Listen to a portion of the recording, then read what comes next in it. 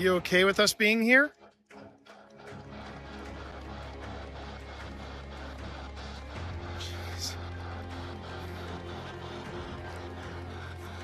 Lady. Lady, yes. Lady, yes, yes. Ashley. Is it a lady Ashley is talking to? Or are you referring to Ashley? It just said Ashley, I'm not kidding. Whoa! Ashley just got your name. She has now ascended. I don't know if you heard that, Pip, but your sister from another mister here, Piper, just said we should put Pip on FaceTime.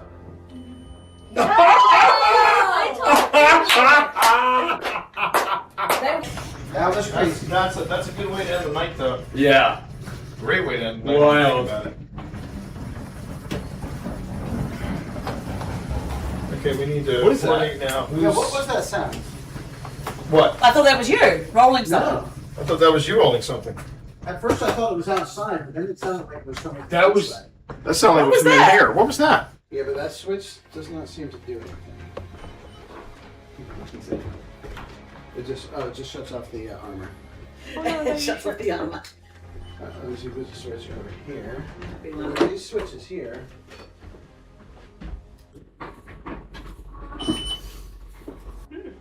That was not us. Again. Alright. I think I heard Sabrina say mom. Huh? What? I thought you were in another room. No, she didn't say anything. Did you not? I heard that. That was, I thought that was. I thought that was Serena. I heard mom. Me too. I heard it too. It wasn't. That was not a real person.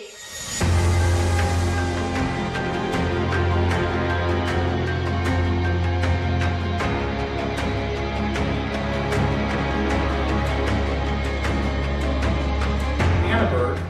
It's either called Annaburg or Annaburg Mansion, and it is in historic Manassas of Manassas, Virginia. Sure, people will be like. Yeah, the short people will be fine. Okay. So welcome everybody to the USS North Carolina. This is the Wildwood Sanatorium. And it looks like we've got really good Wi-Fi for this. This is where we're starting the investigation tonight. There's my partner in crime, Phil Rossi. Coming at you.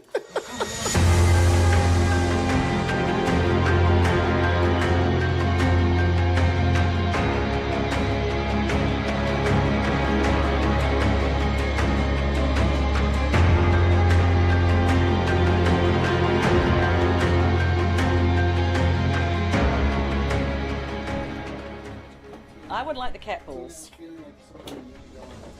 Someone needs some cat balls. What was that? What was that? Yeah, I thought it was something on the floor, but it's not. Someone needs some cat balls. All right, hold on. Hold the phone, everyone. I'm gonna isolate this section.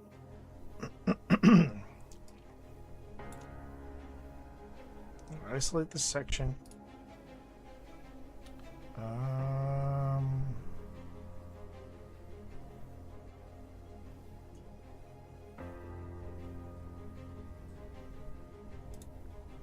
Okay.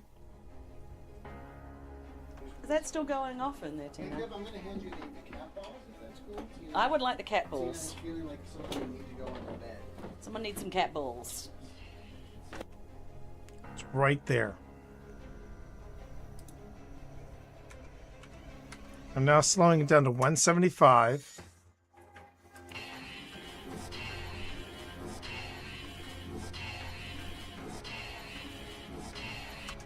I'm hearing turn around. Does anyone else hear that? Turn around? Is that still going off in there, Tina? I'm going to hand you the cat balls, if that's cool. I would like the cat balls. Feeling like something you need to go on the bed. Someone needs some cat balls. You have 3 cat balls. You mean the big one?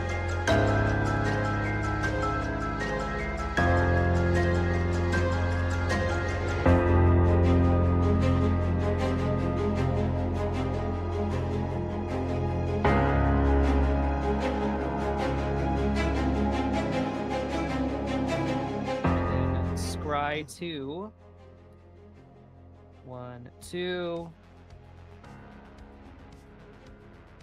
and then I will put this one on the bottom.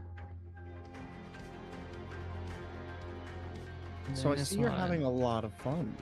on the top. And then Thor, has anyone ever called you a Bond villain in a previous life? Because, man, I swear to God, it just sounds like saying, it seems you have the upper hand in the cards, Mr. Bond. I mean, I never mean, said I wasn't. I wish I knew how to quit you, Thor. I wish I knew how to quit you. Oh, my God. Which is a 3/3, and Valgavoth, which is 6/6. a 6/6. Where's the beef? It's on Mike's battlefield is where it is. Jeez.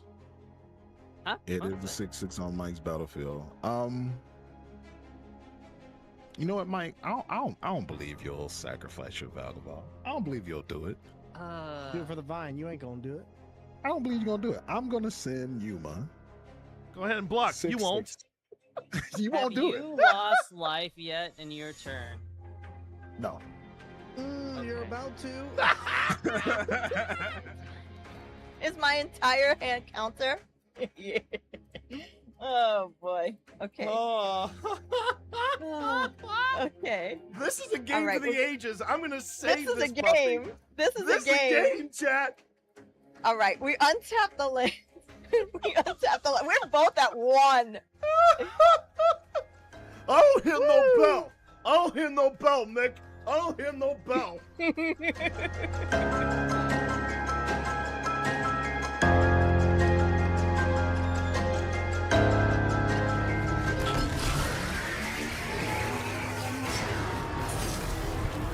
All right, this is it. Yep.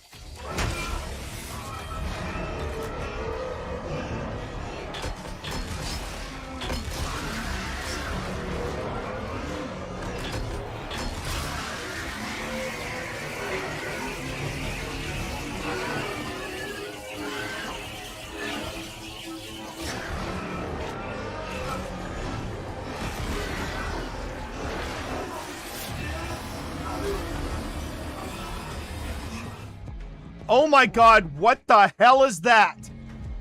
What the hell is that?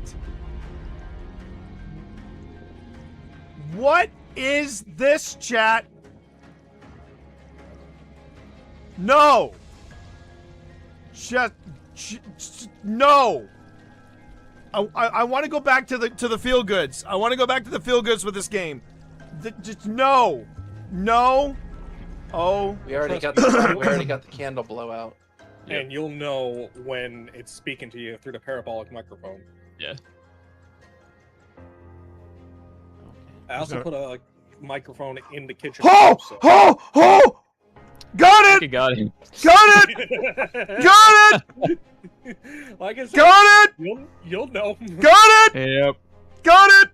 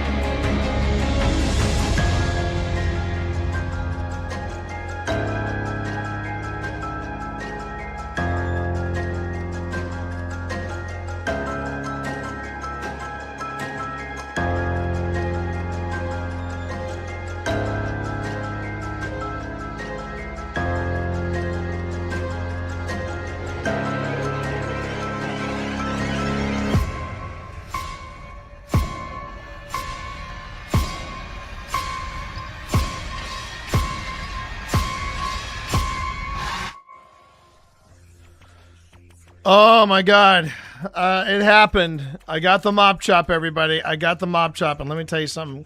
I feel fantastic. I feel freaking fantastic.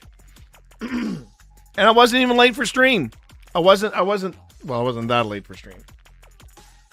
And to those of you watching over on YouTube, Nito, Sly, how are you over on Twitch? But for those of you watching on YouTube, yes, I know. For anybody says anything, I did forget to turn off the stream last night on YouTube. Whoopsie. So I have to go back and see if I can't edit some of that stuff out, because man, that's gonna make for, I gotta look at it now. I gotta see if I can go back. I should be able to, but I don't mind saying it's a long stream now. It's a long stream. What about a faceless stream? I'd rather not. I mean, last night on YouTube's, it was a faceless stream, but I believe I can go into YouTube and say, hey, you know that latter half? Why don't we just chop that off? Hi, Spence. I hope you're doing well. Let's see here. Let me go live. Let me go here. That's working.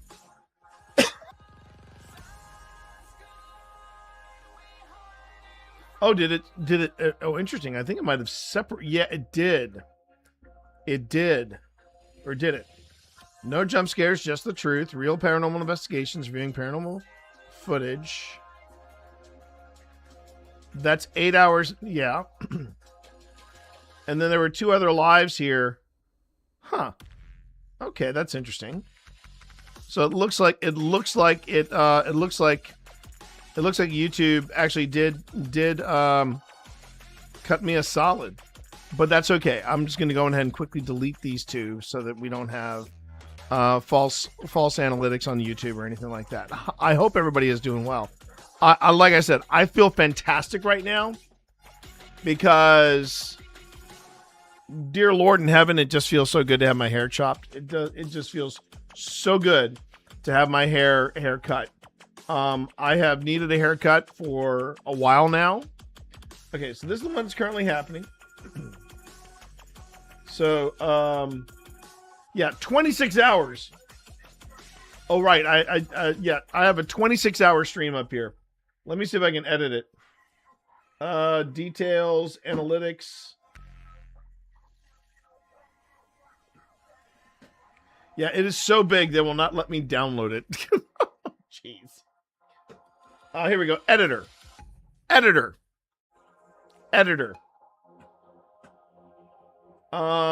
Okay, I'm gonna see if I can't do this like super quick, and then we'll get on. We'll get on with the whole thing.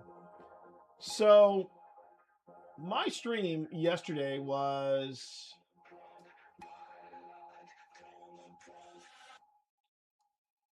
here. I don't think it is going to let me edit it. I think it's too big. Yeah, trim and cut. Yeah, let me trim and cut this, shall we? Okay, no, I don't want to do that. I think we're going to do this. We're going to bring it all the way back here.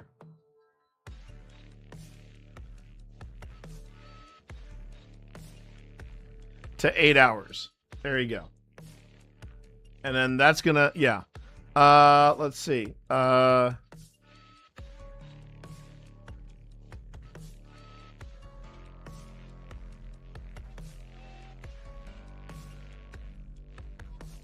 Save as new.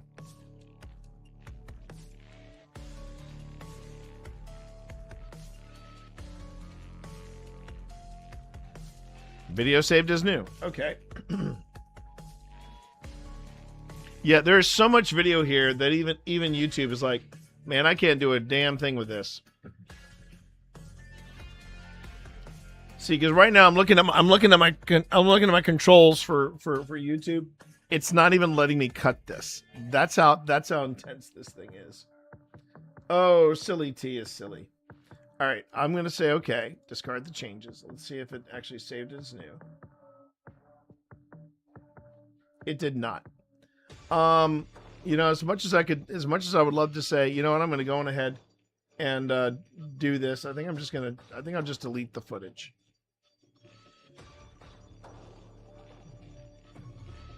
$26 hours is not worth it.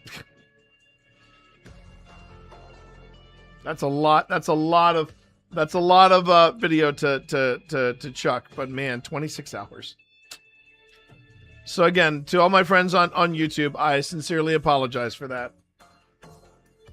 I'd had such a good day, I'd had such a good stream that I was just kind of euphoric, and I totally forgot that I totally forgot that I had this this other button that I had to push. One more button to push. Speaking of buttons we are pushing today, we are going to be taking a look at the last bit of footage that we have from the historic village of Clover Hill, located in Appomattox, Virginia. And for those of you who are just joining, either on YouTube or over on Twitch, my name is T. Call me TT Monster or Twitch Dad, and I am I'm one of two people that are behind the group Old Spirits Investigations, and we are a paranormal investigation group based out of Appomattox, based out of Lynchburg. It is mainly comprised of myself and Phil Rossi, along with our wives, Tina Rossi and Pip Valentine. And we are actually getting ready for season 5 of our YouTube series. Hi, buddy. Hey. That's Dorito over there. You can see him right here. Hi, Dorito. Hi, Dorito. And yeah, we're putting the final touches on this. We actually ended yesterday on a really high note with this particular investigation, but I also discovered something. This is what I mean by, you never stop learning about stuff. You never stop learning about the stuff that you are working with as a paranormal investigator. Apparently this resolution that I'm currently working in is a widescreen format that is more widescreen than the video that I shoot on my professional grade cameras. So I got to figure out what's going on with that, because I just discovered this.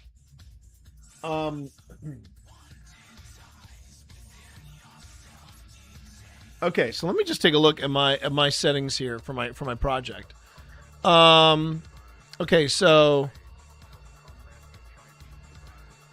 video display format, yeah. Colors, fine. Scratch disk, ingest settings, action none.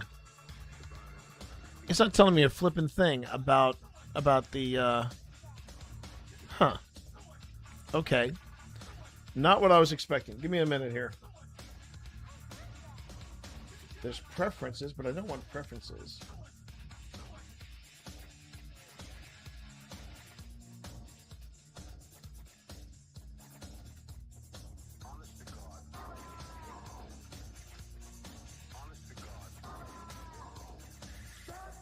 Just wanted to see. Yeah, it's not really telling me anything here. It's not telling me anything about about the ratio or anything like that. I got to find out some more about this. And I know what it is. Chat. One of the things that they've been doing of late. Here, you know what? There's another way I can do this. I can check this out on say Google's. I can just Google it. Do what the Utes do. I can just Google it. And let's see. What are the video capture settings in Streamlabs mobile ultra wide ultra wide format?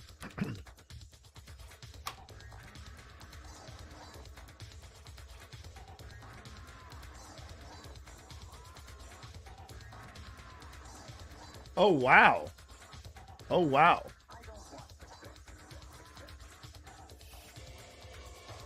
A 21:9 format? Really? It is. It's a 21:9 format. That's well, okay then. I did not know about this.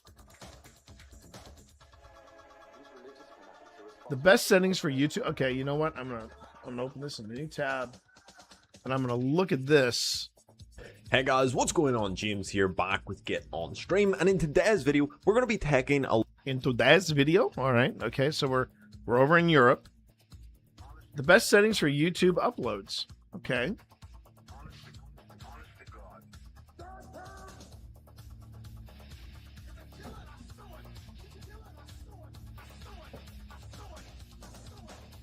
I'll have to look at this.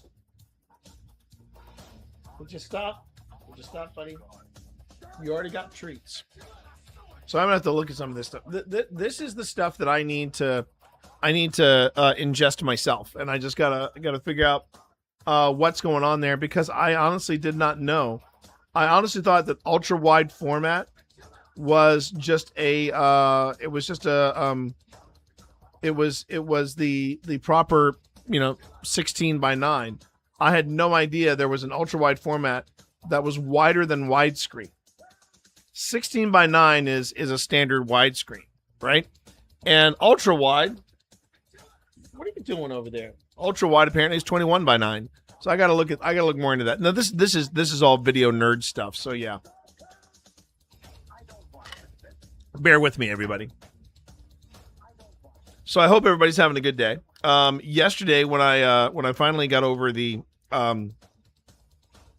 footage from the other cameras of our trek through the historical village, I realized that both memory cards for my hold on. Yeah, thank you. Both memory cards for Kenneth were full. And this is something that I want to discover now before later. Because I know that when we do eventually set off for somewhere this month, and knock wood, this month, I want to make sure that I have all that ready to go. And yes, I do have some blank cards that I can put into Kenneth. So we're all covered. I'm not worried too much. Of course, I may have to check my stock and see how many blank cards I have left. When I go out into the field, depending on where I investigate, I usually like to have 3 blank cards on hand. And again, the reason why I do not record over cards that are full is because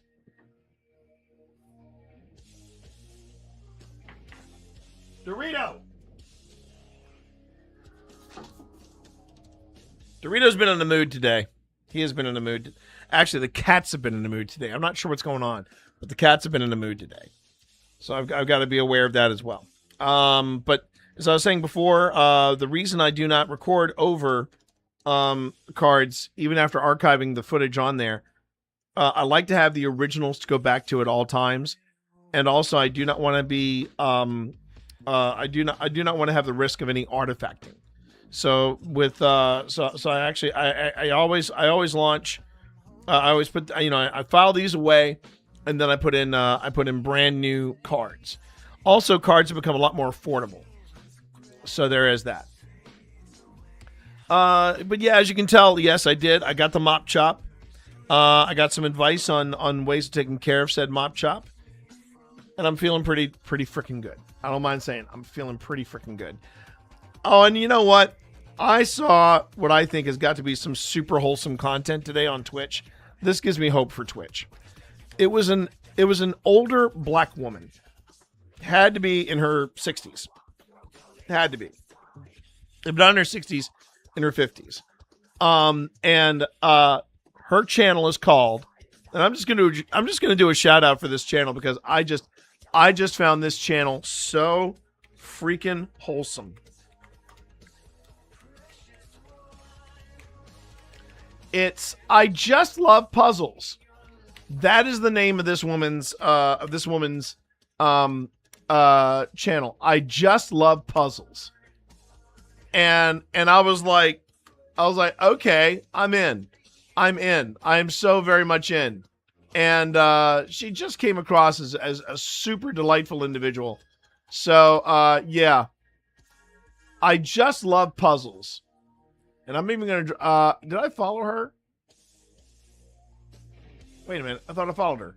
Yeah, I am following her. I'm following her now. But yeah. That's her name. I just love puzzles. And she was grooving to the music that was playing. I mean, I was like, okay, I don't know who this lady is, but I'm in love. I'm in love. This lady is awesome. But it's I just love puzzles. And that's who we're giving a follow to today. We are going to be returning everybody to Clover Hill. And then after we finish up, because I have a feeling we are going to finish up the Clover Hill footage today.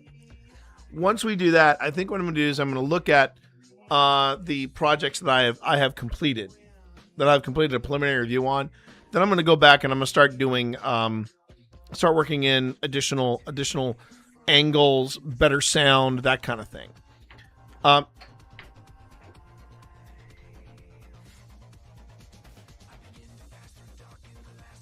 don't like using the squirt gun on him, but man, he has been in a mood. All the cats have been in a mood today, with the exception of Vi. What is going on with you? What is going on with you, pal?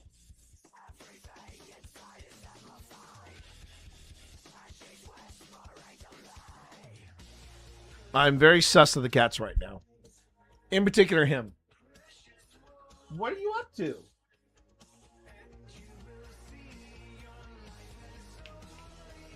And now we have another player entering the field. It's Hicks. I'm not used to Hicks being here. Hicks. Is the perimeter clear, Hicks? Whoa.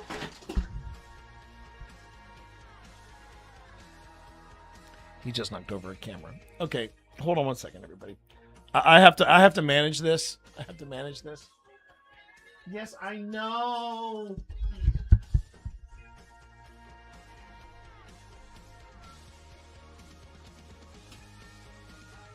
But you actually remind me, I need to get rid of this.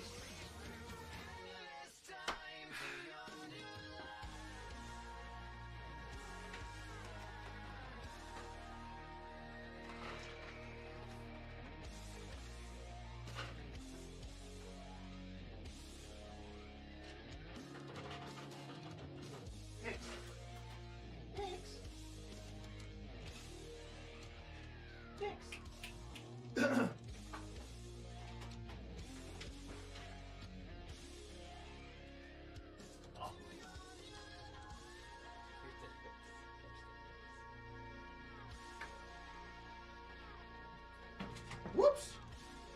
You okay, buddy?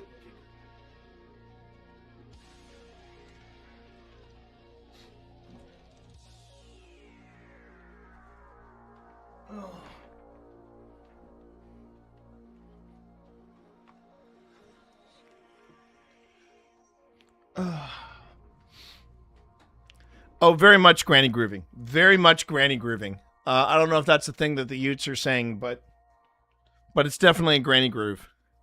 Definitely. All right, so I've tended to the cats. I think we're good. I told you about the memory cards. I think we're good. So last night, I meant to tell everybody, last night, you all knew that I was pretty stoked because last night I was supposed to be facing off with a giant ice dragon with my dungeon party. Here's the bad news, good news. Bad news. We got the night wrong.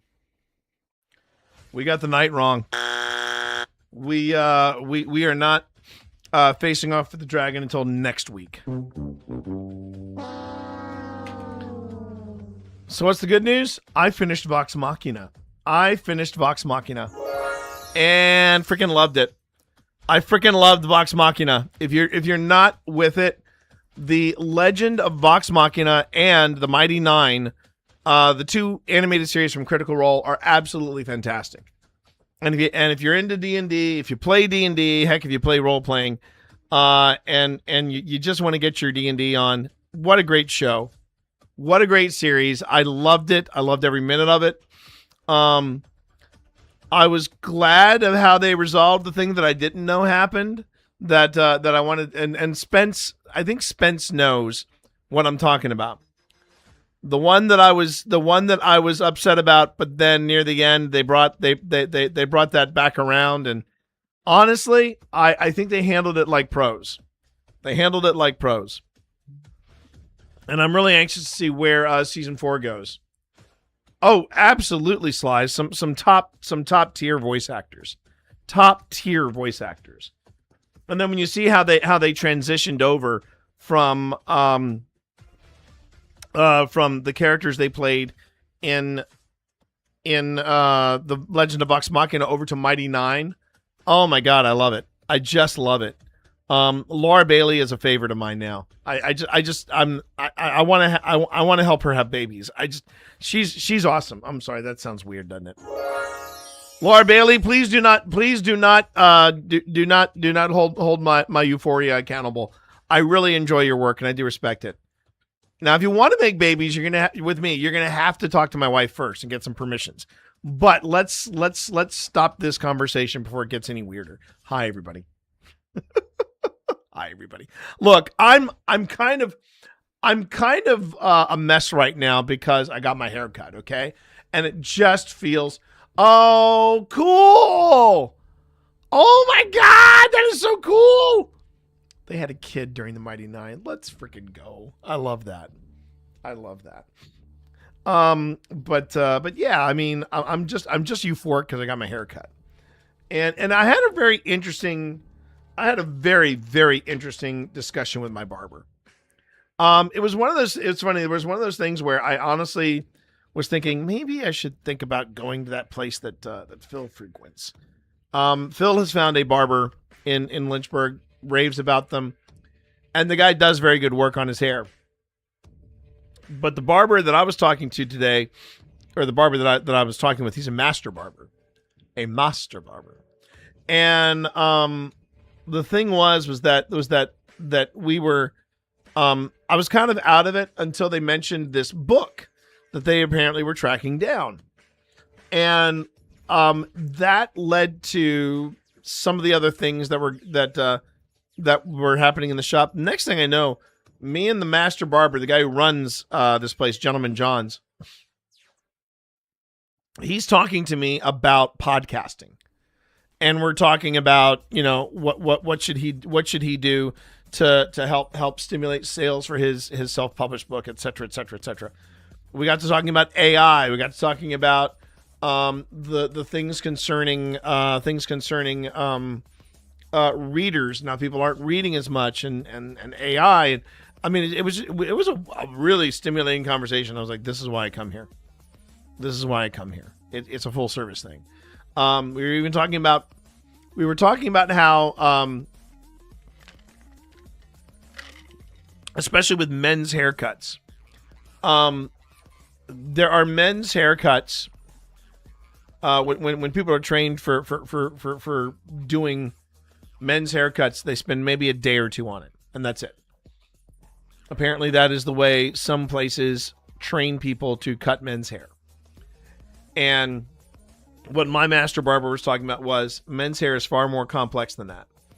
And it's not just about cutting the hair. It's about styling the hair. It's about knowing how to answer questions about the hair. It is a full service thing that you engage into when you become a barber. And it was very cool how he was kind of giving me a perspective on it. And I was like, okay, I'm digging this. And then we started seriously talking about possibly,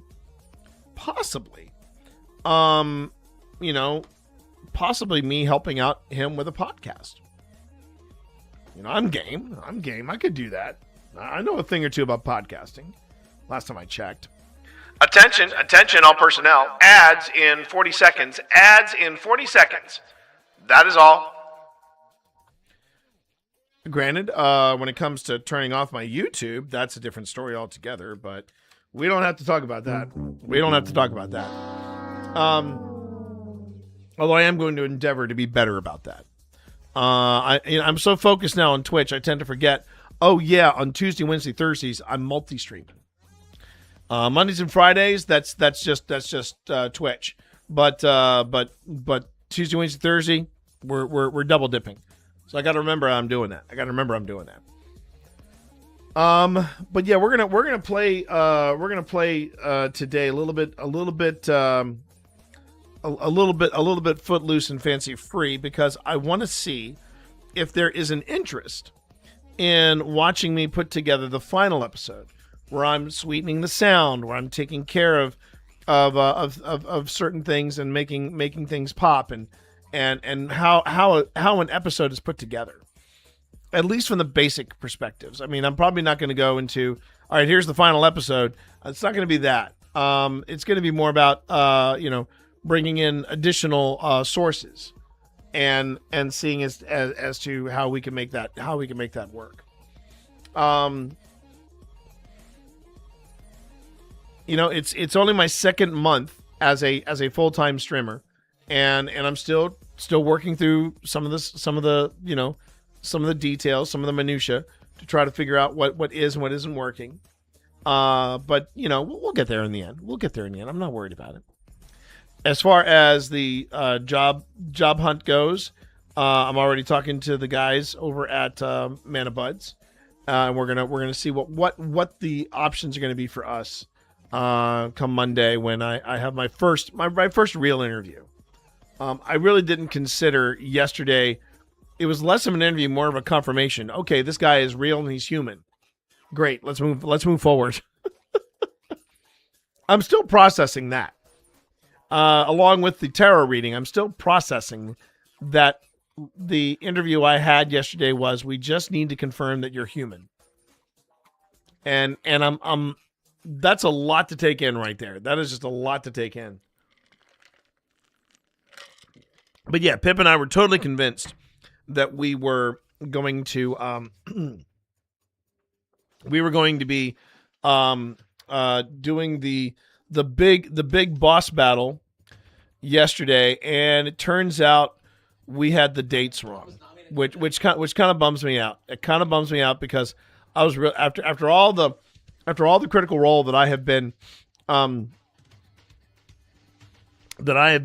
consuming, I was ready to play.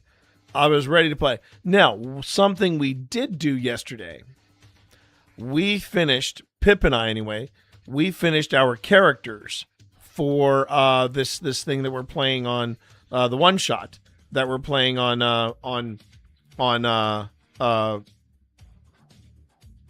Saturday. In fact, pardon me. In fact, let me do some extra bonus. This is the thing I like about the warm-up hour. That's what I call this, the warm-up hour, where I get to sit back and I get to riff a bit. But one of the things that like I said, one of the things that Pip and I did yesterday, we finished up our characters. So I'm going to go on ahead and show you the new character.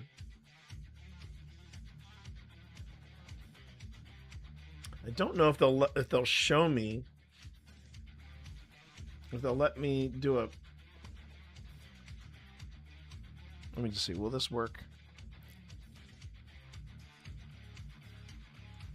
Oh, it does work. Okay, cool. Cool. Great. Whoops. Showing that again. There you go. All right, everybody. So here's the new character that I've just rolled up for tomorrow. Or not tomorrow, for Saturday. This is my character for Crooked Moon. His name is Ichabod Richmond. And yes, I went into Invanto's Gen AI, and I created my character for D&D. I'm pretty happy with it. He is a warlock at level 3, so we're starting at level 3. Change sheet appearance. I like my portrait as is. Underdark mode. What is Underdark mode? Ooh. That's a little. That's easier. Yeah, that's easier to read on screen. So okay. What kind of backdrops? Ah, neat. Classic backdrops. I love it. Do I have a warlock one? Ooh, perfection. Okay. I do sincerely love my, wait, they have themes? Ooh, I have Xanthar. I like that. Yeah, yeah. Oh, these are all probably avatars. Yeah. I've got my avatar all set, so I got nothing to worry about there. Okay. All right, I think we're good. I think we're good now. And previous next. There we go. So yeah, so this is my character, Ichabod Richmond. He is a Harvest-born warlock, and he follows the Great Fool. He is a patron of the Great Fool anyway. And let me see. I think under spells, I have Dancing Lice and Vicious Mockery. I've never had, and I'm playing him chaotic neutral. So this should be fun. And I have Bless and Silent Image.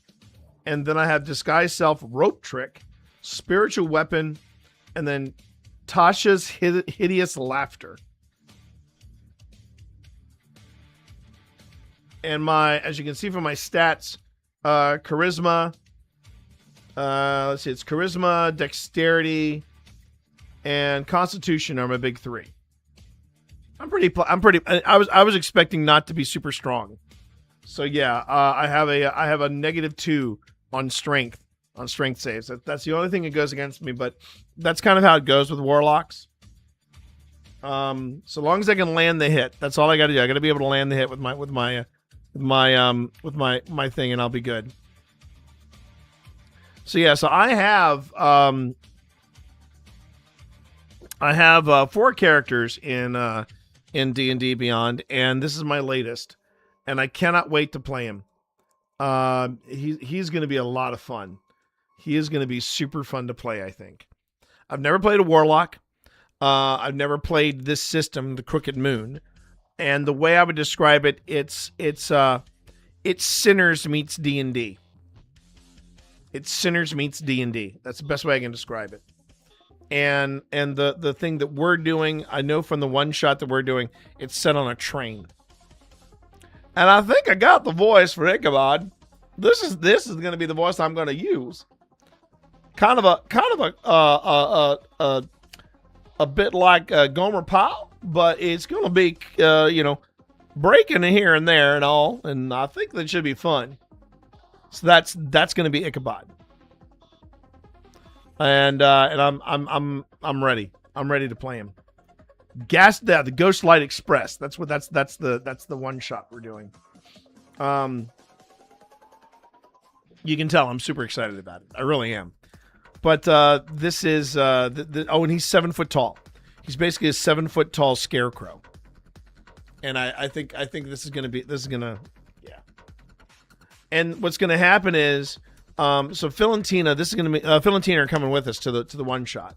And this is the first time we played with them.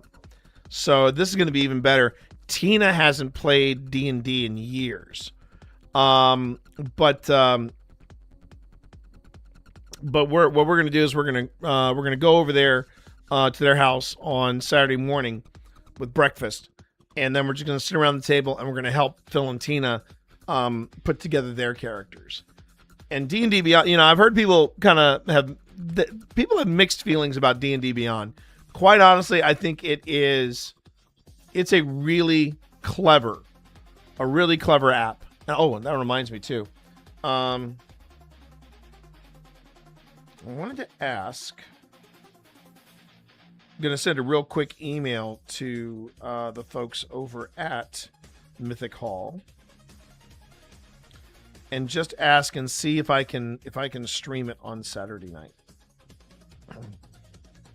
Let's see here. I'll go Mythic Hall.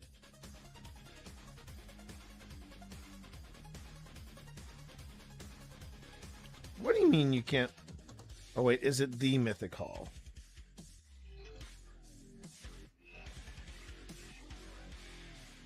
Oh wait, I think it's play Mythic Hall.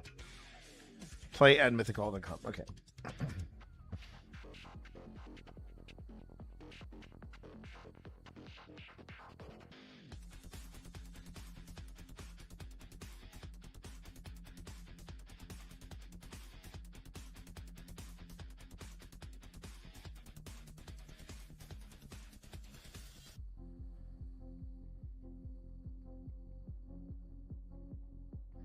If the other two players are cool with it.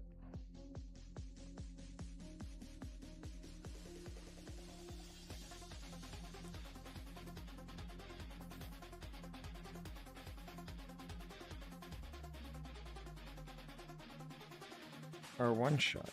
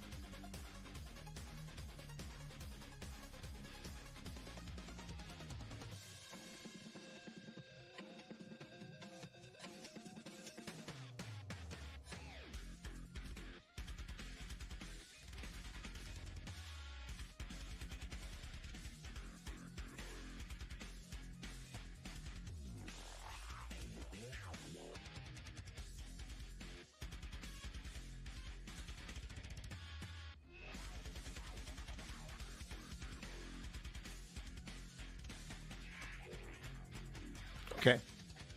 We'll see if we can make that fly, right? We'll see if we can make that fly. Because I'd love to do it. I'd love to show you on Mythic Hall.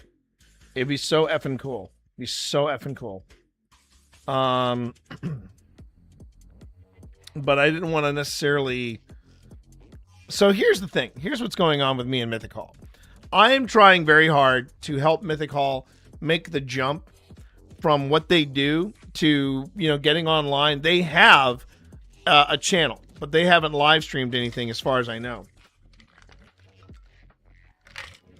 And what I'm trying to get across to Mythic Hall, they want to have that first thing be big, be bold, and they want to really knock it out of the park. And what I'm trying to get across to them, particularly when it comes to streaming, is I want to make sure they understand and they know, all right, when you're doing this kind of stuff, you basically have to build a presence. You got to start from the ground and work your way up, right? And you got to build that presence. You got to, you know, start streaming content and do all that. Well, here's the problem. The problem with doing this sort of thing with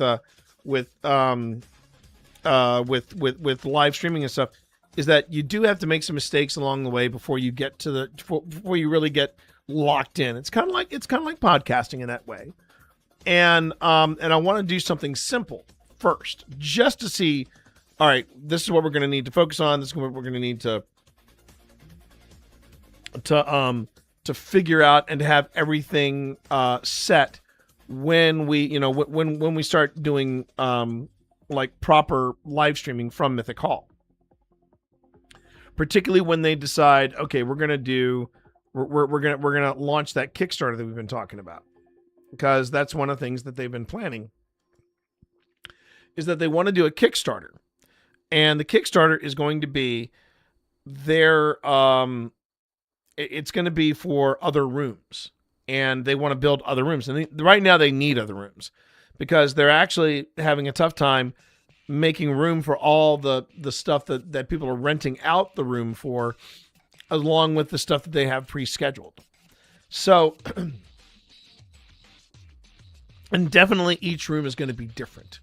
Acoustically, it's going to be different, and it's going to be a different kind of space. So I want to be able to at least tinker with it. At least have a baseline of, okay, if I went in with one camera, one angle, and I used, I don't know, the pickups on this, or if I had my H4n, you know, precariously placed somewhere, then yeah, we could do that. Now, my original plan is to have multiple cameras, mics placed in places that maybe that people can't see. You know, I want to do that. But I have a budget of $0 to play with. And I want to be able to at least, at the very least, experiment, tinker, and try to see what we can do with the space as is. I also want to see if I can do anything with the cameras that I've got here, because I do have some extra cameras that I can play around with. Now, they may not be the best resolution cameras, but I can still work with them.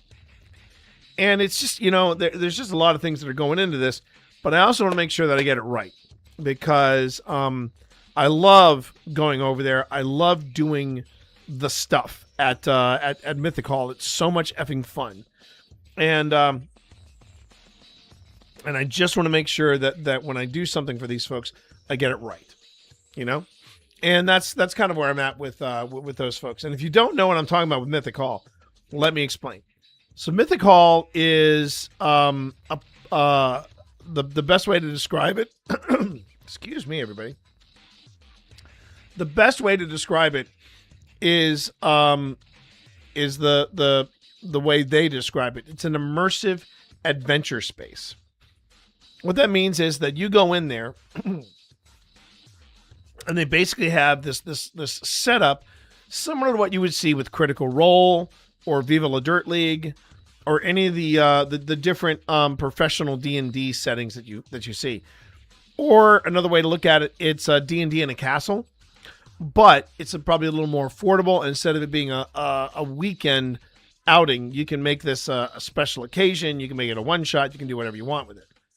But it's a theme. You walk in and you just lose yourself in this world.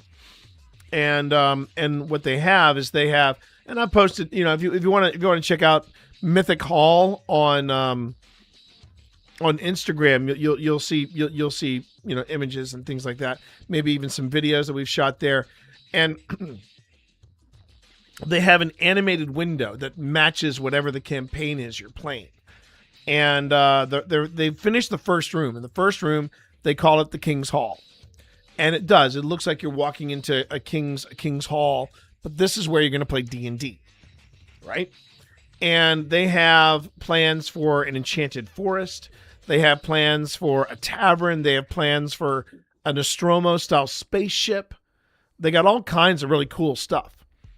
But what they're going to need is some cash flow. And now, granted, they've done what is called a soft opening, and their soft opening is pretty much kicking butt. They've got something to do every weekend. I mean, let me go to their website real quick, and then we'll get into we'll get into the footage review. But yeah, is that the Hudson? Is that the Hudson? It is the Hudson. Hey, Hudson. Come here, buddy. He's been a little mischievous today. Have you been mischievous today? Yes, you have. What do you mean that site can't be reached?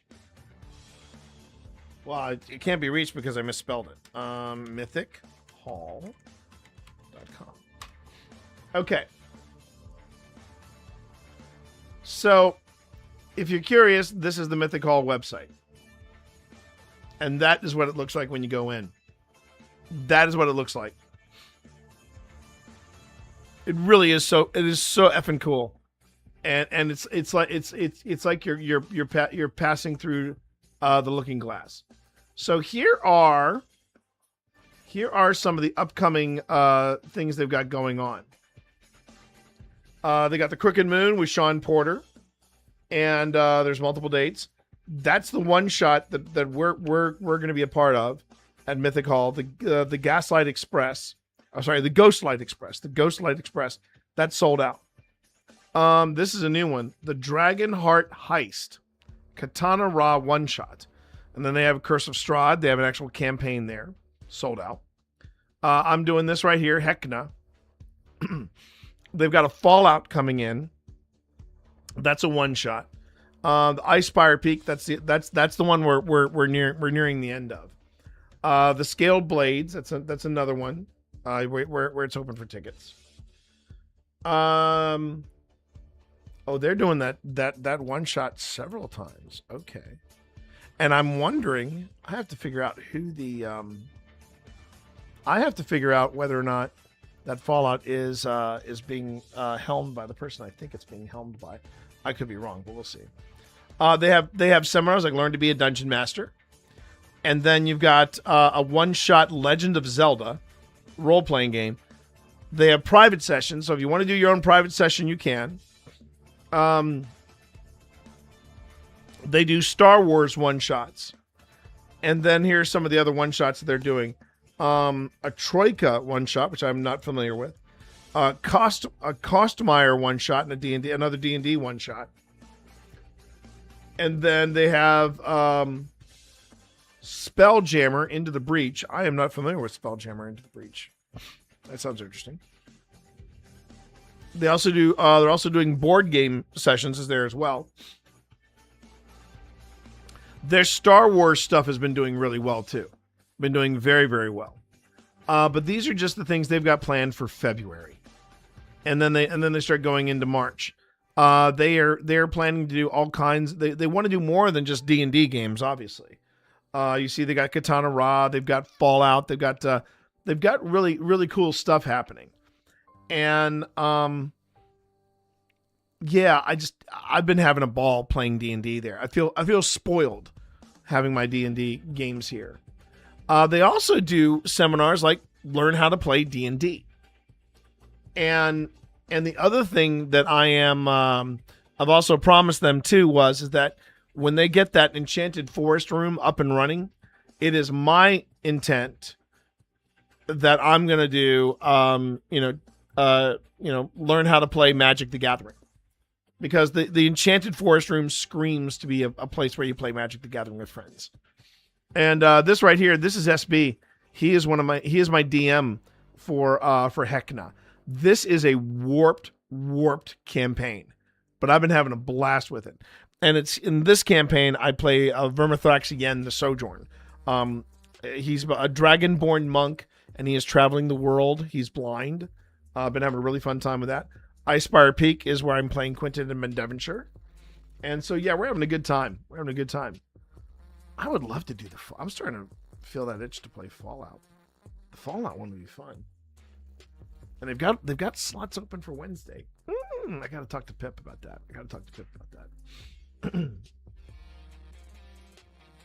But there's some very cool things. There's some very cool things going on here at Mythic Hall. So if you want to find out more about it, there's Sean Porter right there, and it's just really cool. It's been a very, very cool place and a very fun a very fun place to just go and play D&D. And this is from my Icespire campaign because there's my OSI cup. There's my OSI cup. That was before we got tankards. We now have tankards that we take to our D&D campaigns. And yes, worth mentioning, they do have a shop. And you can get some beautiful dice there. And you can also get cantrip candles there. Stickers. They also do if you bring them a design, they'll do character printing stuff. 3D character printing. And yes, they have t-shirts.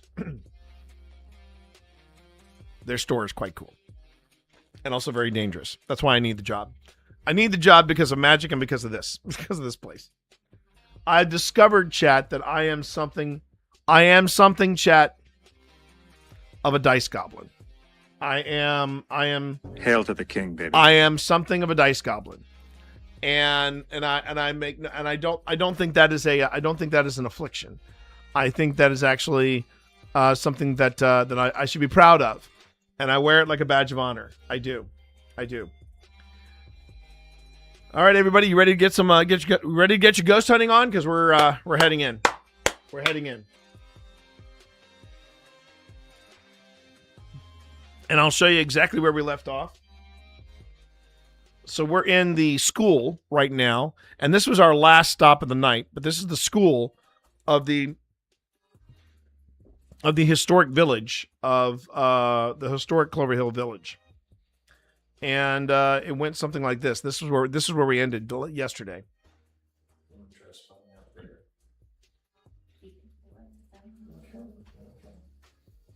All right. So again, we're going to practice our letters. I'm going to spell out the word bear. Together. So, first letter, B.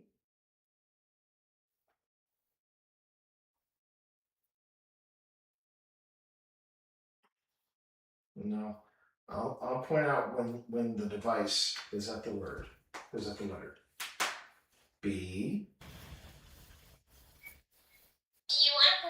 Did you hear that? Yeah. What was that? I just heard a whisper. That sounded like a whisper. Yeah, you heard that too? Yeah. I didn't. B. I didn't hear it, of course. That tap is me. Can you whisper again so T can hear you? B.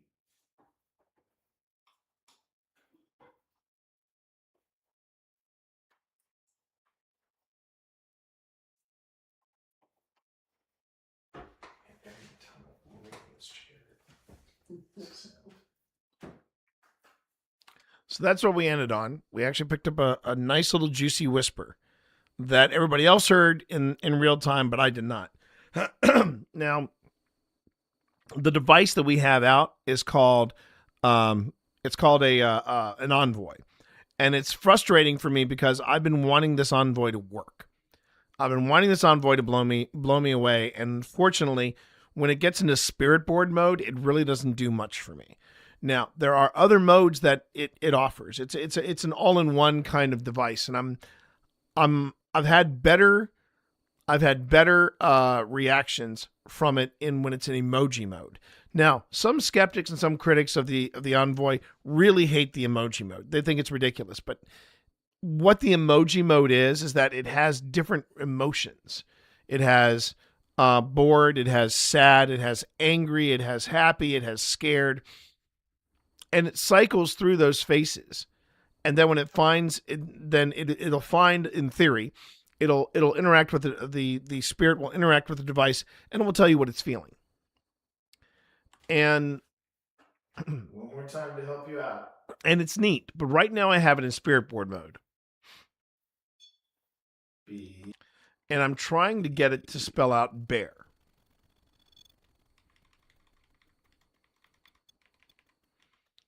I'm trying to get it to spell out bear, and it is not working.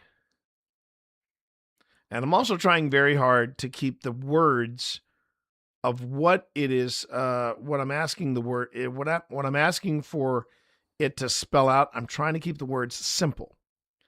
You don't necessarily want to come. Wait, what is this? All right, this is REM pod. You don't want to necessarily have the first, spell the word avocado or something like that. You want to keep it simple. And that's the thing I would say to people when you're in investigations, keep the dialogue, keep the questions, keep the request that you're making of whatever is remaining there, keep it simple, right?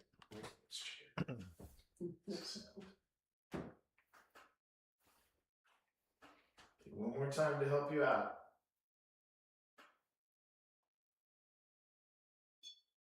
B. I love to laugh. Do you like laughing? So that's a trigger question. Here's a Hudson. Hudson, come here, Hudson. Come here. Yes, I see you, Hudson. Hello, Hudson. Hello. Is it because you don't want to spell bear? Do you want to spell your name?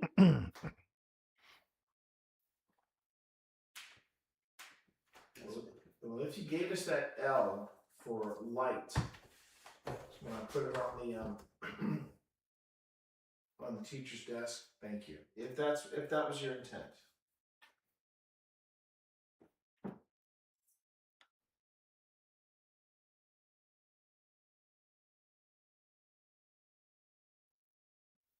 Can you touch my nose? Another trigger question.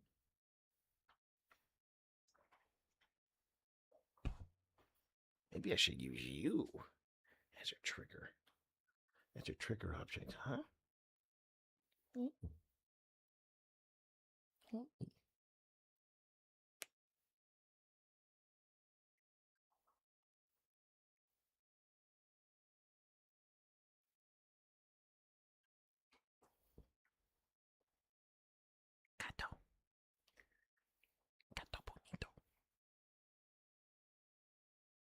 Are there any students here?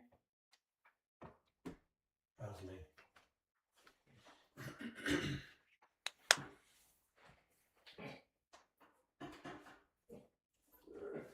My favorite song is the Rude Sandstorm. It goes like this.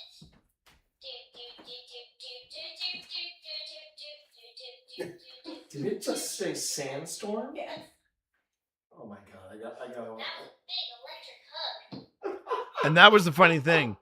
He does it does sandstorm, and then it picks up an EMF hit. Did it just say sandstorm? Yes. Oh my god, I got.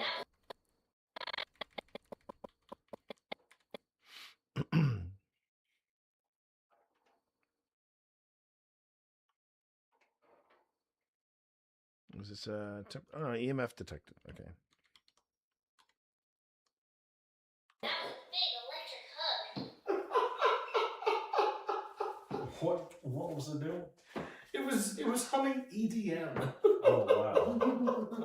I gotta tell Sean that. I'm like, okay, whose idea was that? I was convinced it was SB's. I was convinced that was SB, but it was not.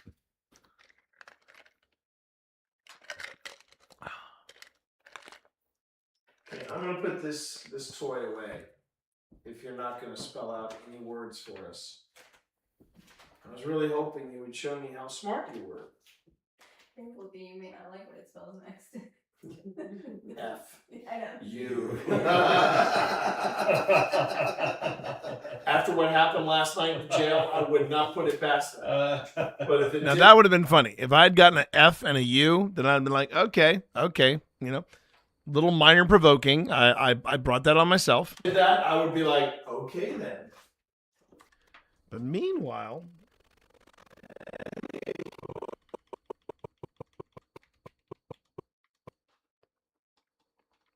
the REM pod is doing just fine over there.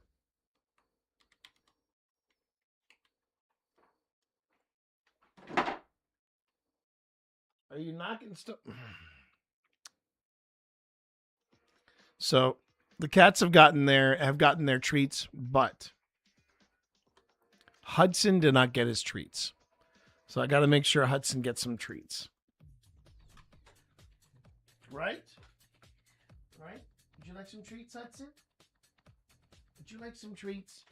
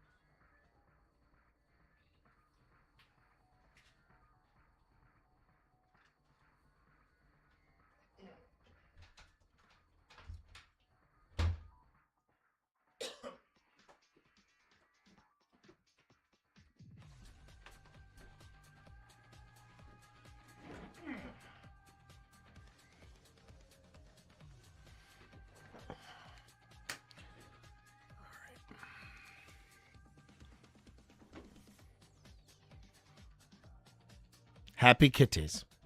Happy kitties. All right. Before I forget, so I got my 2 cards here, and let's see here. I should probably do this one. Let's see.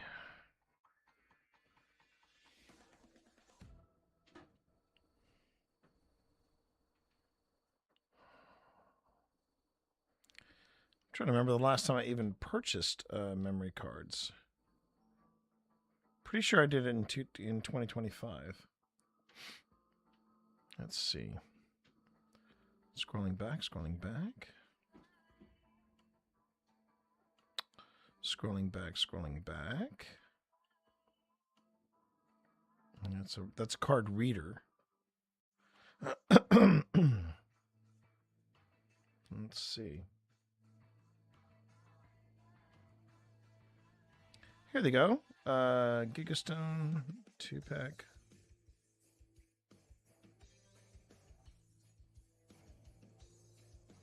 Okay.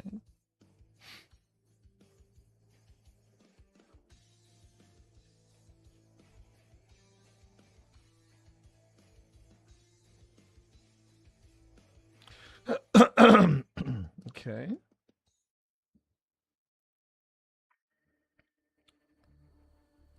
No. We're not delivering it there.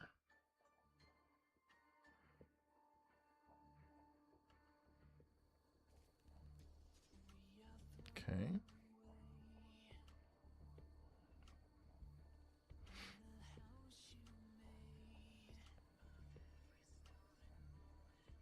I'm gonna write by Saturday. Okay. All right. And there we go. Okay. So now we have my.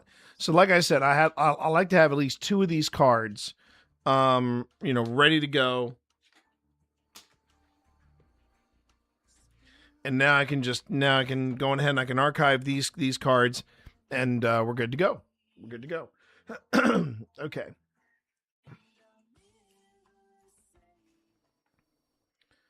Back to here. Put it past that. But if it did that, I would be like, okay then. The REM pod just go? Yeah, just one. REM pod just went off. Can you run? Run to the other wall and back. Ready? Go!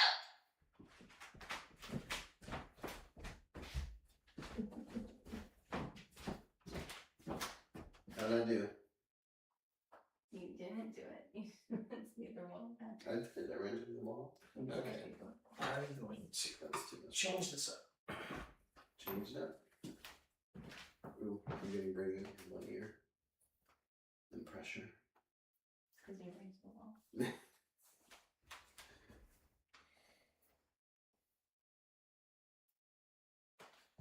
What'd you change it to? So I changed my toy here. If you don't want to show me how smart you are, can you show me what you're feeling? Can you sing for me? I know you're getting all the questions, both from me and from Boo Buddy. But I want to know what you're feeling. Okay. You see there's a happy, there's a sad face, there's an angry face, there's a So this is what is known as emoji mode. So I'm giving this. face where you're Oh, good, feeling Sly. I'm scared, glad to hear you so made it to you're work safely. feeling Good. nothing. Cool. So can you help me? Tell me how you're feeling. Please? So I've switched Envoy over There's no wrong answer. to emoji mode. I want to see if this works really well. If this works better than the Spirit Board mode. What? The REM pod goes off. Man, that REM pod has been the REM pod has really been the MVP in this location.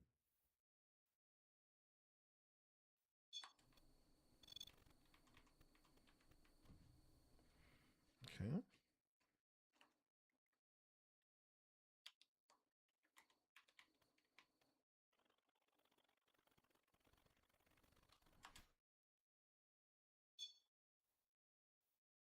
The pod goes off. Yes. Who's in the corner?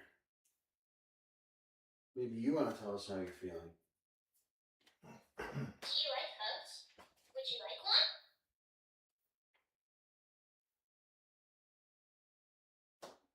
That was me.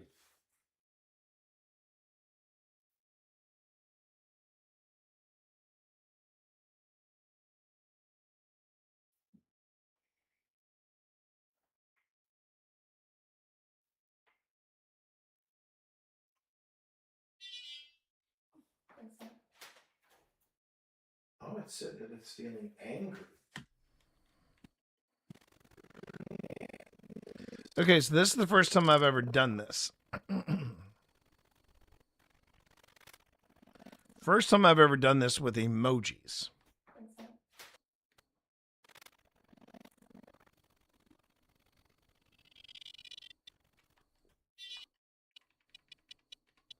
All right, so let me see if I can do this. This will be interesting to put together. All right, so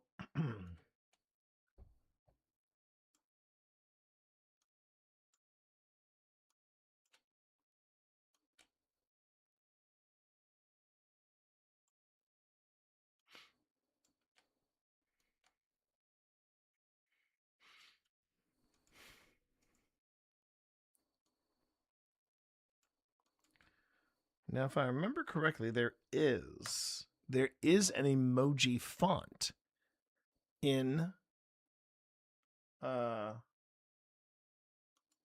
think there's an emoji font.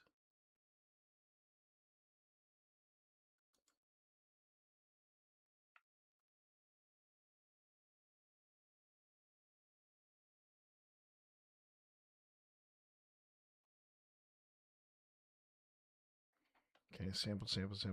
Seeing a lot of sample. All right, okay, so scrolling through the fonts. I'm trying to remember if there is a true. I mean, there are different dingbat fonts, or I should say character fonts. But yeah, that just dated me right there. Dingbat fonts, wingding fonts, and they have those. But I don't think. I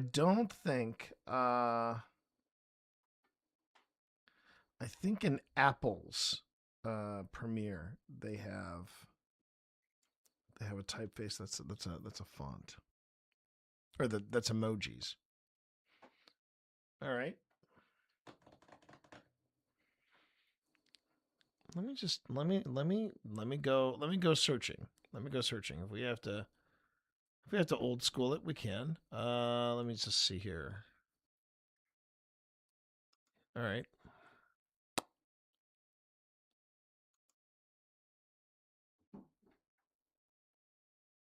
Curling 2026. Okay. Emoji fonts for Premiere.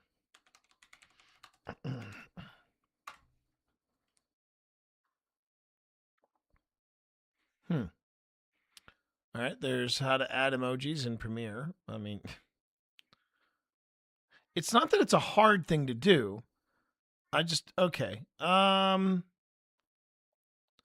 how to add emojis to your edits while working on Premiere on Mac OS. On Mac OS, yeah. Use emojis to enhance your videos with clear, expressive on Mac. Premiere displays emoji using the Apple emoji color font. Yeah. Select the type tool, blah, blah, blah, blah, blah, blah. From the edit menu, select emoji and symbols. Yeah, okay, I got that. Great. How about okay, here we go. Due to limitations in Windows, the default Segoe UI emoji font will render in black and white. We hope to add a satisfying emoji experience for Windows users soon. To access the Windows emoji panel, press the Windows plus period and key and insert emojis from there into your text layers. And that was last updated last month. Literally last month. Okay. Okay. So to access the window emoji panel, press the Windows and period key and insert emojis from there into your text layers. Yes? Yes?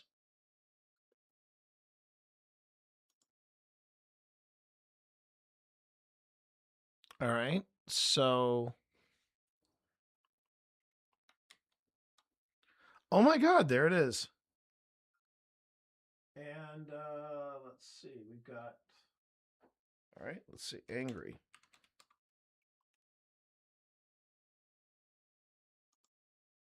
Wow. That's actually pretty damn cool. That's pretty damn cool. So I can do this. I can go ahead and say envoy. I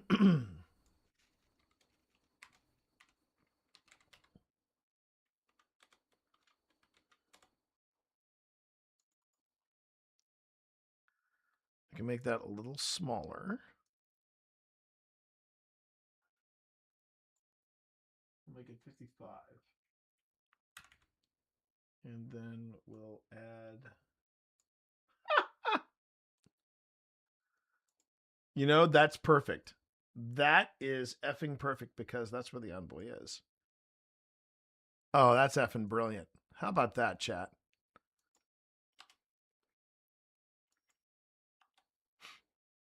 Okay.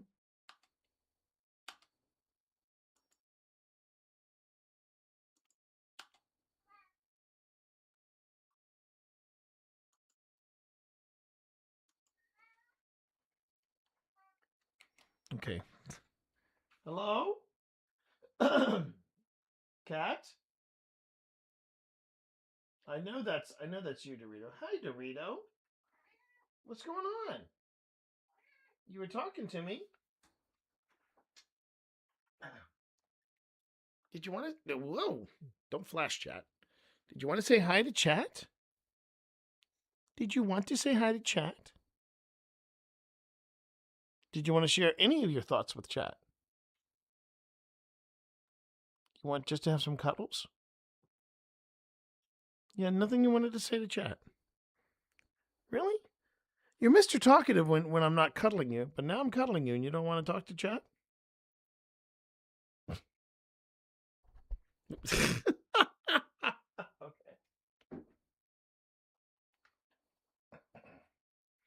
All right.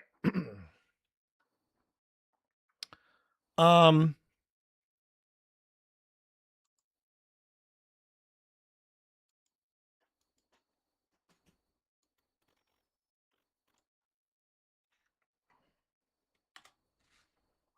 Come on.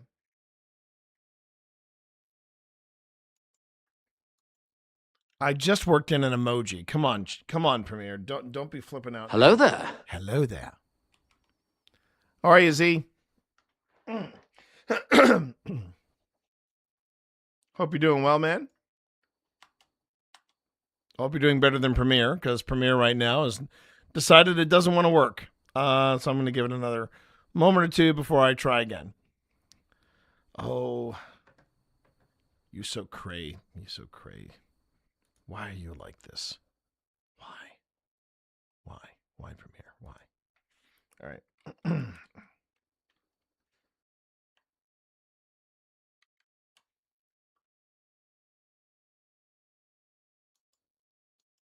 Come on.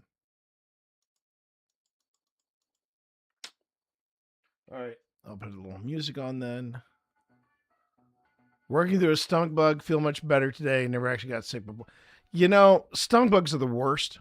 Thank you, by the way, Zach, for your compliments on my 24-hour, excuse me, that's 26-hour,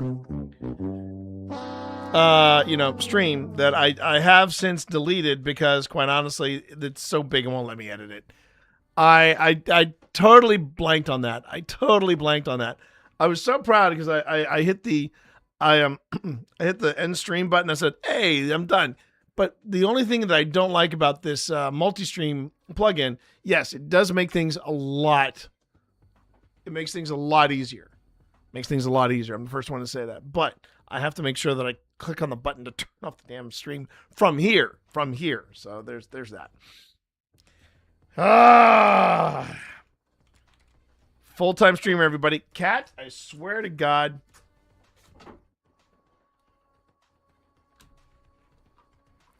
That is an acoustic tile. That is not a scratching post. All right.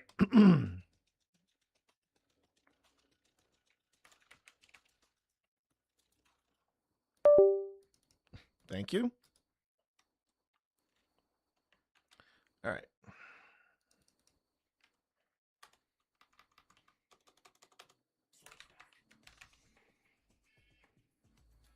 Okay.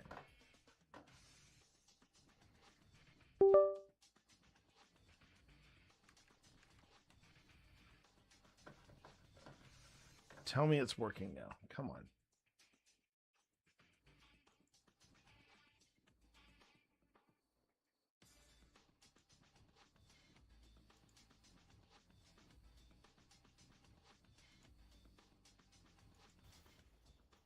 There we go. We got it now. Or I should say, YouTube's got to work it out. Or sorry, Premiere's got to work it out. Okay.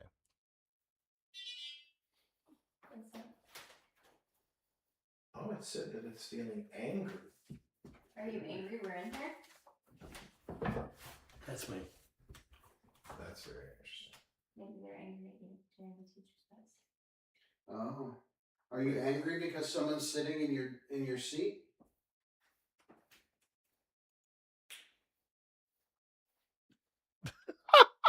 Thank you, Z. But but yeah, the stomach bugs are never fun. Stomach bugs are absolutely never fun, and I'm sorry you're going through that. Hope you're feeling better. Twitch Dad prescribes ginger ale, lots and lots of ginger ale. It's the only way I was able to get through my last one. But if you got meds for it, even better, even better. All right.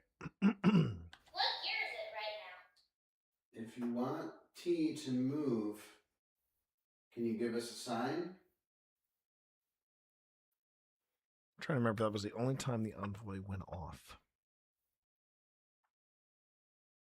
Apart from the letters, the random letters we got. If you want Tina to move, could you give us a sign?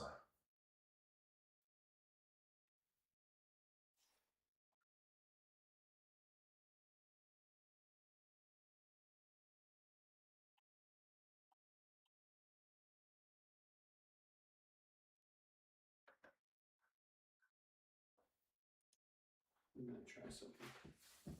Okay, wait. I want to try one more. What's your favorite game to play? If you want Boo Buddy to go away, give us a sign.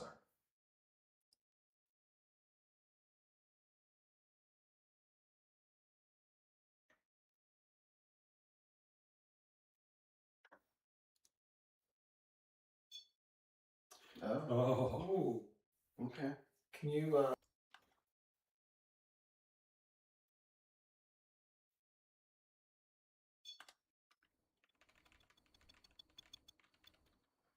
We did ask. We did say, give us a sign if you want Boo Buddy to go away. And there it is.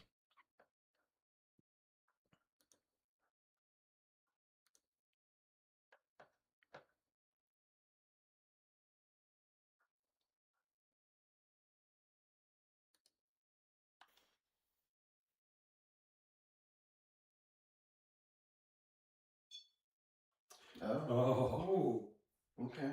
Can you Boo Buddy then? I just want you to touch my nose. That's your ear. Smart guy. Okay. We removed Boo Buddy. I've turned him off, so he's not going to be talking anymore. Hi, I'm Boo Buddy. Now, hang on. Lies. Okay. Boo Buddy's off now. Does that make you happy? Was that your seat? I'm standing right next to this.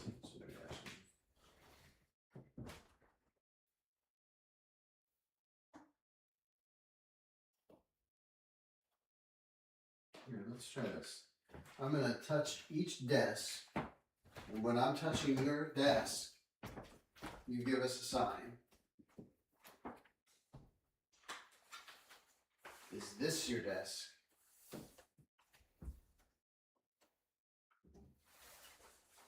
Oh, thank you, Z. I appreciate it. It's hey, Z.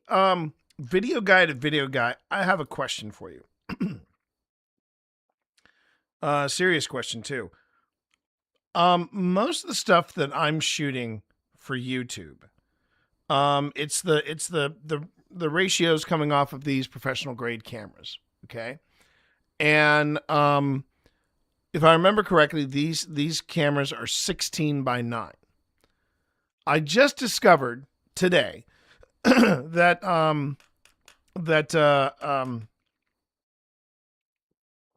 Streamlabs has a mode called ultra wide mode, and it's 21:9 as opposed to 16:9.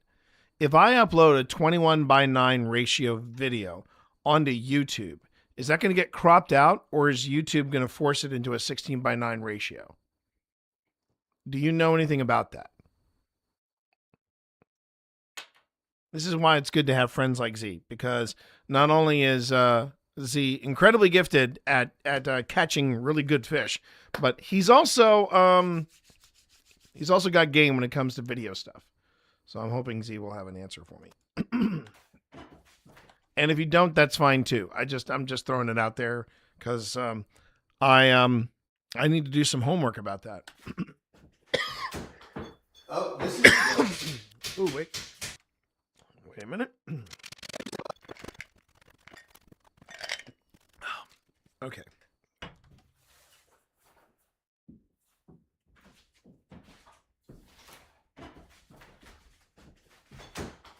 Oh.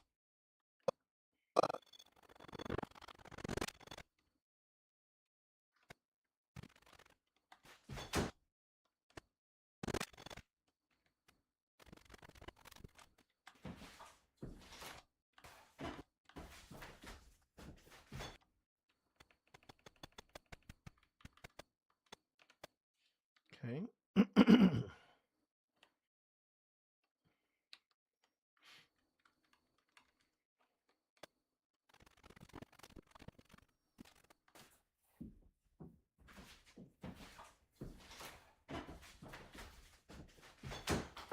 Oh, this is your desk. Pardon me. Is this the desk that you were talking about? Well, that's the desk that the boot buddy was sitting in. That's Yeah. true. That's very true. Is this someone's desk? I think you got your sign there, Phil. I think so. Let's see if there's anyone else here. Is this somebody's desk? Maybe that was almost immediate. I know. Let's try the next row. And that was the desk the boot buddy was sitting in. That's we'll interesting. do something else to say. Okay, cool. Is this somebody's desk?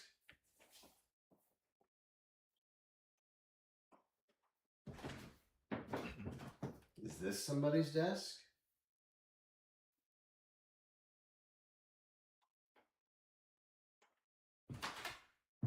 Is this somebody's desk?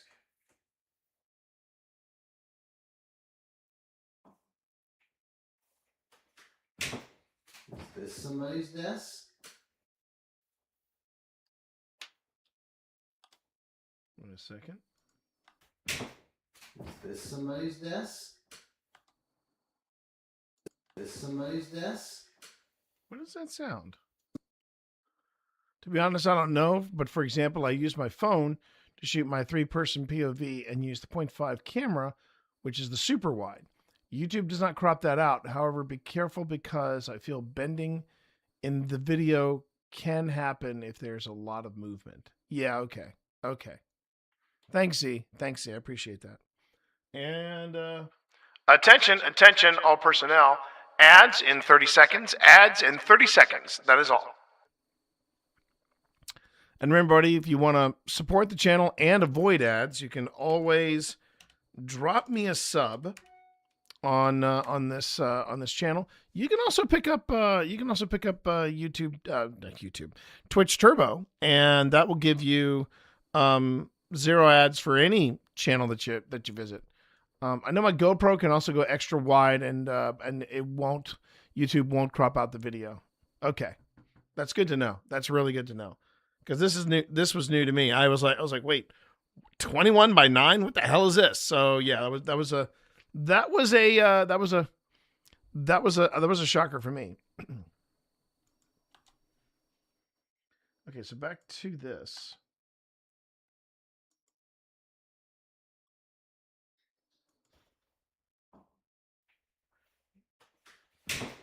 Is this somebody's desk? What is? That's a very odd sound. Is this somebody's desk? Desk? Desk? All right, this might warrant bringing in Adobe Audition.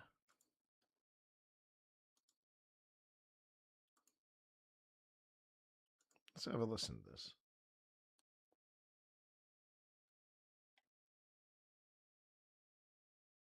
Okay, good to know.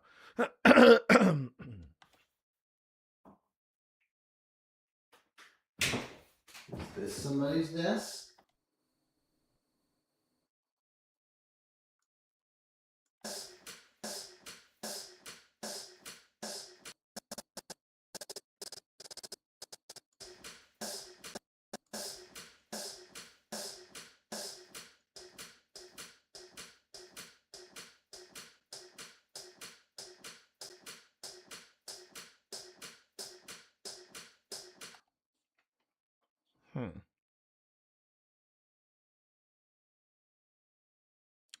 The only thing I can.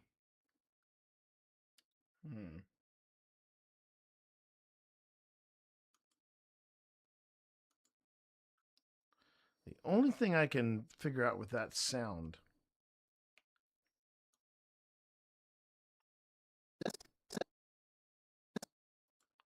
I want to say that's almost like a it's similar to what happened. It's similar to what happened back here. It's an unknown sound.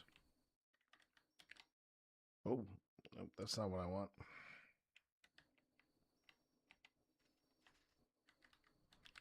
That's what I want. Okay.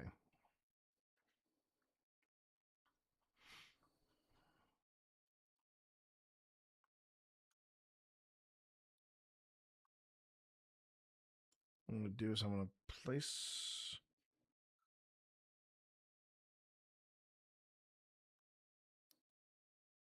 my cursor here. Stop it, T. You're not on the Mac side. You're on the PC side. Think Windows. Think Windows, man. Think Windows. All right. Okay, so I'm going to go over here.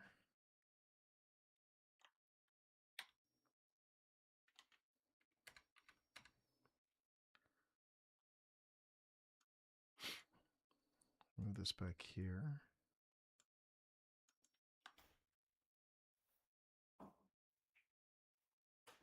Is this somebody's desk?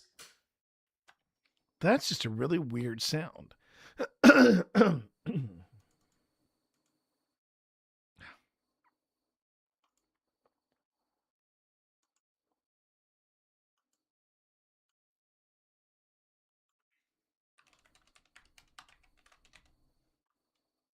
So, and that's the only thing I can describe it as. It's just an unknown sound.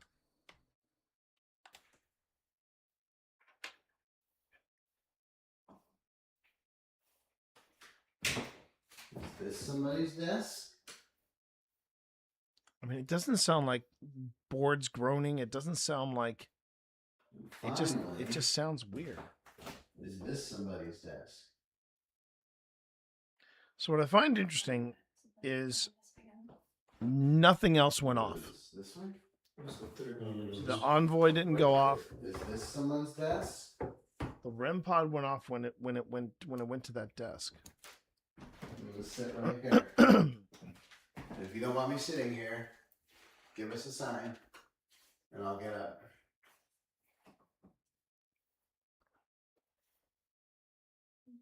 Do you not like that I'm sitting in the teacher's desk?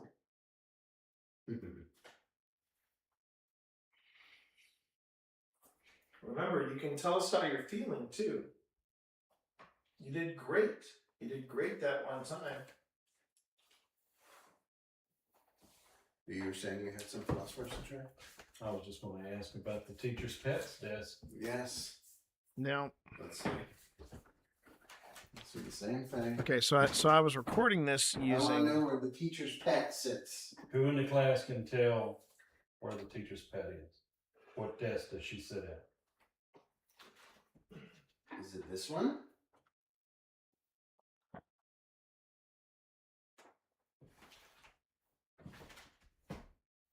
Is it this desk?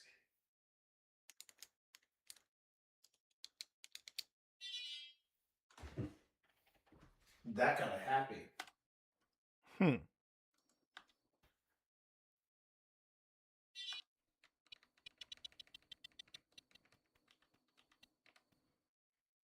I feel like I've got to work with this envoy a little more.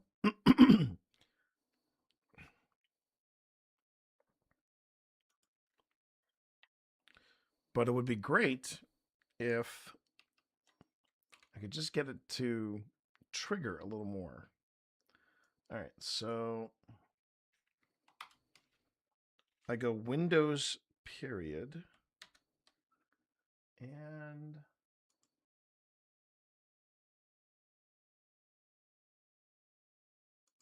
see if I can find a simpler one. Smile. Okay.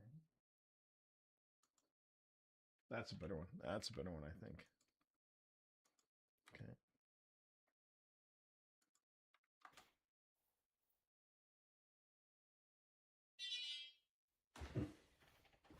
That kind of happy. It's the same desk. It's the same desk. I think we just found where Is this the the teacher's desk? at. That's not the one, but she can move, I guess. All right. But that's This desk? That's the same desk, though. No, it's the same desk. Yeah. Yeah. The same There's desk. something with that desk. Something with that desk. How about this desk? That's interesting. How about this desk? Thank you for using this device, though. Appreciate that. I know you're happy now. I am happy. She's like, that's her. No. The problem is, though, is that when I put it on word mode, Is it this desk? the letter mode just doesn't work. But that was very interesting. How about this desk?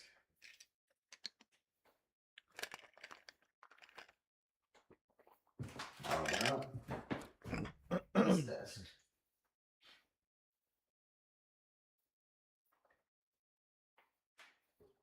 How about this desk? How about this desk? Oh, that's me. Wait, no. Maybe I spoke too soon. Very interesting.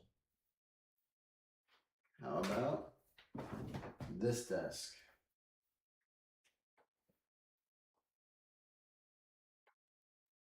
How about this desk?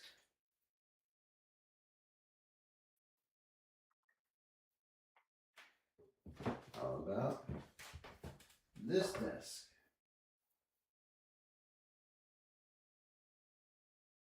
Finally, this desk. And that's where the teacher's pet used to sit. This desk. Baby. Oh. Oh! So it's answered my question. Used to sit. This desk. Baby.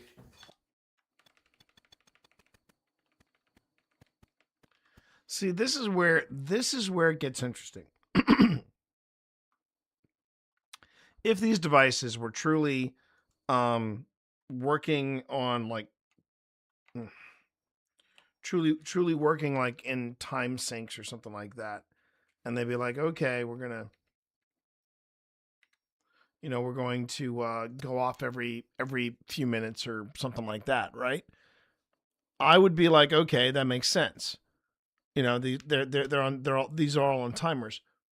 But it was the same desk, and we got an emoji. We got 2 beeps. I just find that really interesting. Really interesting. That's where the teacher's pet used to sit. This desk, I mean, baby. that's an amazing coincidence. So it's answered my question. Used to. Used to sit here. That's an amazing coincidence for 2 different devices to react to the same desk. With all of us in here. That'd be a hell of a coincidence. Sitting over here. Ooh, I just got full body chills. That's straight communication right there. Yeah. That's really interesting. That's really interesting. Oh my gosh. I'm like ice cold all of a sudden. So now we know where you're sitting. Was that you playing with Boo Buddy? Or was that you trying to move? Yeah, that's because it was unhappy. Yes. Like, unhappy, and then smiley face after you. Yes, after we moved. And then, of course, when I said used to be the desk, and she. It went boop. Yeah. Can you give me a sign on what you're. Okay. And that was just a neutral.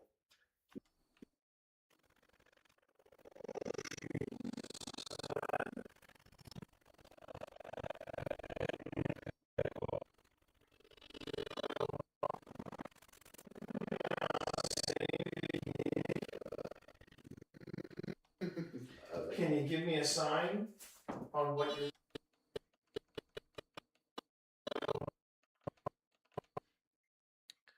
And that is interesting. It's compelling. It's compelling. Now suddenly the envoy is kicking in with different emojis.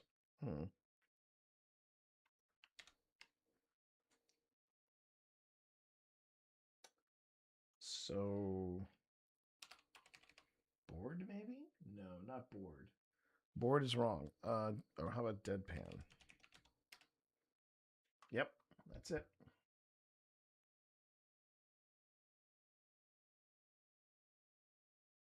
There's no way I could do this, right? No, I didn't think so. That would have been hella funny. That would have been hella funny if I could have done that. So as you can see, when I pull up the when I pull up the emojis, right underneath it there are GIFs, and there was a deadpan GIF from The Office, and I said, what if I selected that? Just wanted to see if it'd pop in there. It did not. Okay. Can you give me a sign on what you're. Okay. Now, what's interesting is if I were editing this on the Mac side, I could get these in color. So in a final, for the final production, I could just actually make it this, but I might leave it here like this because the black and white actually is more accurate to what the device is showing Neutral me. face. Yeah. Neutral face. No emotion whatsoever. Okay. So now you have our. So it's an interesting theory. Maybe letters are too complex and basic emotions work. I don't know. Your favorite subject. So give me a sign if your favorite subject was English.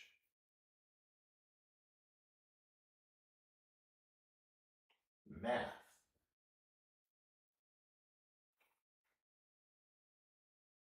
The Bible.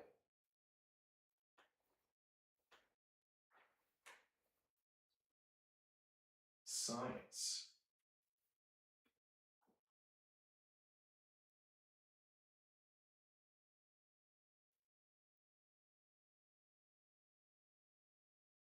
Or was it just making the teacher happy?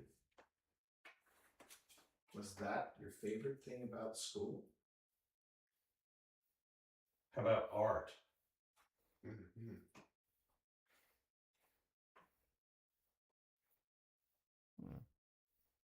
Music?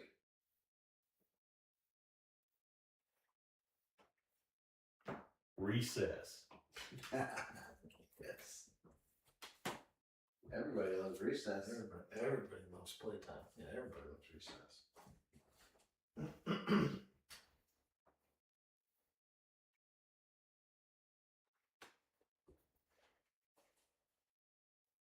Are there any adults here? Or did you like them all? Mm.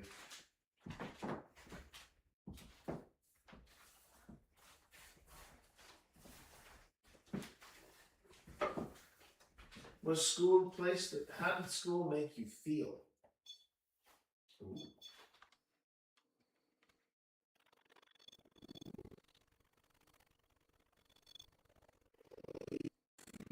You feel.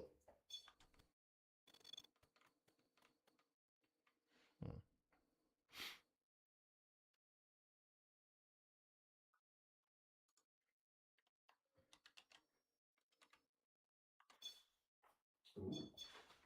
Now was that? That was the rum pod. Yeah, but was that answering to mine? I liking them all, or?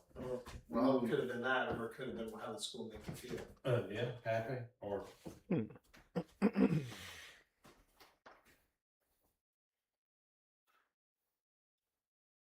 How did school make you feel?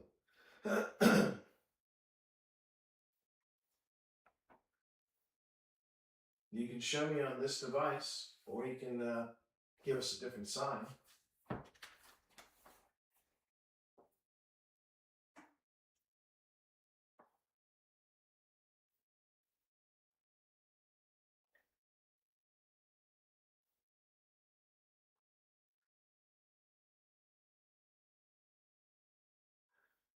That's me. Yeah. Did you like reading?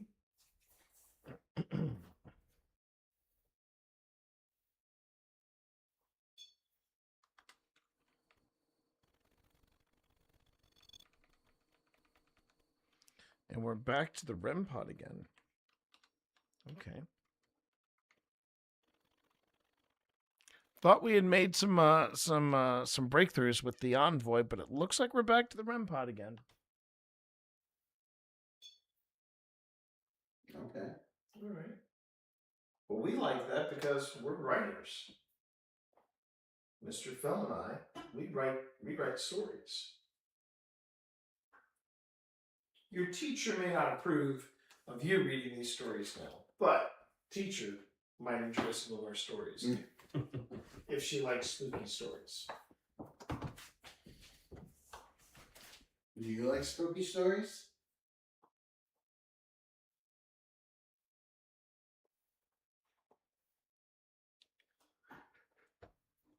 That was me. Unrelated, but semi-related. Did Pip want to do the church?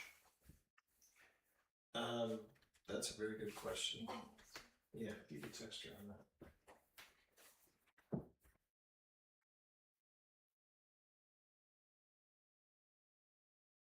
I'd rather not do the church without her. No, same. Class is going to be over soon. How do you feel about that? School's almost out.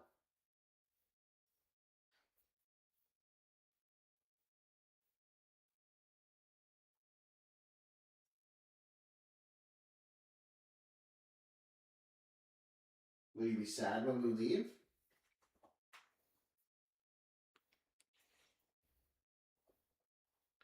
So we got the envoy and the REM pod for both of those. And we get nothing in reply. Nothing. Nothing in reply.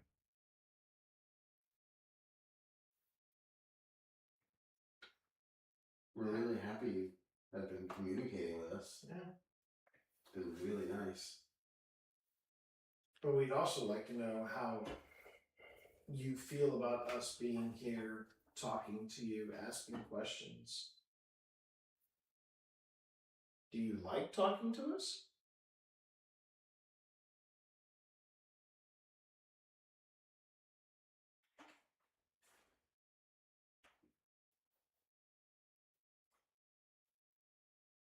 Was that noisy?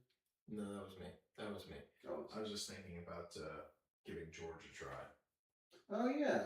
Why don't we do, see if you draw up any activity. Would you like a puppet show? Do you like puppets? Because we've got a treat for you. So I have to sort of preface this.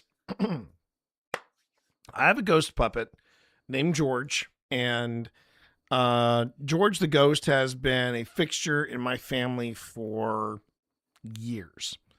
I got voluntold by my former mother-in-law, I should say, that I was going to be doing an appearance at my kid's preschool. Many moons ago, obviously, and so I got a Taps hat. I got a which I sadly have gotten rid of since. I got a I got a ghost puppet, and the two of us did a little sketch. Okay. I appreciate it though. Thank you for keeping the streak alive for today, Marv. No problem. Rip the streak. You can always build it up again. Like that means anything. But it's okay, man. I appreciate it. I do appreciate it. Thank you, Marv. And tomorrow. Oh, wait, but I won't be seeing you tomorrow. So wait, tomorrow's Thursday. No, I will be seeing you Thursday, right? Thursday. If you're away tomorrow, happy birthday, happy early birthday. So there's that. Okay, so George the puppet has been around for a while, and I have taken George to places where there have been child ghosts known to hop around, right? And I've always gotten nothing, bupkis. So I'm giving George one final try here. And we'll see how. Well, I'm trying to remember. I want to say he actually surprised me at how well he did there. But let me just see what happens here. I'm trying to remember.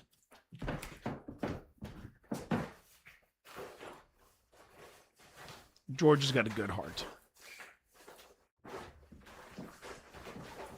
I did bring him. You did? I don't have one on the desk. He's on the chair over there. Oh, he's over here. Oh.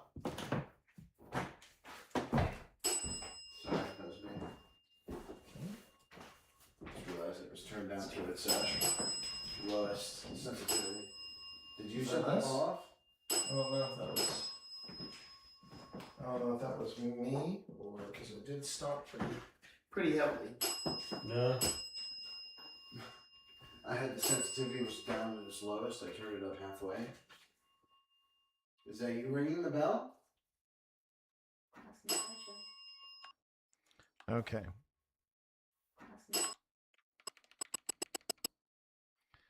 So Phil had the sensitivity turned down to its lowest setting, and he was getting nothing on the dead bell. So now he messes with it, and suddenly the dead bell kicks in. So let's see how we do here. Is that you ringing the bell? That was.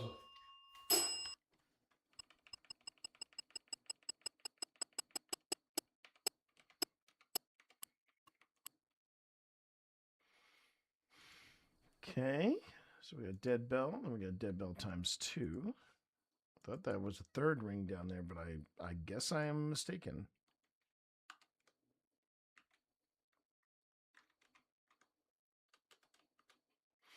Okay.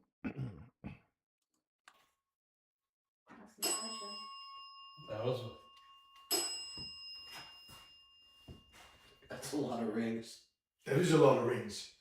Hi, George. Hey, Phil. How are you, George? Fist bump, Phil. Fist bump. There you go. They probably don't know what a fist bump is. So that's true.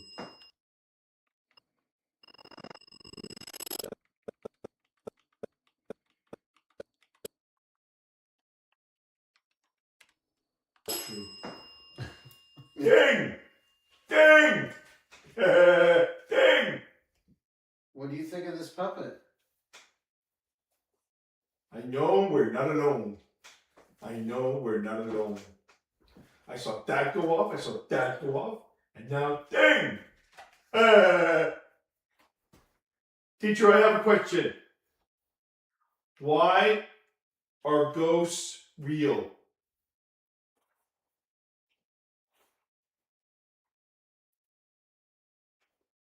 Anyone? Anyone? Hands up. Who has a question for the ghost?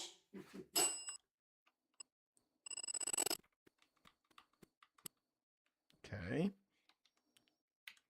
Okay. You did. Ding!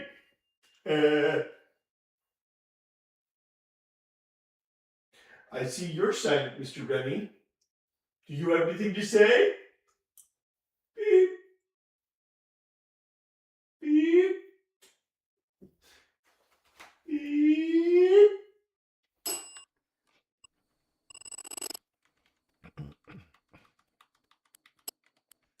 So the earlier dead bells, I may have to go back to see if I marked those, but I know that that was Phil.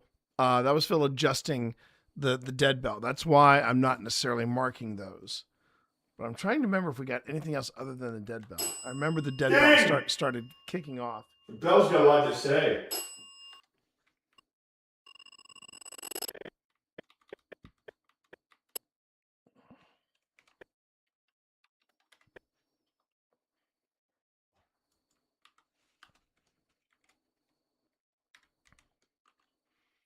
But I gotta say, this is the first time George has gotten any kind of response from any of the devices. Who has a question for the ghost?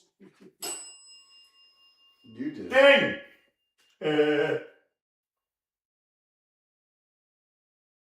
I see your sign, Mr. Remy. Do you have anything to say? Beep. Beep. Beep. Ding! The bell's got a lot to say. Ooh, the bell does have a lot to say. It does. Can you make the bell ring twice? Ding, ding.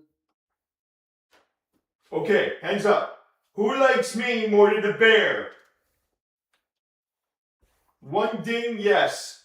I like the ghost. Two dings, no. I like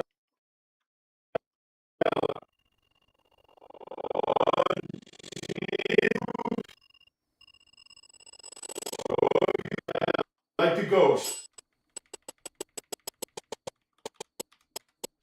Okay. George is killing it. Two dings, no. I like the bear.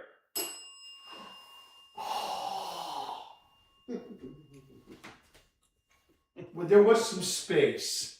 There was some space. Ghost. Two dings, no. I like the bear.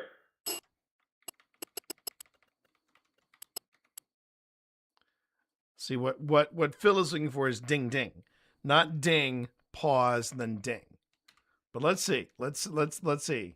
They've been pretty. Whatever is here, they have been pretty good. And when we've been saying, all right, look, if you want us to leave, say go away twice in some way, shape, or form. So I'll be interested to see if I'm trying to remember how this played out. One ding, yes. I like the ghost. Two dings, no. I like the bear.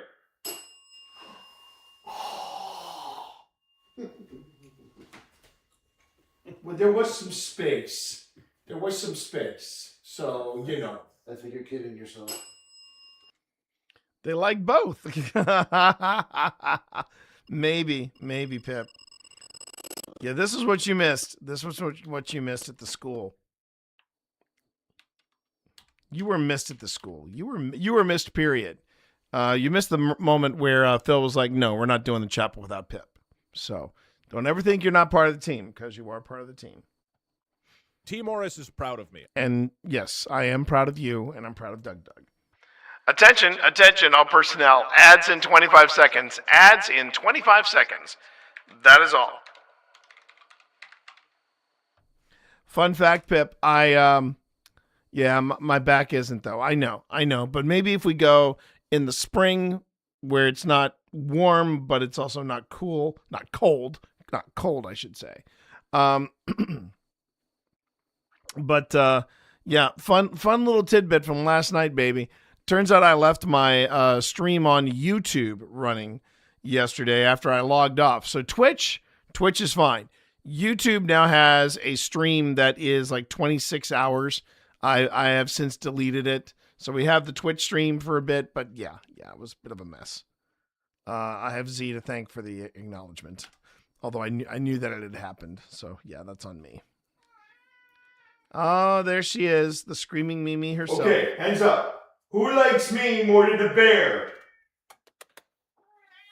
One ding, yes. Hello there. I like the ghost. 2 dings, no. And there's Z. I like the bear.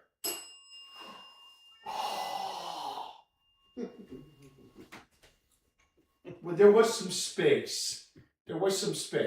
So, you know. I think you're kidding yourself.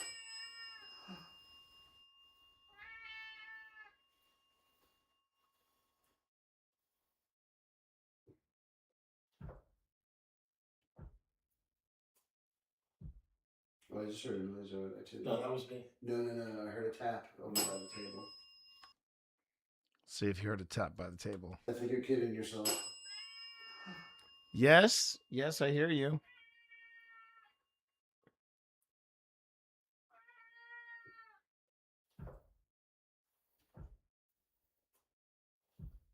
Oh, I just heard. There was a tap. But you can just hear it somewhere over Vi's screams here. There's a cat screaming. There's a cat screaming, Twitch mom, but it's not on the video. It's in my studio. Does everybody hear that? My studio is haunted. You can hear the screams, can't you? You can hear the screams.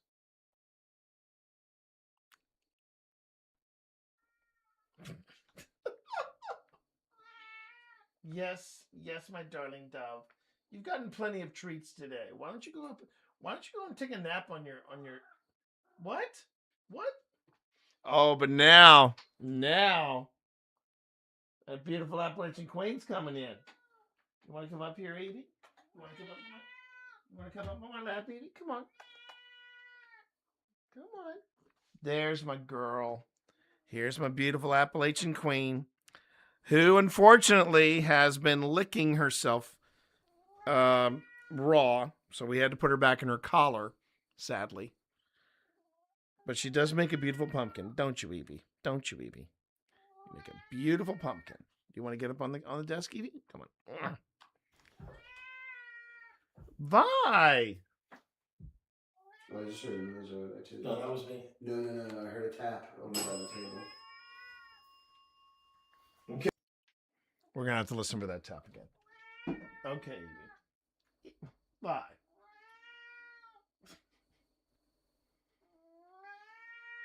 She is relentless. My cat is freaking relentless.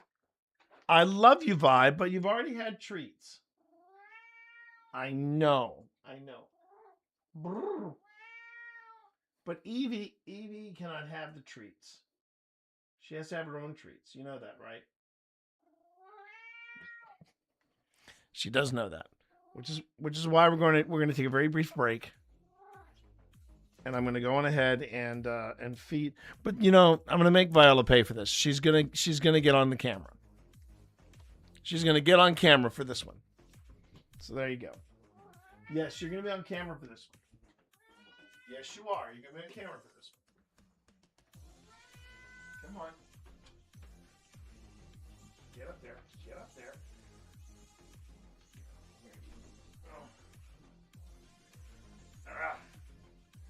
No, Dorito, no. It's just no, Dorito, no, Dorito. This is a queen moment.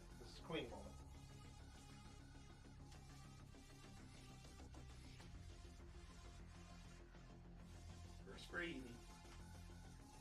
There you go. There's my girl. Yes.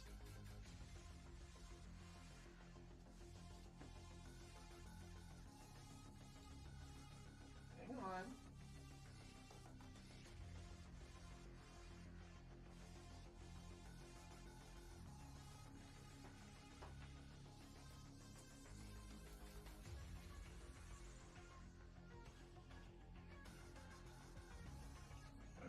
question, Evie. It's all you. It's all you. Okay. That's it. That's it. Yep.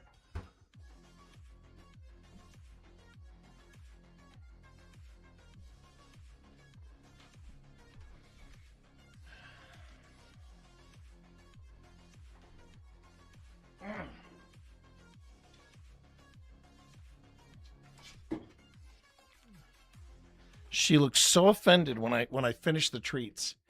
She looks so freaking offended. But you got your treats, Evie. You're fine. Evie? You got your treats, you're fine. Oh, come on, Evie. You can make that jump. I know you can. All right.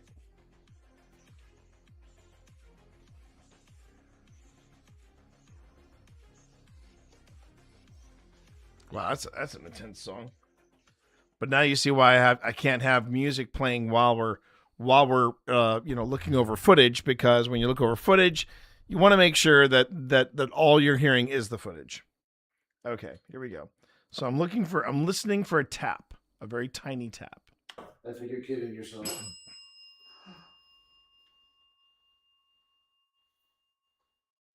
That could be the one ding that we prefer George over the bear.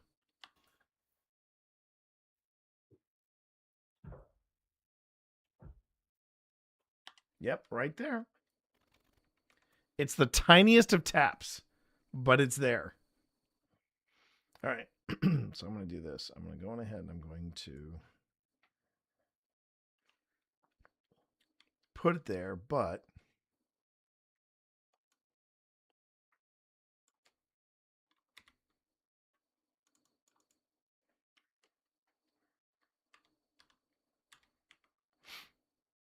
not yap. It's not a yap. It's a tap.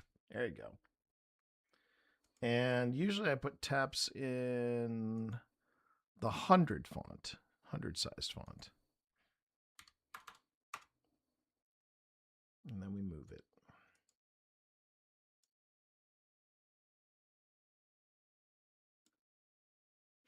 Okay. I think you're kidding yourself.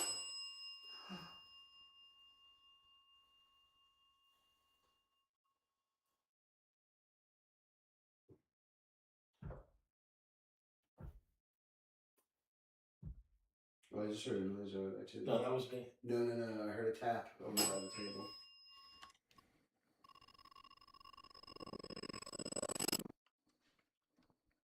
So yeah, I'm thinking that they dig George. I think they dig George. Okay, so we got the bell. Remy. Got the bell. And this is after he had this is after Phil had adjusted the sensitivity of the dead bell, and now it's starting to go off pretty incessantly. Insistently. No, I heard a tap over by the table. Okay, so we got the bell. Remy's kind of quiet. What about this thing? Remy's kind of quiet.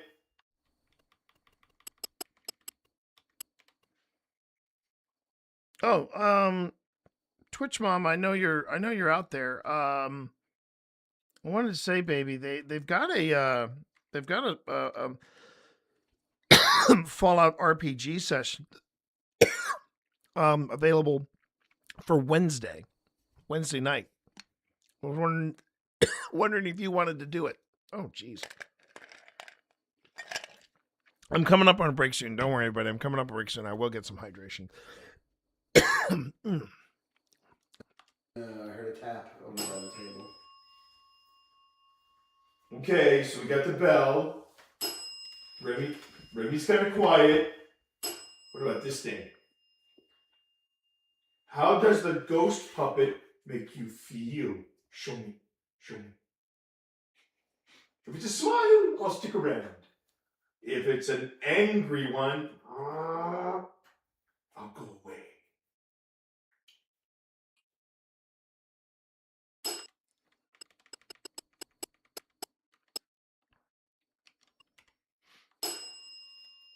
If it's a bell, I'm just going to stay here. That was a part of the choice.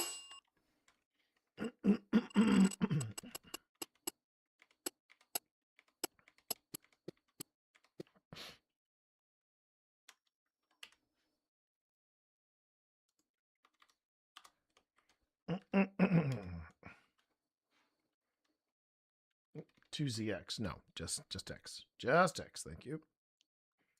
All right. If it's a bell, I'm just going to stay here. That was a part of the choice. Ooh.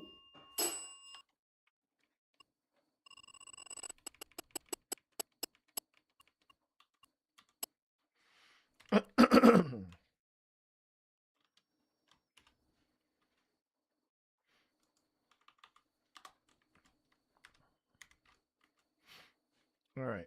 Let's see how this plays out. Yeah. If it's a bell, I'm just going to stay here. That was a part of the choice. Ooh. Oh. Hey now. Hey now. Oh. Hey now.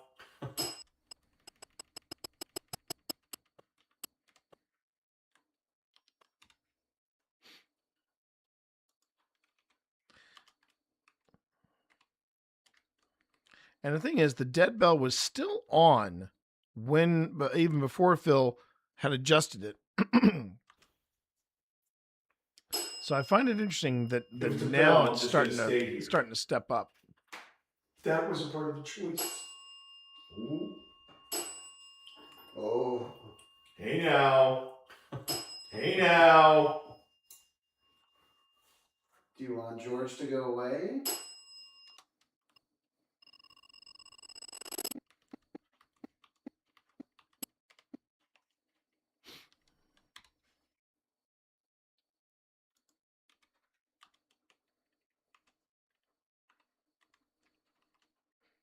All right.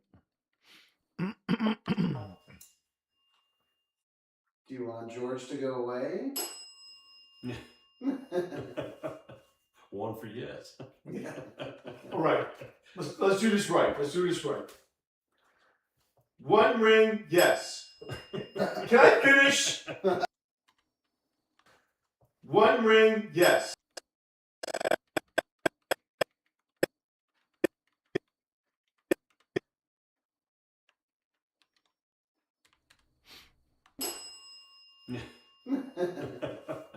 One for yes. Yeah. All right. Let's do this right. Let's do this right. Oh, cool. Okay. Just so you all know, we're doing a special stream on Saturday night. We are going to be streaming Mythic Hall on Saturday night. Let's go. Let's go. Got to ask for permission though from the two other people that are going to be attending, but I just got a green light from Sean to do that. So and I have to make sure but I'll make sure I'll have to say minimal interaction interruption. Will only interact during breaks.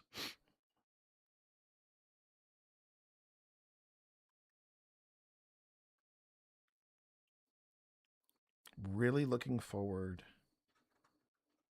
to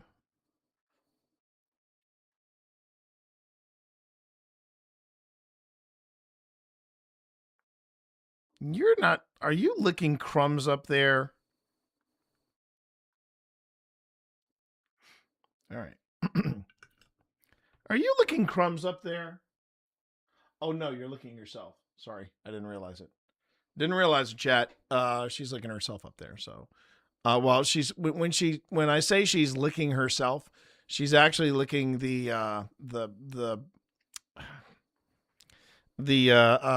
collar that she's in. And before anybody asks, no, I do not have a cat cam for up there because it limits what I can show here. So yeah. So so yeah. You coming down, beautiful? Evie? Okay. Love you, EVP. We did a good thing by rescuing her. We did a very good thing. All right. Back to it. Back to it, everybody. Here we go.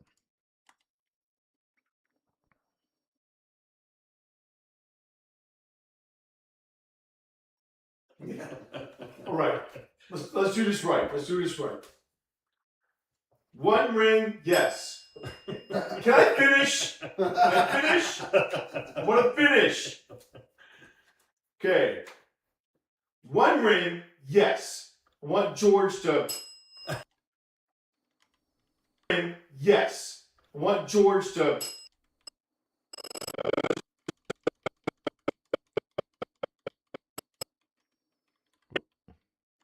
Yes. I want George to. Now this is the I feel like this is the ghost messing with me right there, because I'm just saying one ring yes, and then right after I say one ring yes, then Yes. I want George to.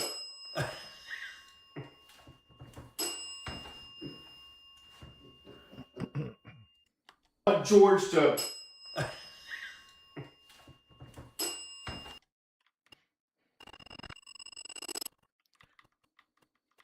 Yeah, George actually, I think George is having an MVP moment here. Because when you entertain kids, yeah, they're gonna do stuff like this. They're just gonna do stuff like this. I want George to.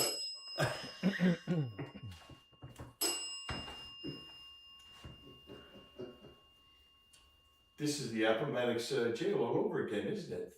I see what you're feeling. Oh, yes. Hey.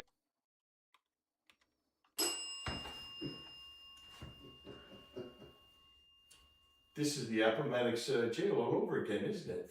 I see what you're.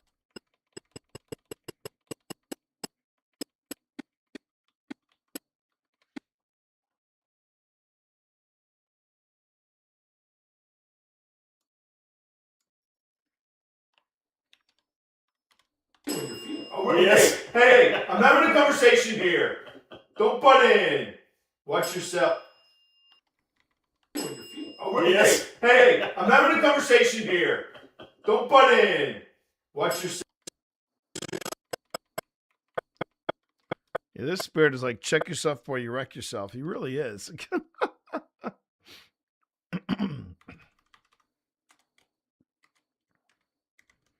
All right.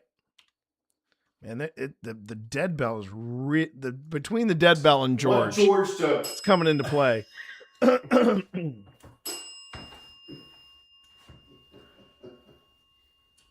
This is the Appomattox jail all over again, isn't it? I see what you're feeling. Oh, yes. Hey, I'm having a conversation here. Don't butt in. Watch yourself. Okay. Oh, wait. Is this the teacher ringing the bell? No.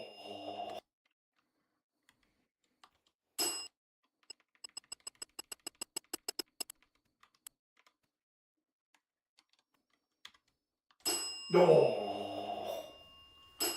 I'm in trouble, aren't I? No.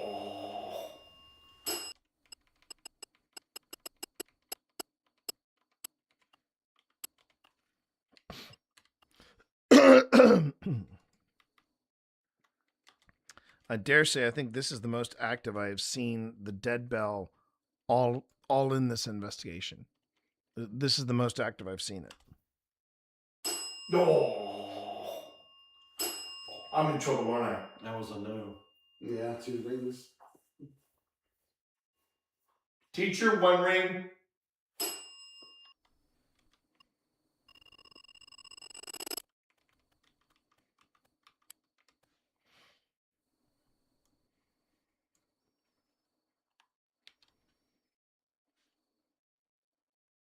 Who rings bells? Teachers. Yeah, they do.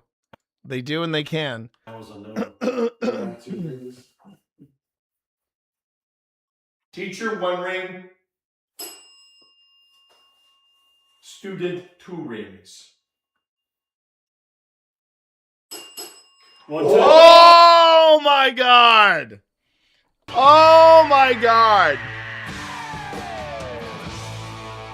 That's a reaction right there. That was amazing. Wow. Wow. Oh my God. I totally forgot about that. That's. Oh, baby. Oh, mother of pearl. That's amazing.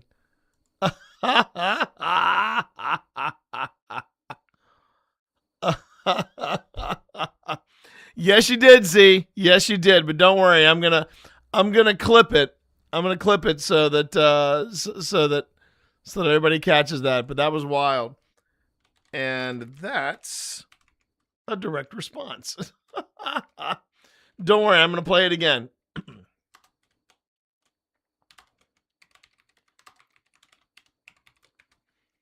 That was choice. All right, for anybody that missed it. I'm going to back it up a bit because George is setting it up. He says, well, I'm going to let him do his thing. Teacher 1 ring. Yeah. Because right now it's it's pretty consistent. But here we go. No. I'm in trouble, aren't I? That was a no. Yeah, 2 rings. Teacher 1 ring. Student 2 rings.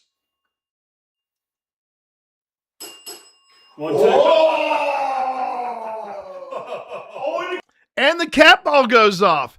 And the cat ball also goes off. Wow. Oh my God, that's fantastic. More of that, please. More of that, my girl. Wow. Yeah, that's what you call a direct response right there.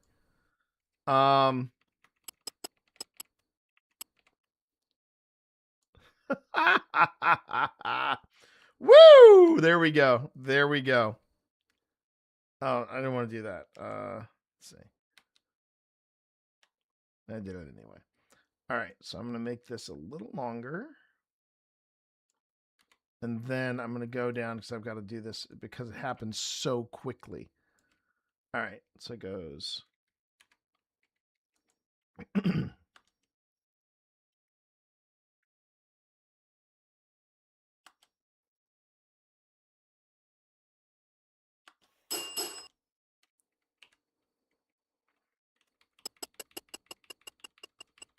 I know, right?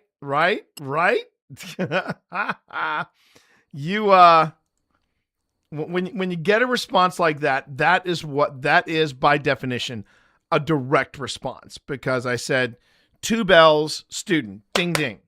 Like right there. I am not a teacher. Exactly. And I mean, like I said, everybody, I'm not here to convert anybody to being a true believer. But when something like that happens, it's hard to say, oh, that was just a coincidence. And then right after that, 1, 2, and there goes the cat ball. Which hasn't gone off once during this entire, throwing down of the bell. But then the cat ball goes off. Oh, frig. Oh my God, that is so freaking cool. Wow. And the cat ball hasn't gone off. Shoot. It went off at the very beginning. It was the first thing that went off. REM pod. No, actually REM pod. REM pod. Dead bell. Could have swore the cat ball had gone off. Hang on. Or maybe I just missed it because I thought that it was too close. It could have been. All right, hold on.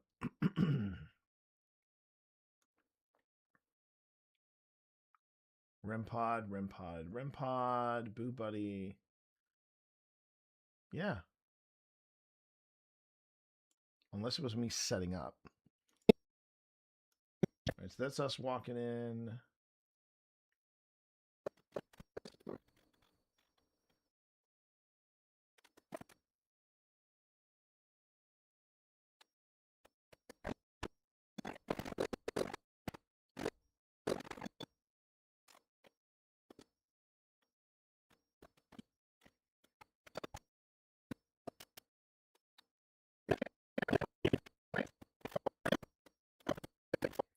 At this rate, I could have just gone ahead and just put the cat. I could just typed in cat ball and be done.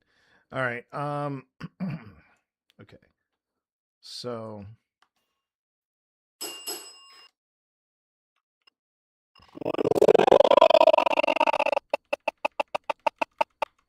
And being the consummate professional, I like to point out something too. You notice that not only am I reacting, but so is George.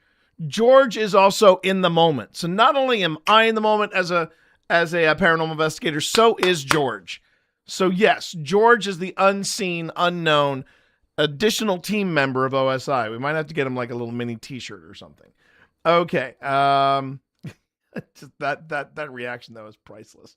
Wow, man. Wow. Woo-hoo. Okay. So let me see. So, and then cat ball. Not to be confused with cat call.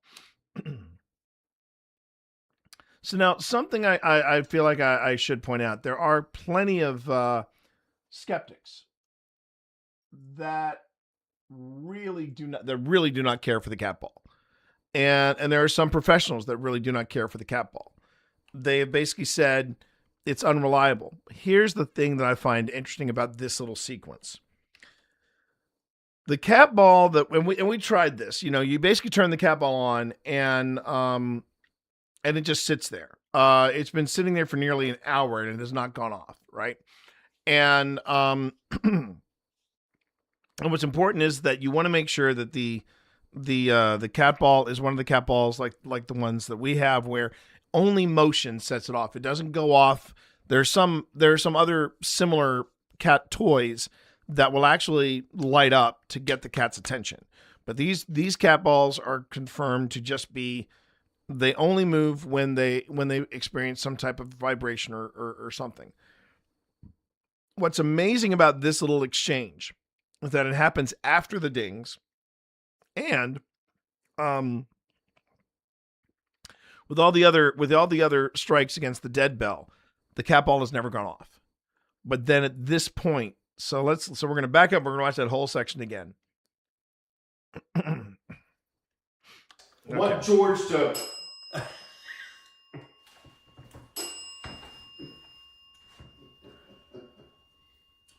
This is the Appomattox jail all over again, isn't it? I see what you're feeling. Oh, Yes. Hey, I'm having a conversation here. Don't butt in. Watch yourself. Okay. Oh, wait. Is this the teacher ringing the bell? No. I'm in trouble, aren't I? That was a no. Yeah, 2 rings. Teacher, 1 ring. Student, 2 rings. One Oh! Oh, and the cat ball went up. Whoa! And finally, George is a hit. Yeah. And what I find interesting is that it could have also just been 2 different spirits. It could be a number of things. But that's it. A reaction's a reaction nonetheless. Attention, all personnel. Ads in 20 seconds. Ads in 20 seconds. That is all. You're not necessarily going to see ads over on YouTube. Just so you all know. But YouTube does randomly throw in ads. I just don't know when. Now there was another.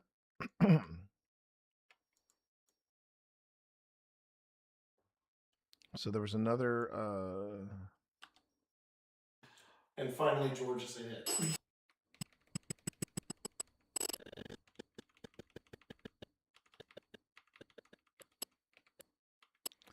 it is kind of, I don't mind saying, it's kind of nice that George is finally a hit because I have tried so hard to make something like George thing, make an impact, and it just feels like that whatever's there, it's vibing with George. And finally, George is a hit.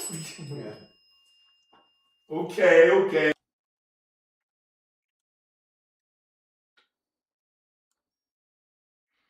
Finally, George is a hit. Yeah. Okay.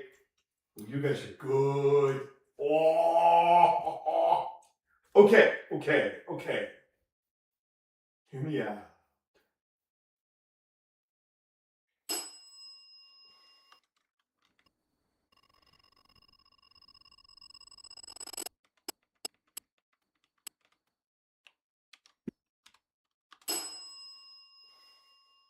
I said, hear me out. Do you have a question for me?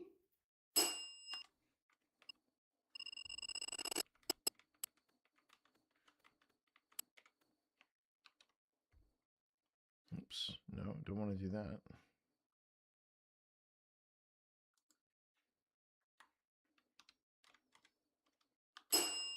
Okay. What would you like to ask George? I'll tell you what we'll do. You can use this device.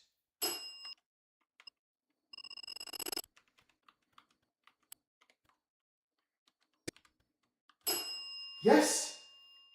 And you can, with all your might and all your energy, go ahead and say something in there. Okay? On 3. 1, 2.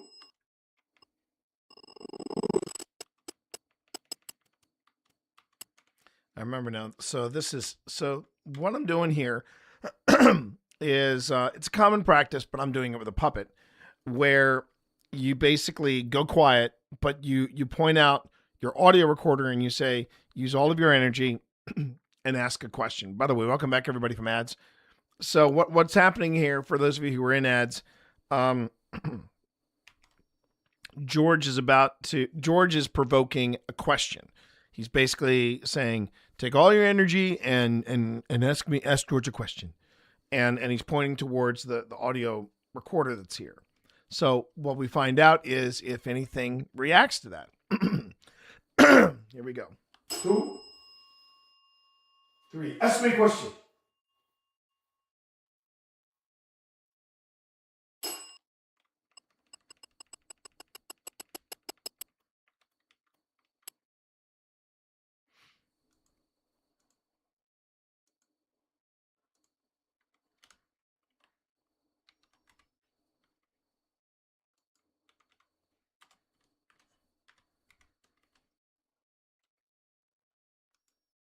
I tell you something, that kind of moment, this goes right back, Zach, to exactly what I was talking about earlier. It is just like fishing. You're waiting and you're waiting and you're waiting, and then you get a reaction like that. Ding, ding, and the cat ball goes off.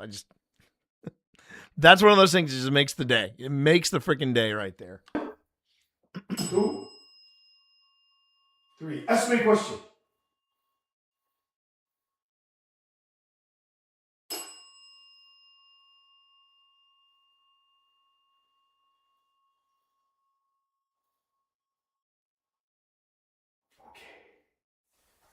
Oh, this is cool, Phil. This is really cool. Hi, Tina. Hi. No. Hi, Tina. Stop using your puppet to hit on my wife. I forgot about that. The rush, man. It's like when you get a bite. Yeah, wakes you right up. Exactly, baby. Exactly. Yeah. The fisherman and the paranormal investigator got a lot more in common than just doing them raids back in the Destiny days. Got a little bit more in common than that.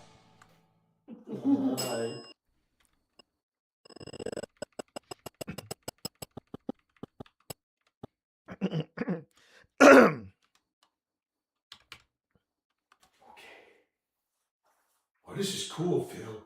This is really cool. Hi, Tina. Hi. Not now, not now. Hi, Tina. Stop using your puppet to hit on my wife. Okay, Tina.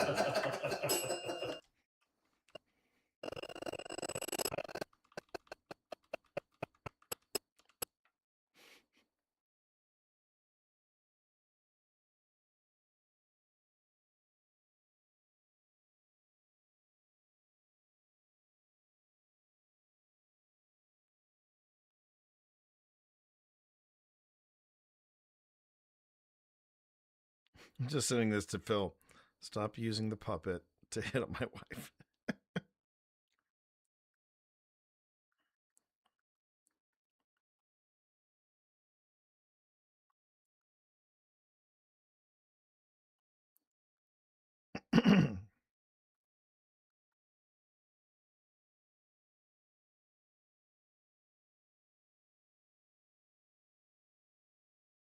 Oh, shoot, I never went. I never posted my my thread. Oh well.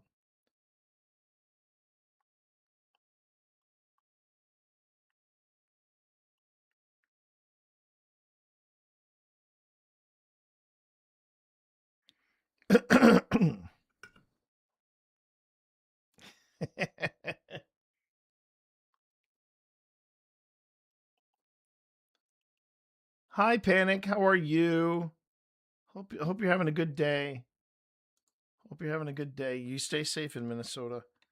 Saw a friend of mine yesterday on Twitch. Another friend of mine on Twitch. She was raising money for some of the folks in for some of the different nonprofits that were putting up good defenses for folks in Minnesota. This is cool, Phil. So yeah, This is really cool. Hi, Tina. Hi. Not now, not now. Hi, Tina. Stop using your puppet to hit on my wife. Okay, Tina. Do you know I'm the ghost of him? Do you know? I love the fact that I feel like the ghost is trying to get the attention of George back because George is hitting on Tina. I think that's funny. I think that's hysterical. Hi. Not now, not now. Hi, Tina. Stop using your puppet to hit on my wife. Okay, Tina. Do you know I'm the ghost of Henry Cavill? Well, that can sound right.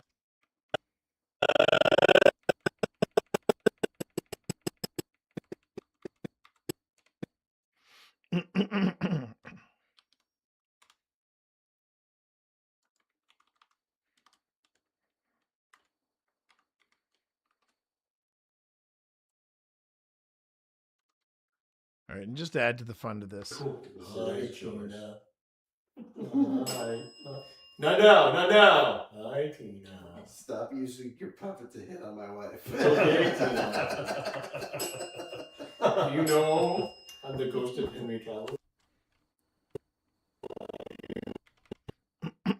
Let's see. And I think the Henry Cavill picture I want to use.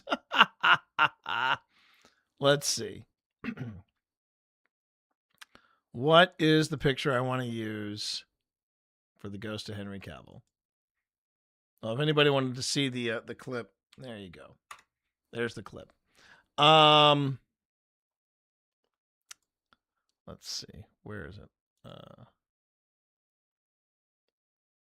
Windows. I just have to remember the Windows and period, and that should be fine.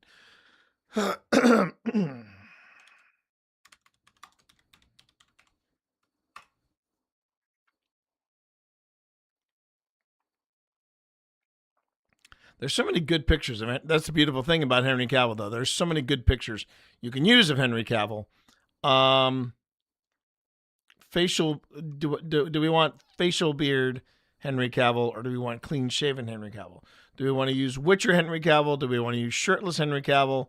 I mean, I really want to use Superman, but the thing is, he's had some really good roles after Superman. I think I want to use this one. Yeah, Yeah, I'm digging that. I'm digging that.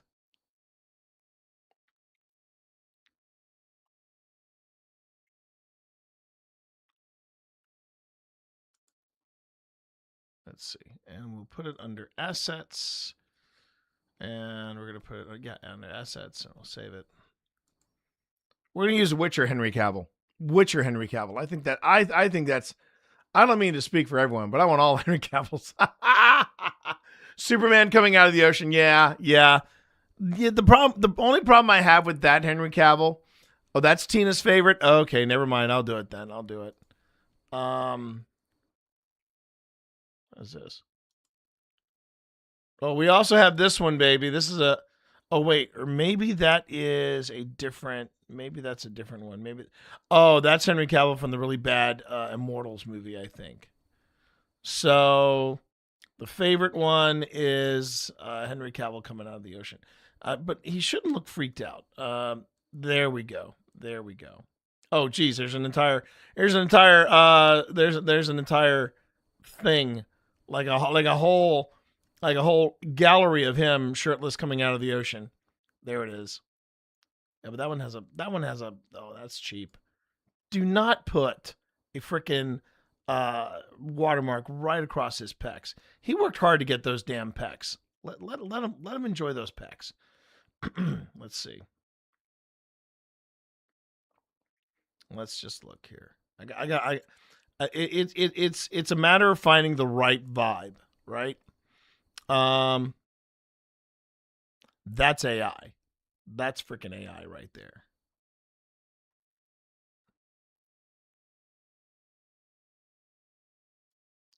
You know, I can't.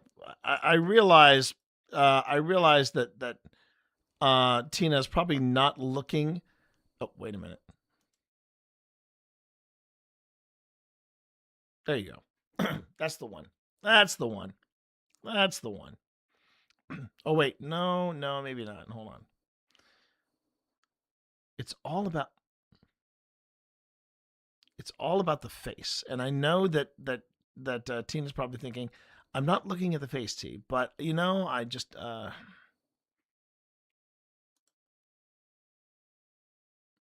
you know what? I'm vetoing that though, Pip. I'm vetoing it because I think there are better pictures of Henry Cavill as the Witcher. I really believe that. I believe that there are better pictures of him as the Witcher.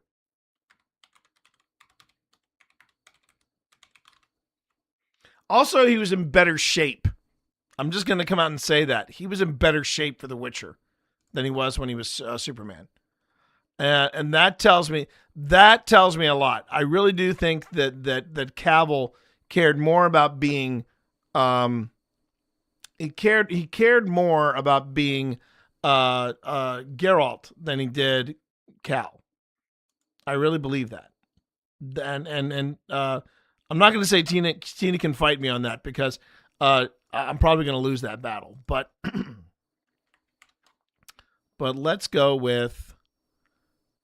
And if Tina gives me guff, I'll switch it over before this thing goes live. But I mean, come on. Even you got to admit, Pip. Even you got to admit. You got to admit that's a good look for Henry Cavill. That's a good look for Henry Cavill. Come on. I am a very straight heterosexual male, but let me tell you something. Without hesitation. Especially if he did that. If he makes the sound.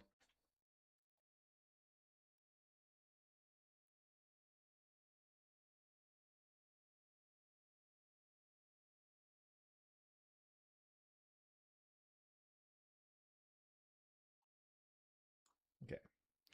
So, she won't complain.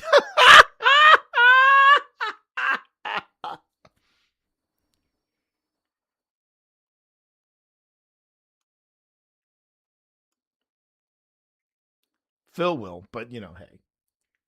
This isn't about Phil. This is not about Phil. But mother effing Henry Cavill. And I'll tell you something else too. I can't wait. I don't know what the situation is going to be with the pet project, But I really want to see Cavill done up in the Warhammer gear, because something tells me that's going to redefine the term epic. After seeing the animated Warhammer that they did for Secret Level, jeez. One, it was graphic as hell, and two, that was just amazing to watch. That was amazing to watch. Okay. No. Hi, Tina. Okay, hang on. And I gotta and I also need to import in here the BAMF. The sound effect name is BAM, but really it's BAMF. But I can't call it BAMF because it's not BAMF. It's not BAMF like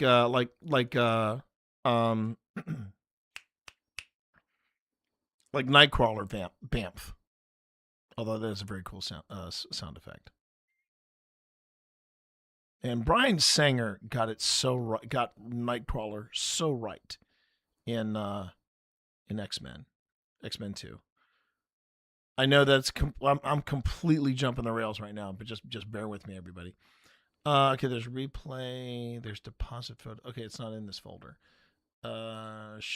Accents. That's right. I call it an accent. That's right. All right, so we put there, and then I put it here.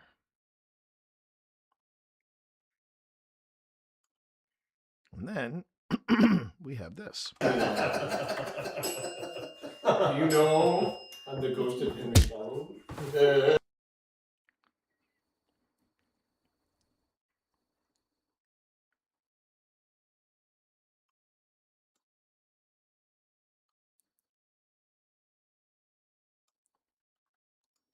Do you know I'm the ghost of Henry Fallon? Then I can celebrate. What did Pip's name? She said that she's gonna pass on me. Then we can wrap up, because I don't want to do the Yeah, we church can without back it. I'm the ghost of Henry Fallon. Then I can celebrate.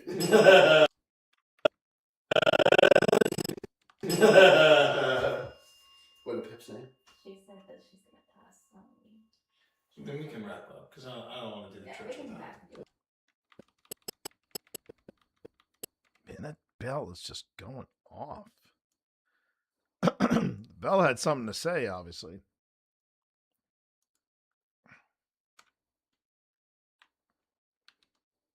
Whoops. Oh, shoot. Right.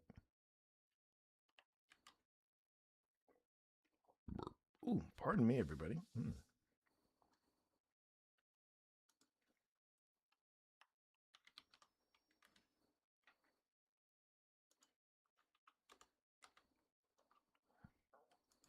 Yeah, we can back Okay. So we're getting ready to leave. Yeah.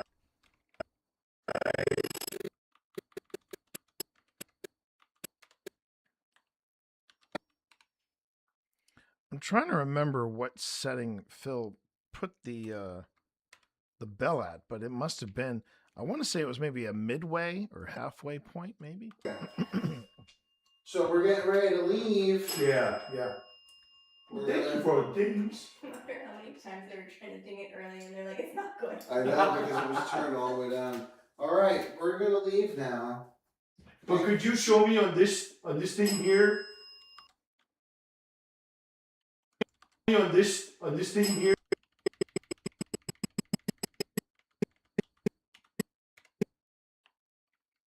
I also want to mention, too, that is going to be the kind of reactions. See, to me, that's not jump scare. That's not jump scare material. When you get a response like that, that's when you do a little victory lap. You know, that's just a victory lap moment right there.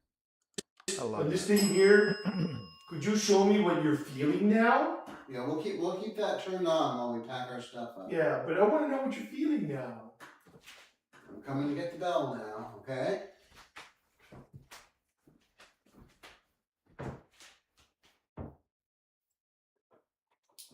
And then it just stops ringing. It stops ringing. He's getting closer to the bell, and it just stops ringing. Got your back, right? Are we backing up? I think we're backing up.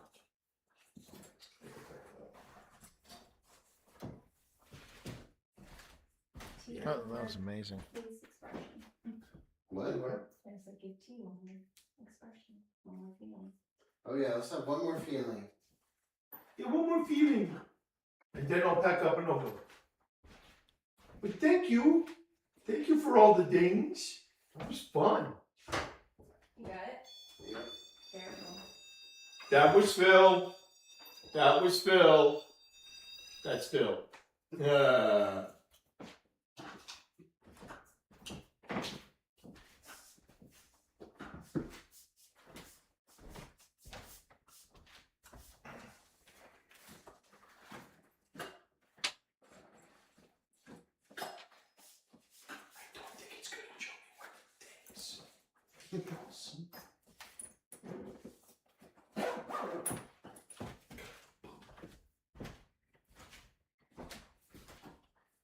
Do you have any message for us before we leave? Anything that you want to communicate? Say it as loud as you can. I'll count to 3. 1, 2, 3.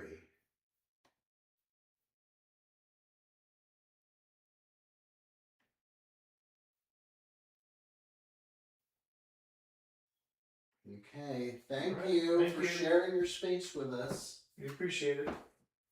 It's been really, really nice. And we will come back to visit you. Oh, we're definitely coming back to visit you. There's no doubt. We're definitely coming back to We'll visit see you. you next weekend. Tempting. Tempting. See, we never got to the chapel because Pip's back wasn't feeling good. But the school, I want to say the So many school times and that I've that tried home to cabin. Is that the most you've gotten out of that? That's the most I've ever. Well, I will say that's the most I've ever gotten out of George, but that's also the most I've ever gotten out of the envoy. Yeah. That's true. That's true. That's the most I've ever I gotten can't out of the seem envoy to too. get the word mode to kick off. Well, but I can see where they would, as far as the happy faces and stuff like that. Yeah, So, yeah, that was interesting. Yeah, that was interesting. Well, I mean, that would be a whole lot easier for them to manipulate. Yeah, Exactly. but even trying with just simple things like, yeah, what's the first letter of this word? First letter of this word. It's I was really hoping I could make that work, but it was falling a little. It's falling a little short. Sorry, that's me. I accidentally turned on the You should need to take that too, Jenny. That's me. I'm turning. Sorry, I just noticed the panic said, "Why did the bear break out into sandstorm?" It's like, Need some breakfast now. Yeah. Well, we actually do. We actually have those sticks. They're just for. I'm still very skeptical of this. I know this is something I've seen Of what? I've seen a lot of different paranormal investigators do. Yeah, I don't know. I've seen. I mean, it looks cool. I've seen a couple people use them. Yeah. But It does look cool. I will say that. It looks incredibly cool. yeah, it kind of brings on the ambiance. Yes. Yeah. Sets the mood. Yeah. The thing about the envoy also has a yes and no mode, and I would use that. The thing is, I've got Simon for that. Yeah. Yeah, Flux 2. Yeah. Far away from Simon. No, I don't. No. But I personally Somebody put Simon in the corner. Nobody put Simon in the corner. Yeah, well, Simon been there since. I was telling Daryl about our trip to TWA. Okay. And remember the conversations not only we had, but I remember at one point Phil and I were on the other side of the crash site, and you look over and there you are, and you were just having a back and forth. It was ridiculous. Simon and I bonded that day. Yes, we did. Should not be jealous. She wasn't jealous when we went back to No. back at night. I love you. Yes, she did. Wallace. Yes, she did. Don't forget your cat ball tea. Oh, thank you. That was pretty crazy. Man. that was crazy though. The ball went off, the bell went off. It's like, whoa, okay, here we go. Now we're cooking. Can anybody else grab the camera? Yes. Well, and the REM pod too. So. Yeah, And the REM pod went up. You're right. And the REM pod went up. So we will sign off when we get. We'll sign off from the stream when we get back to the base camp. Yeah. That's it. We'll call it back. Sorry we didn't stay the whole time, but we don't want to do. No, I understand, but no, y'all don't want. I mean, you know. Hope you enjoyed it as much as last night. Oh, yeah. Yeah. I was kind of waiting for. I mean, the church is. The church is probably the apex. Yeah, the apex predator of this whole thing. We'll be coming back to the church. Yeah.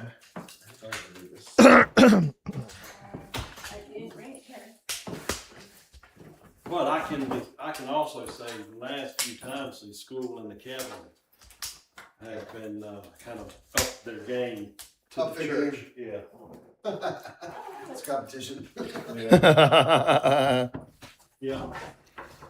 All right. You got your stuff, T? I got my stuff. Yeah, make sure you got it. I'll do a final sweep with the glow stick. Oh. Okay. Looks like it. Okay. If not, If We not, know where to find you. yeah, I'll say. Yeah. We know where to find you. And that's most time when I close up, I sweep everything. Make sure. but one thing we discovered is yes, we can do a live stream out here even with 2 bars, which is really impressive. That considering this is the oh, this is wild. This is just no. This is not paranormal. Just looks like it. Okay. Make sure. So I will probably fade it out, sooner than this. But this last bit is just the ambiance of where we are, and yeah, I want to make sure I get this, or just listen to it for funsies because it was pretty wild. I was very, very pleased with the schoolhouse section, the schoolhouse portion. It really was. It was really fun. All right, so this is the end, and I'm going to go on ahead and pop that open. Yep. Okay. But first, I'm going to go to the schoolhouse, and I'm going to say, boom, bump, save it. I'm going to go to the. Oh wait, oops, wait a minute.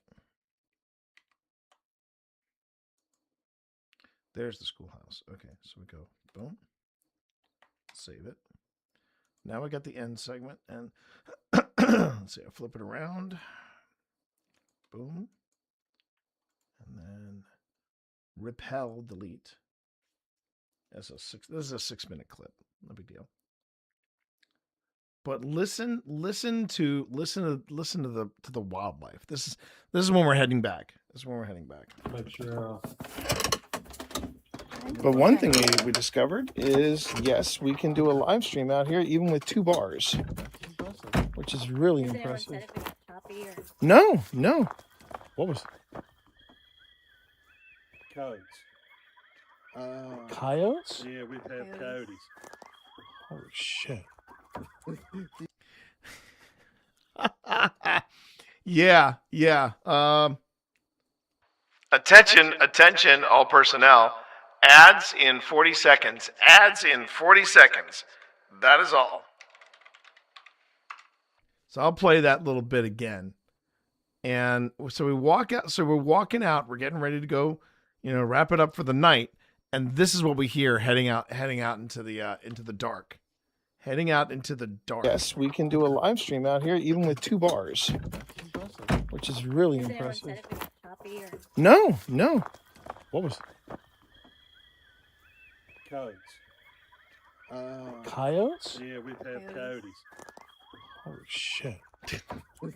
I have a bunch of city slickers. I did. I was like, holy shit, have the aliens? The aliens, they've arrived. That's no big deal to me. Yeah. Coyotes. Yeah. This is why when I see kittens out, when people leave their cats and kittens out, I'm like, no, No, we got coyotes. Yeah, we got coyotes. Pip hears that and she's like, It's the. Do I need to put that in the waiver? In the waiver. Maybe. I had to put bears in there. Well, there's that. Yeah. you can make it like bear. I said, dude. You could do like a general wildlife. Yeah, wildlife. This is a real area. Yeah. I said, we got Becky. I was talking to him on the phone. Becky. I said, we got rabbits, we got squirrels, we got bear. I mean, deer, coyotes. I said, if you scared of all that, you just probably need to stay where you at. And then after I got off the phone, I said, we need to put that in the waiver. Yeah. Well, unfortunately, that's the thing about paranormal investigators. Many of them are city slickers. So and I'm one of them. I'm like, I had never heard that sound before. I'm like, what the hell is that? Yeah, I heard that one of the first nights I went out to do astronomy, like on my own. Oh, geez. A place called Camp High Road. Yeah. Wilderness in a big field, and it wasn't coyotes, but it was foxes. Oh yeah, foxes. And it sounded like a woman. Packed my stuff up and if you want to hear a woman scream, you need to hear some of our bobcats. Oh yeah, maybe it was a bobcat. It sounded like a baby cry. Yeah. Until I knew what it was, and then I was fine. Yeah, it sounds just like a baby crying.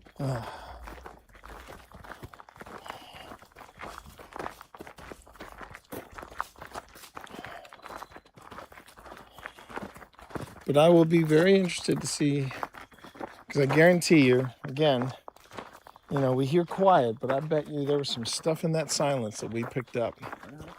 I hope so too. Yeah, I hope so.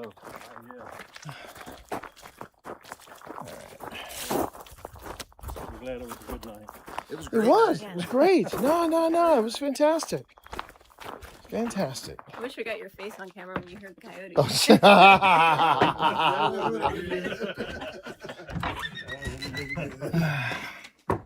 Hello. Hello. I was watching. Oh, you were That's watching? Back up on my account. Yeah. Well, no, honey. We want you to be. We're not going to do the church without you. Oh. We're not going to do the church without you. We'll just have to. We'll just have to come back. Yeah. Those are an interesting sound. Got my buddy. I got. But what'd you say? George finally got some love. George got some love. I saw that. George finally got some love. They kicked Boo Bear out. They didn't like Boo I Bear. honestly think that was the teacher's pets. Well, yeah, it was sitting in the chair. Oops. In its desk. But evidently, teacher's pet moved. Change desks. Yeah, changed Anyway, look around. All right. Are you guys gonna do your? We're gonna sign off. Thank everybody for coming, and then we're gonna pack up. Intro for the video. No. Well, we can always do that. We can do that tomorrow or another time. Yeah. Okay. All right. This is Ripley. That's true. This is Miss Sharma. Okay. Signing off. Well, actually, stand where the camera is. Stand in front of that camera. This is Ripley. I turned my mic on. Yeah, I turn. You're Ripley. Does that make him Jonesy? I mean. Yeah, that makes me Jonesy. Yeah. That makes me Very Jonesy. stupid cat. And you little shithead, you're standing right here. And Ripley and Jonesy was like, "You bet your sweet ass I am." All right. Okay, stream. This has been an interesting night. Yeah. It's been an interesting night. A lot of fun. We when they talk about making good first impressions, I think this village did make some good first impressions. Oh, I'm hooked. Oh, you're gonna come back for some more. Yeah, I'm gonna come back for some more. And when Pip's feeling better, then we'll hit the church because I did have a feeling. I think we're gonna go back in March. I'm gonna throw that out to my wife when I take my break. Right now it's going March. Man. I think March would be a good time. Yeah, come on, look at me. Just like that. Just like that. But Just not like quite. that. So thank you everybody for joining us over on YouTube. Thank you everybody for joining us over on Twitch. As soon as we book either a return trip here or a trip elsewhere, Or to the jail. or to the jail, yeah, Oh, yeah. because they have to see the jail. I also know that Linville Manor was talking about doing something with us in January, which unfortunately didn't. But it didn't pan out for us. So- it did not so pan yeah, out so for you us. might be it seeing was, us- yeah, I know you might be thinking for those of you who have seen us in previous Old Spirits, you're like, wait, anywhere new? No. We're simply going some places new. But come on, when Linville calls you, you got to answer. Yes. It's Linville. We're overdue for a All right, Linville and it's visit winter, anyway. and it's I've been winter. thinking I mean, about it. I think it's safe to say, Wynn's here, Chuck is here, Yeah. but Wynn's here, Yeah. Phil's way. and then Daryl's in there somewhere. We know Daryl's in there. We know Daryl's in there. But thank you everybody for joining us on behalf of everybody here at OSI. Take care, stay safe, And we'll see you in the field. Thanks everybody. Good night. And I think this is where it's a weird thing about the live stream. Does it just cut out? Yeah, it just cuts out. Everybody, good night. That's it. And if anybody asks, no, we are not going to necessarily do the thing where some teams like to go up to the camera and cover up the camera, and that's how it ends. And I'm like, nah. We're always going to end one of our episodes. We're always going to end it with couch commentary because I just think that's just indicative of what we, who we are and what we do. So, yeah. And that right there, everybody, is that was Clover Hill Historic Village, located in Appomattox, Virginia. So, quite the space.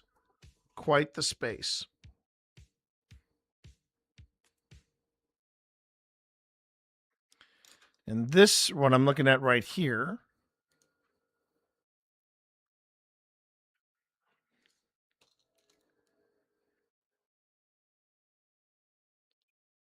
so the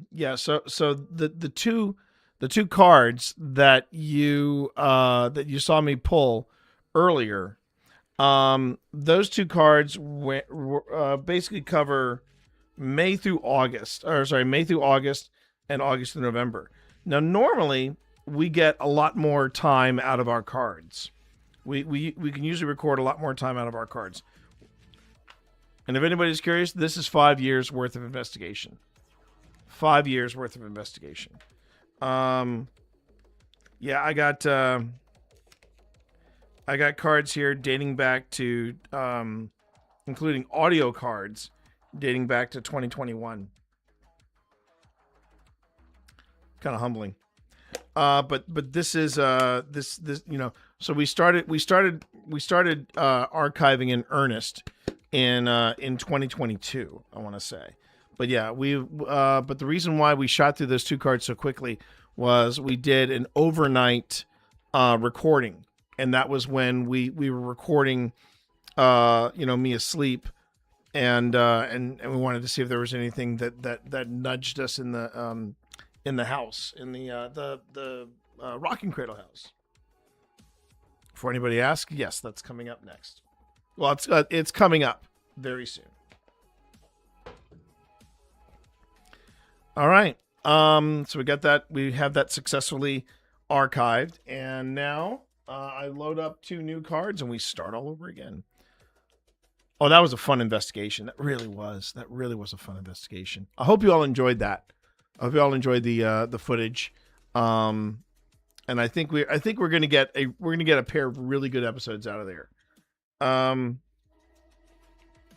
Because I'm looking at the segments. The first segment, which was why do I have 2? Oh, okay. I got 2. I know what I have. I have 2 copies in this timeline. Okay. So one segment was 51 minutes. That was the blacksmith. The blacksmith was 51 minutes. The cabin was 53 minutes. The the winter quarters, the officers' winter's quarters was 50 minutes, and then the schoolhouse was an hour and 2 minutes. So yeah, there's definitely an episode in there, chat. There's definitely an episode in there, without a doubt. Okay, so what's happening next? I'll explain that after our break. I'm gonna go on ahead and just take a break. And I am and again, I'm thrilled that you all are sticking around and enjoying the madcap wonder of us, because it was a good time. It was a good time, and I can't wait to share this with Phil. We are gonna have to go back in March because we need to record an intro with me and Phil at the premises. And what I mean by an intro is we basically set up one stationary camera, and then Tina just walks around us and does alternate shots. We started doing that. We're going to try this as a new way of doing intros. We kind of dabbled with it last year, but this season we're gonna do that. We do it at Trans Allegheny, like in earnest, for the first time. So we'll have to see how we can pull that off. But as far as what we're gonna do next, like I said, I'm gonna explain all of that when we get back. So let me just go ahead and take a break. I'm gonna probably grab something like a quick snack or something bite to eat. Do yourself a favor, do the same thing. Get yourself a quick snack. If you haven't taken your meds, please take your meds. Hydrate, because I need to hydrate. If you're lucky like me and Zach, and we have incredibly hot wives, make sure to give them a kiss if they're around. Otherwise, give your kids a kiss. Just enjoy life. When we get back, we'll have more stuff to do, and then we're also going to be probably taking a look at our Grim Gazette for tonight. Okay, so thanks everybody. We will be right back.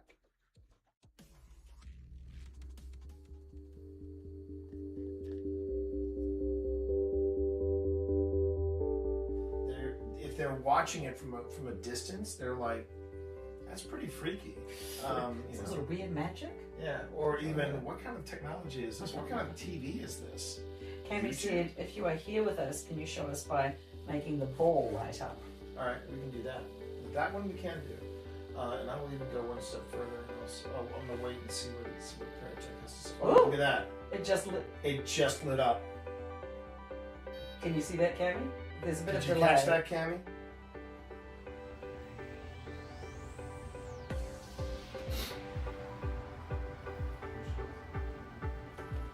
Are we speaking to the Major?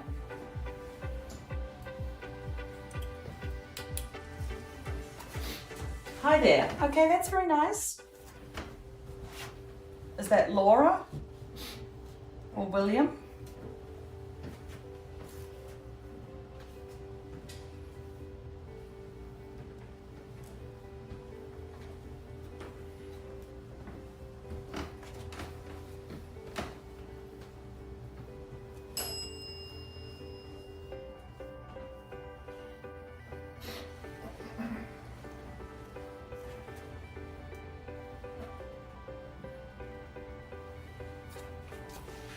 Anger. Okay.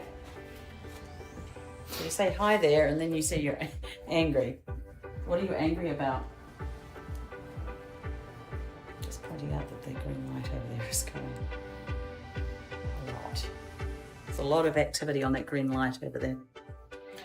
This is T. I'm hearing voices on this side of me over here. I'm hearing voices. Is Tina on this side of me? No, no one's on that side. There's no one over there. I was hearing somebody talk over there. Okay. Hold on. Okay. Sorry, I didn't even think about that.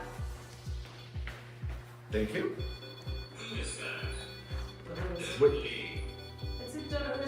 Don't leave. Do you have something to All right, tell us? look, if you don't want us to leave, we can stay a little longer. Getting a word. Yeah.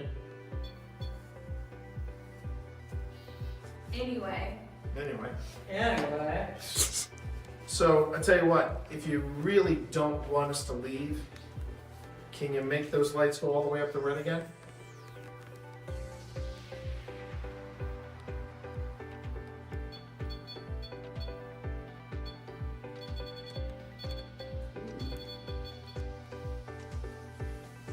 Okay. Then we'll just go to the. We'll go to damage control. If you're cool with it. Okay. All right. Thanks a lot. I mean, Step away from that, please. Step away from it. Thanks. Thank you, Salem.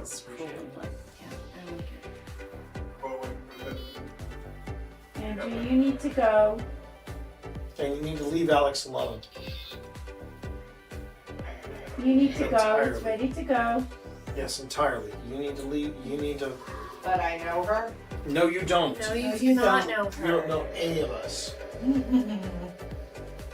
Okay. Okay, Pull out. Stop. Pull her out. Alex, What? you good? We're done. We're done. You good? I think so. I'm very giggly right now. Yeah, I know. Yeah, That's we're why I done. want you to keep eye We do contact not. with me. We're not really You're liking okay, what you're right? saying. You're okay. Just breathe with me. I'm going to stop talking now. Breathe. Ground Another yourself. Ground yourself. Be on the ground. Think about Gouda. Think about Roots Chris. going down. Ground yourself. Ground yourself. Might really want to turn that off as well. Yeah. Ground yourself. Could someone turn that off? Just close it. Okay. Yeah.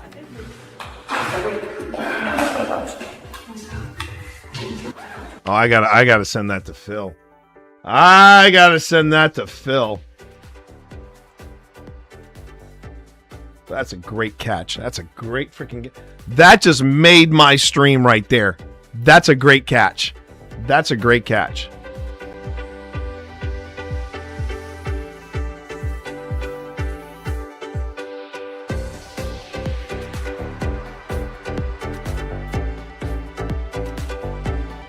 so the timing is Cloud goes on the stack. So here's what's supposed to happen, and we need to probably be better about this. Yes. Just in Yes. general. Yes. Cloud goes on the stack. What's Right. supposed to happen then is we ask, is there any responses?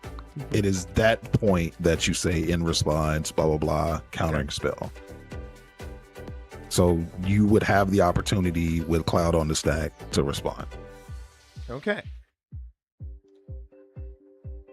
I'd like to try this, Steve, if you're okay with it. I'm not going to be okay with it, but I'll let you know. That is the funniest part. Absolutely. I just have to make sure I can do it. I don't know why I asked that. That was a sandworm convergence. Okay. Creatures with flying can't attack me. Or planes. What? Yeah. Or planeswalkers like. Thor was like, "Oh, well done, Mr. Bond. Well done." Literally, totally screws Mike up. Exactly. Wow. And at the beginning of my end step, I create a 5/5 green worm creature token. Gee, Where is wow. that card? Okay. Where's that card? Hang on. Where's that And card? I'm kind of curious as to why you do not wish to attack Mike, because I thought I was doing us all a solid by taking out the voice of duality. You did, and then in return, you put a 10-8 on the. Yeah, because Yeah, I've got where- nothing else. Mike, So the shut thing up! is- You shut your whore mouth right now, Mike. Okay, I would. Okay, if he doesn't want me to staying talk, out of I this. would I'm say joking. Noir. I'm joking, Mike. I'm 100%. joking. Definitely I'm joking. untap, so we can all draw those 8 cards. I'm just saying. I'm down to draw the 8 cards because you have lifelink, right? Because you get life from that. Noir. I have lifelink. Yeah. Okay. You know, I have different ideas. All right. So here's what's gonna happen. I love you, I Mike. am going to pay the 1 energy. We're gonna go down to 5. Hold on a second. I'm having a. What do you Untap. mean? Why am I being mean to Mike? He's been mean to all of us. He started it. Mom, he started it. Oh, let me draw my card. Are you hearing this, Mike? Are you hearing this? Are you hearing this, Mike? Oh, Yes, I love that so Rosa, much. yes. The numbers next to our names all are like. She is a goddess. Yes. Yeah. Oh, Twitch has something to say in Yeah, chat. I see it. Oh no! Wait, what? Twitch. That's wild. Listen, Twitch. What's up, Twitch? I have this many cards in my hand, and I'm allowed to because I have a card that lets me. Okay. No, he said, they're saying I cheated. They're saying I I said T. Yes, I said T cheese. Yeah, and I said, you do. and I said, go and ask him. I said, and yet I still lost. So Twitch, mind your own, mind your own farm, okay? Mind your own farm. Oh man. Funny All how. right, I'd like to talk a little bit about Twitch and their history of sports play. Twitch cheats harder than some of the Real Housewives of Bel Air. I got to tell you right now, this is really out of control, and Twitch needs to really mind their own P's and Q's, especially with some of the stuff that I've seen late night on their channel. But that's another story for another time. Anyway, This is not my fault. This is not my fault. I just want you to know, not my fault. Twitch. Okay. I can't quit I you. don't have to get I me just banned can't off quit my you, own Twitch. channel. Right, That right. is Hey, so damn PT. funny. I wanted this whole turn to play out before I said anything. Yeah. Sorry, I think did I? No, okay, that's where it is. Okay, so hold up. So there we go. So there's these 9 will go to the bottom, or these 8 will go to the bottom. Whew. A lot of stuff Then- happening here, chat. A lot of stuff happening here. That will go back on top. It's not done. I know it's not. And then I know get it's to not. draw a card. So I get to draw a card here because of that. And then, yeah, so Prez 5 and 3 coming your way. Either of them trample. Nope. I will block with 2/1/1s. All right. So, kids, this is how atomic energy works. And all right. I have become death. 1, 2. I didn't say nothing. Listen, what you do, what you do, boo boo. Let's go for it, baby. 5 and 8 to crew. Why would I do something like that? Why would I? I'm not- Station mother effers. Okay. And that means that now my in spirit is flying, and other artifacts I control have hexproof and are indestructible. Mm-hmm. Am I done? Let me double check. Don't get cocky. Don't make me Don't get cocky, kid. I like John Bagel. Hashtag strategery. Thank you, Epic. Thank you, Epic. Thank you, Yosoi. I love you. Oh, sorry, that was Epic. I thought That was John Yosoi Bagel. I Epic. just saw that now. And Yeah. that, and I want to make sure this is clear to everybody, not just here in chat, but also here amongst my pod. This is the first time my long-term strategy has ever worked. And on that, I end my turn.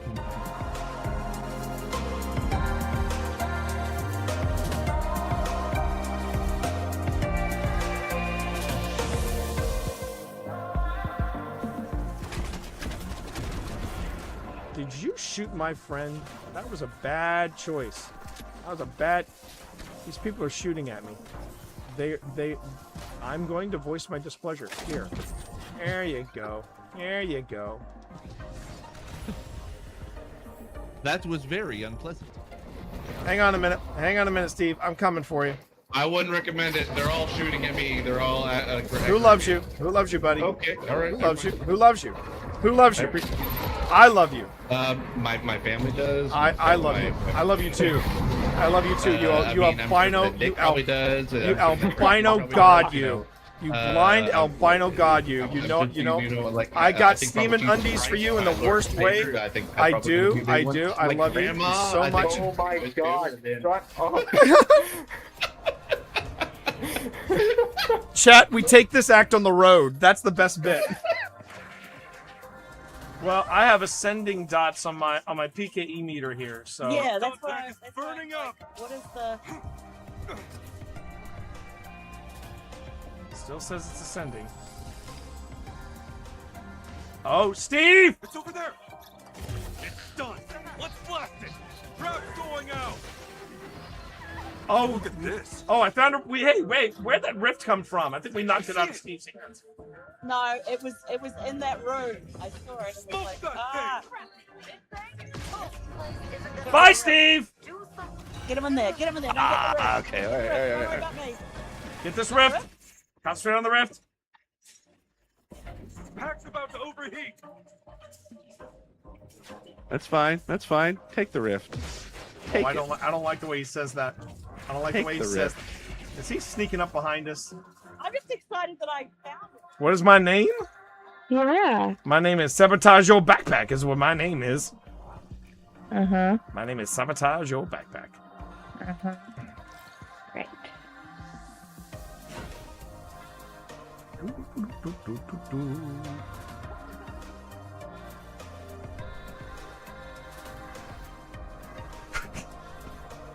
You. S-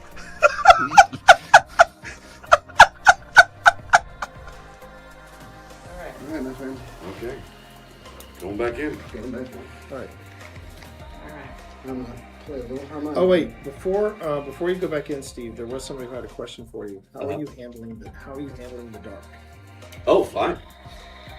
I mean, because I'm not having to move around and I don't need to see where I'm going. I'm fine. There you go. All right, say goodbye, Steve. Okay. Say goodbye, Steve. Goodbye, Steve. Oh, can I get your light? Thank you.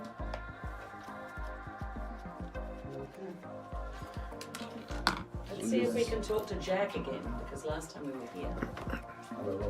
Yeah, give a little harmonica for Jack.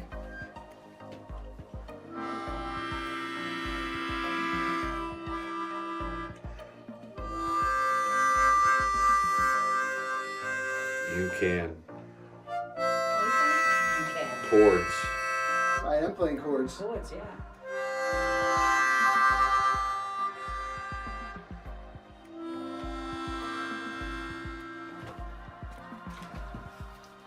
Keep playing. Keep playing then. That's good.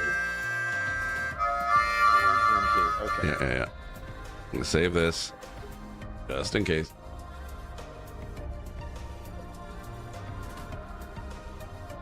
All right, and then here's the for this room. Son of a bitch, T! Fuck!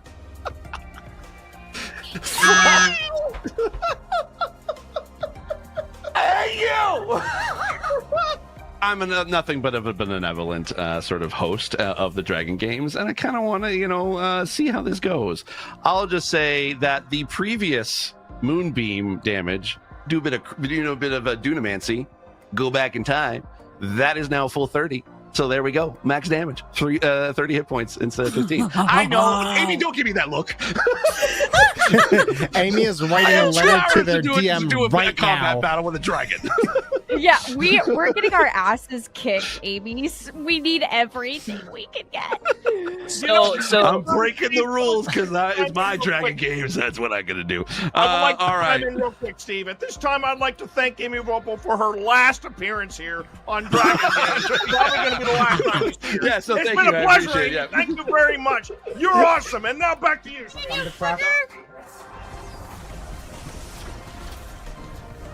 Blue. God, bless it. Just for anything super emphatic. Come on. Oh, there's something on my head. Oh no! Oh wait, we got it.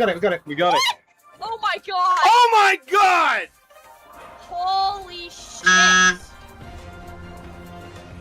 By the skin of our ass. What the fuck? Did anybody get Eyes of Tomorrow? No. I did. Ah! Yes! Yes! Steve the Blind Gamer! Steve the Blind Gamer comes through! Second run! Yes! Come on, give me some hype in chat. Give me All right, all I've your got hype super. emotes in chat. Let's go, Do baby. It. Do it! Do it, baby!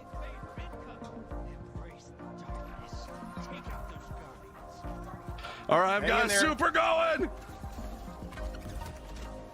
All right, they are right in front of you. Throw it. Hit it, baby. Yeah, Hit it. I got some, baby. Oh my God, he got him. He got his first Let's invader go, kill. Jack. Here Can we to see get it. some hype in chat, baby? Oh, I got another one. I got another There we one. go. Let's go. I'm just. All right, I don't Jack. care. I'm camping spawn right now. It's a black guy doing this, and I'm back, baby. All right, let's kill this primeval and go home. Yes. Woo! All right, melt the primevals, fire team. Melt the primeval. Let's make this happen. Let's go. Oh, I'm dead. Let's melt this, baby.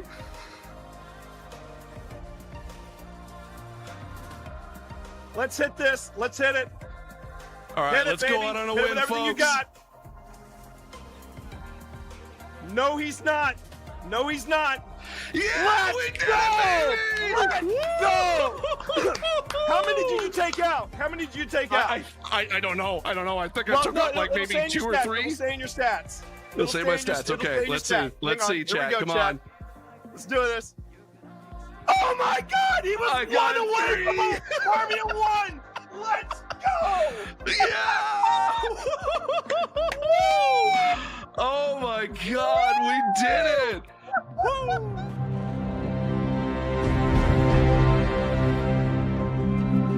Hi, I'm Steve Saylor, aka Blind Gamer Steve. I'm a content creator and accessibility advocate and consultant in the video game industry. My name is T Morris. People call me T. They call me T Monster. I also go by Twitch Dad.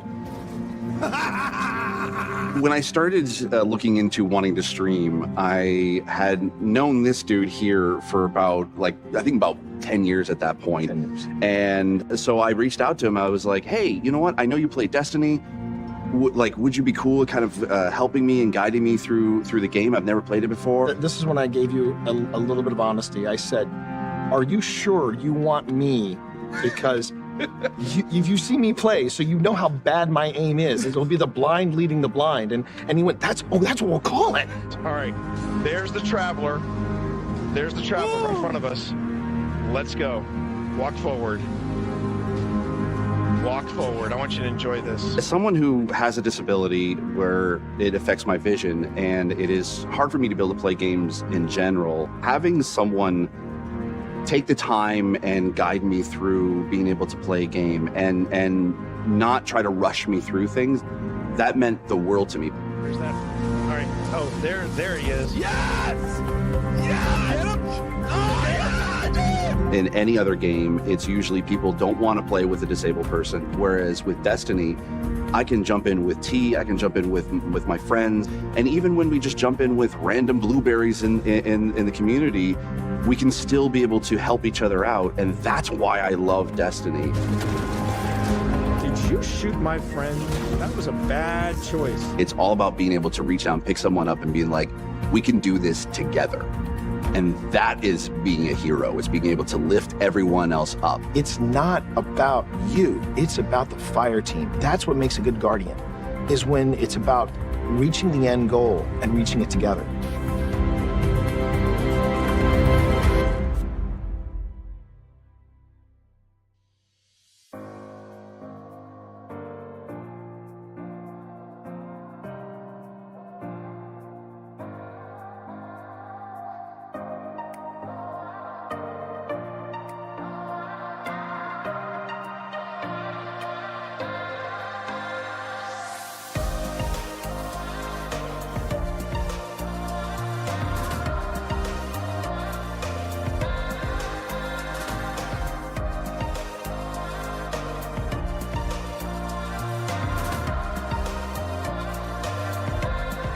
Belgrove.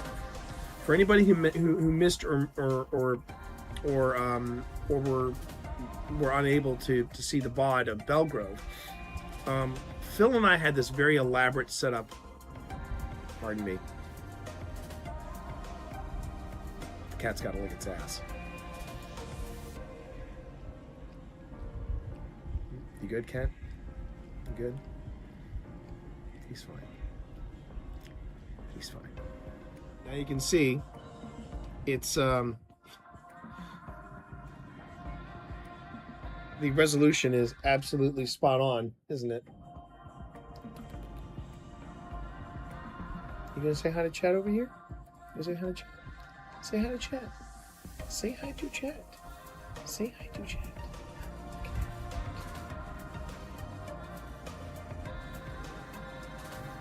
Gamer cat test stream. Yes, absolutely right. It's this way. Sonny, whatever you do, don't look at my stream. Don't look at my stream, Serena. Sonny. I'm telling you, Sonny. Don't Look at it. my- Look don't- at it. Don't look at it.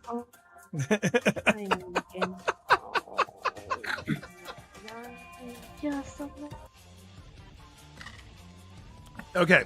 I have to check something here real quick. Actually, no. You know what? I don't. Yeah. I don't. I'm gonna check that later. Got some food. Got some.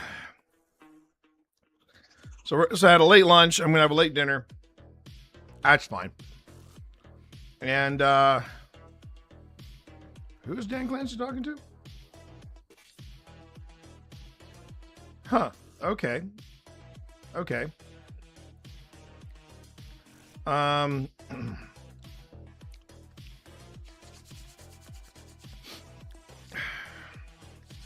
Warming up a bit too. All right. I'm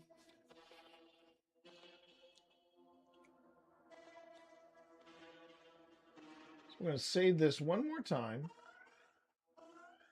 And then we're going to close this. Okay. All right. Are we closing it? Okay, close project. Okay. Ooh, pardon me, everybody.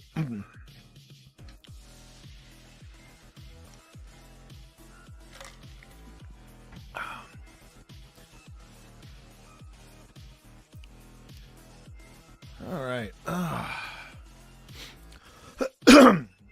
So Pip has put together, or has proposed to me, something that I find slightly intriguing.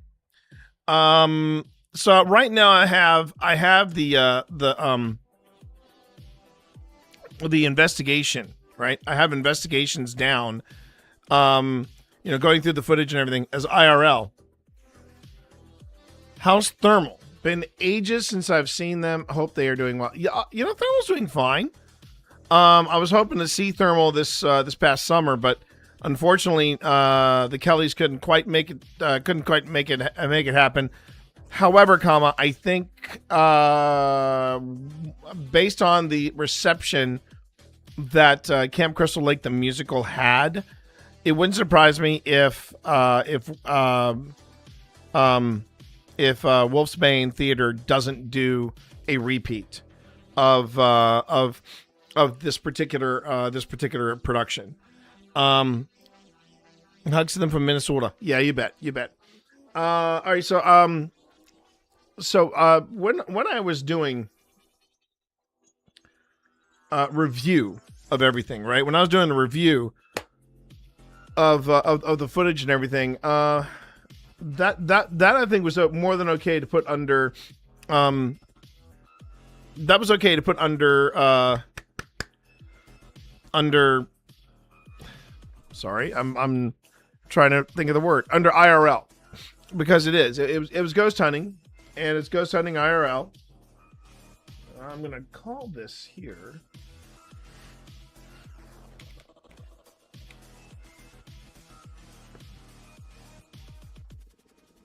But Pip put forward to me that because I am now thinking about going back to some of this footage and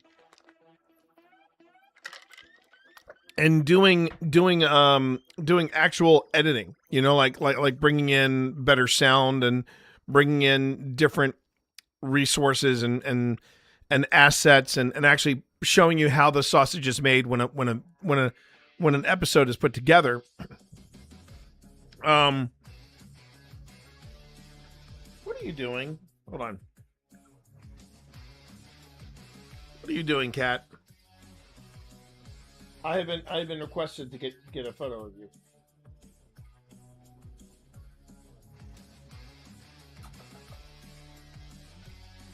What you doing, pal? What you doing, pal?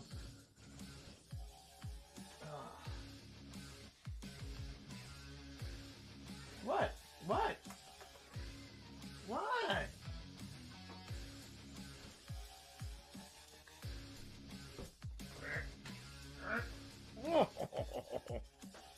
Yes. Yeah, here you go. Here you go. Wanted a proof of light picture? Here it is. Here it is.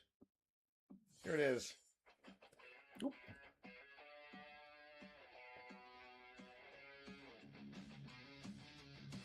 Let's see. Let's see if that's good enough for the kiddo. That might be good enough for the kiddo. Ah! Anyone who was ready for the kitty wrestling portion of of today's stream, here it is.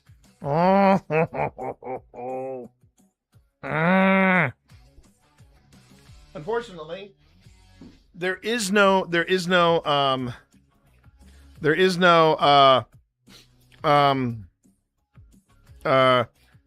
kitty wrestling portion. So I'm going to send this to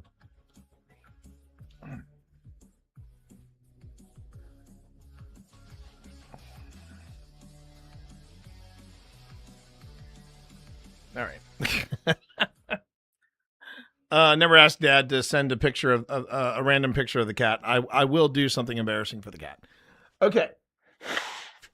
So Pip suggested if I do this, if I go into the production aspect of an episode, where I start entering in, different camera angles and different sources of audio. Instead of listing it as IRL, I should list it as co-working and studying. And I thought about that and I thought, maybe, yeah, that wouldn't be a bad thing because now you're actually getting to see how the sausage is made, and it's not necessarily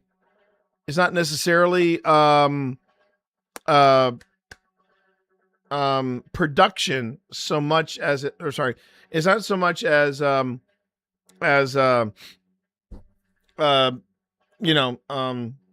ghost hunting as it is production, because we've already done the preliminary, and now that we've got the preliminary done, now we're getting into the nitty gritty of it, as it were.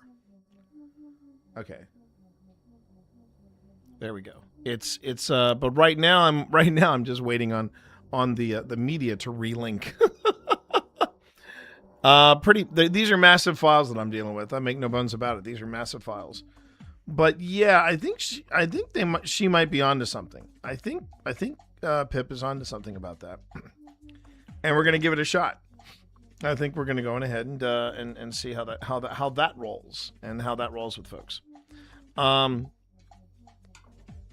I think while if I'm doing co-working, I can't use that. If I'm doing co-working and stuff like that, then maybe I should consider leaving the music running, because now that I've marked up everything, I don't necessarily have to put in production elements. Now that could change because there are things that I will pick up in. Excuse me. There will be things. There will be things I pick up in production that may or may not that may or may not have been caught first go around. I'm also trying to remember if I actually put in elements or if I was just marking things up. I guess I'll find out when we get. Oh no, I did mark some things up. Okay, that's good. That's good. Answer my own question. I always like it when I do that. That's the other thing I need to do. Hold on.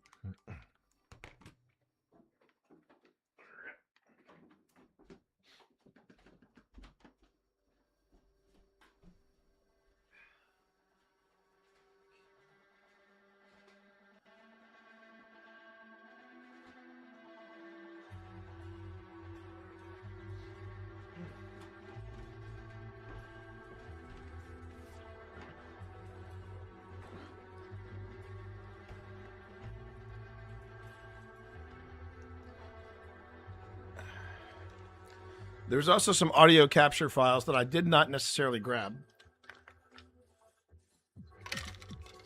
And I need to make sure.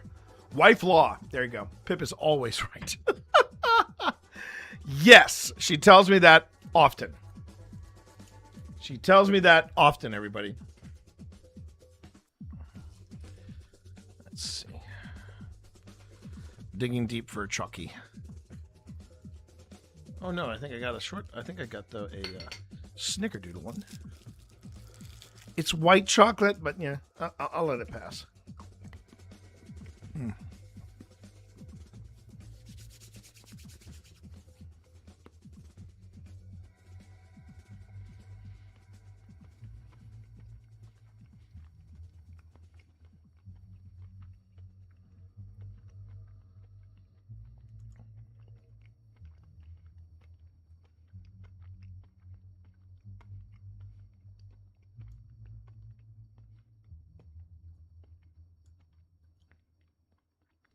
Okay. Okay, so while I'm letting that do its thing, the smarter thing I can do is this.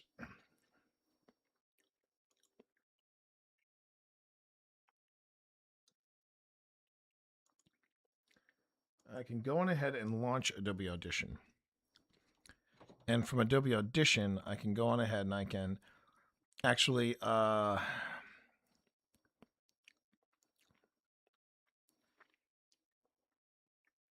I can start mixing down some audio that I have here. So let's see. So there's stuff from Jack, stuff from Sonic. Did I import?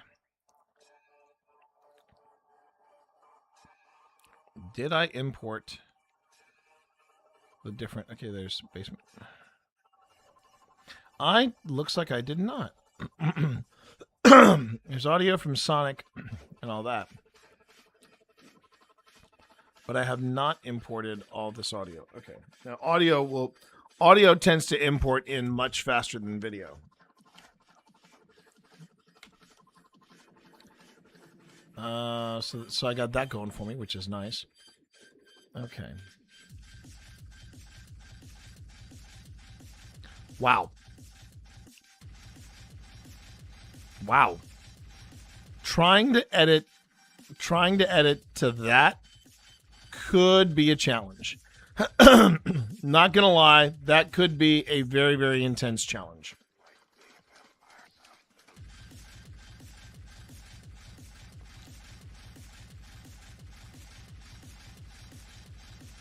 That's that's a lot.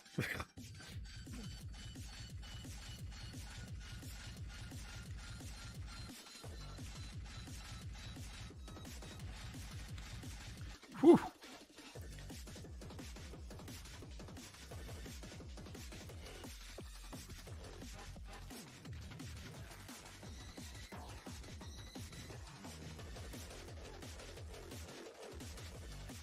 Now, hold on a second. Are you serious?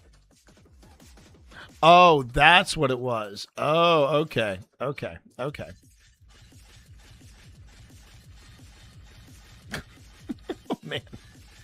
I want to know what the name of this piece is. I want to know what the name of this musical opus is. It's called Suspect Device.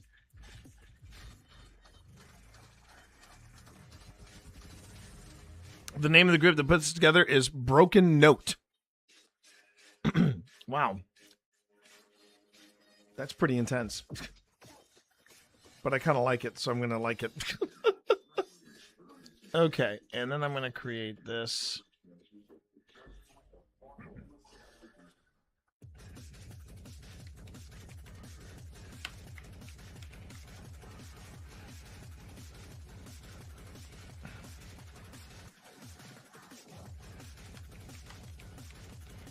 Okay.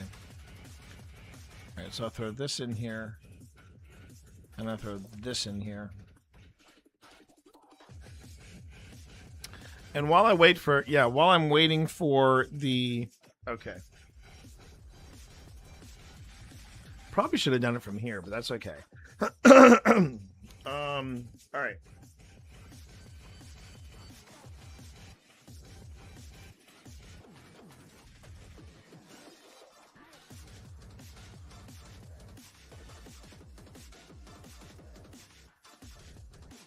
There it is. There it is. Okay.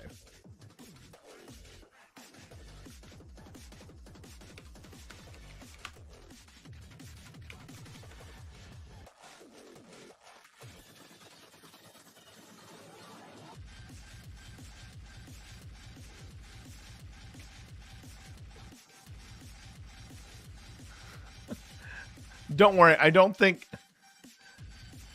is the suspect device and blender full of steel wool. Possibly. That is that's some like that to me is the kind of music that you listen to, and the next morning if you're listening to that during the day, you wind up having an ice cream headache by the end of the night. No, there's just no ifs, ands, or buts about that. Okay.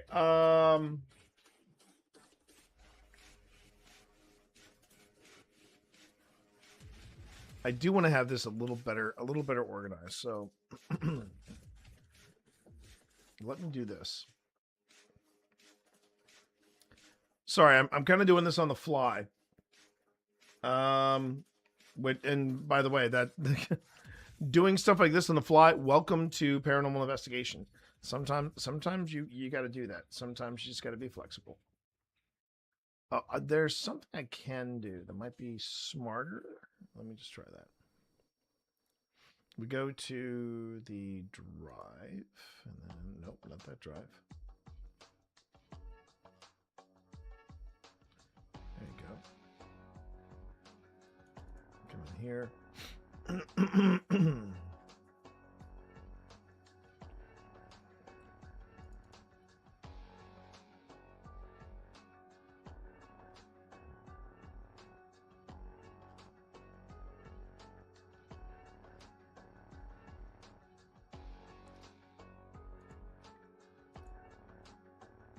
Okay.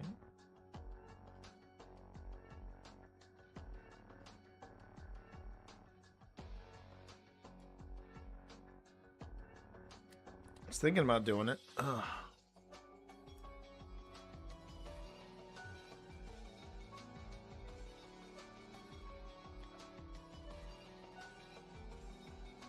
You know something is bad when it says File Explorer is not responding.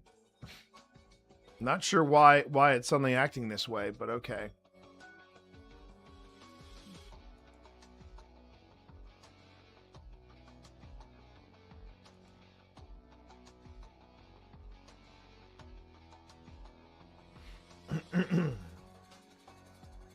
What is happening to my PC? Yeah, how about we just end the process? Jeez. I told it to literally chat. I told my PC to look up or to create a folder. Just a folder. I just told it to create a folder and it said file not responding. It's like, what? All right, here we go. Here we go.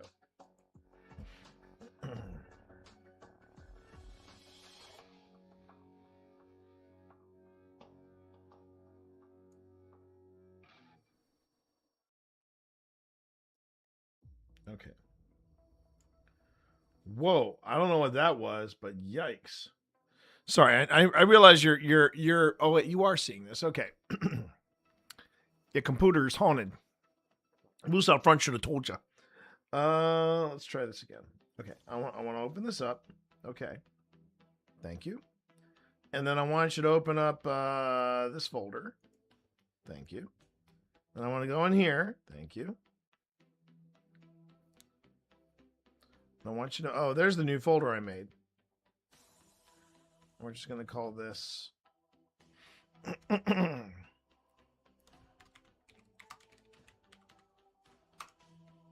host audio.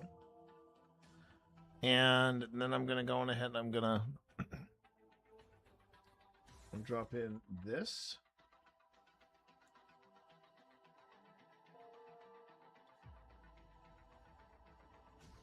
Wow.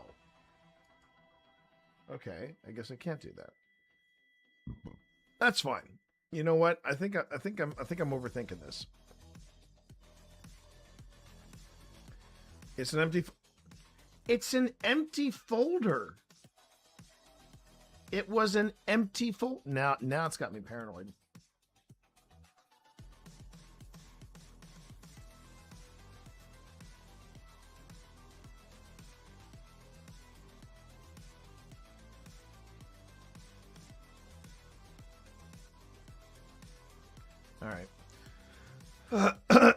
Now it's got me paranoid, chat. So I've got to do this. I gotta minimize screens and stuff. You know, I'm just gonna go ahead and put gallery audio and leave it at that. Okay.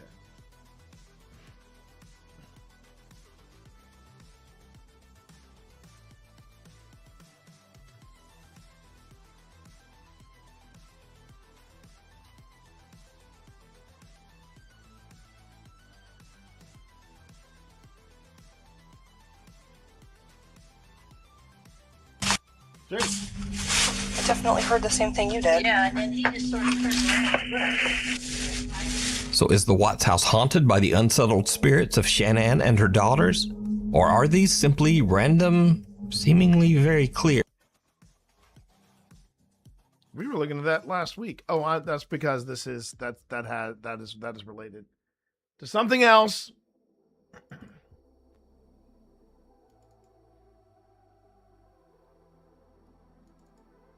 I honestly don't feel like I'm asking a lot right now of my computer, but man.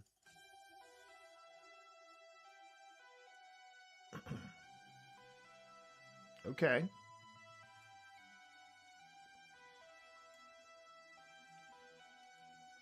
Can we please open this? Jeez.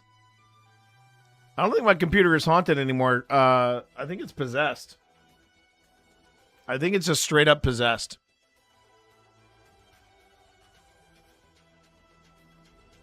All right, here's what I'm going to do. Let me pull this up first.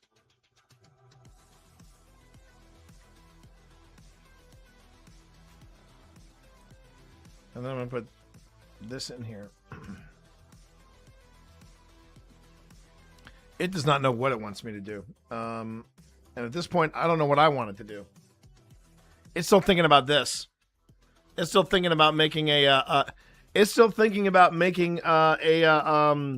multi-track channel. Come on. I got plenty of RAM to be able to do what I need to do, and you're telling me that you don't want to do this? Once I get it up and running, I'll be able to figure out then what I want to do.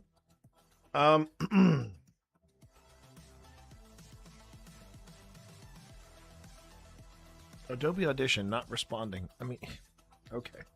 Let's see.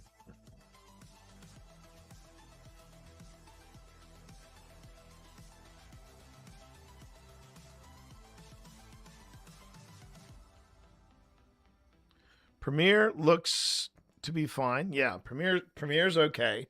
Premiere's doing what I expected it to do, so that's fine. All right.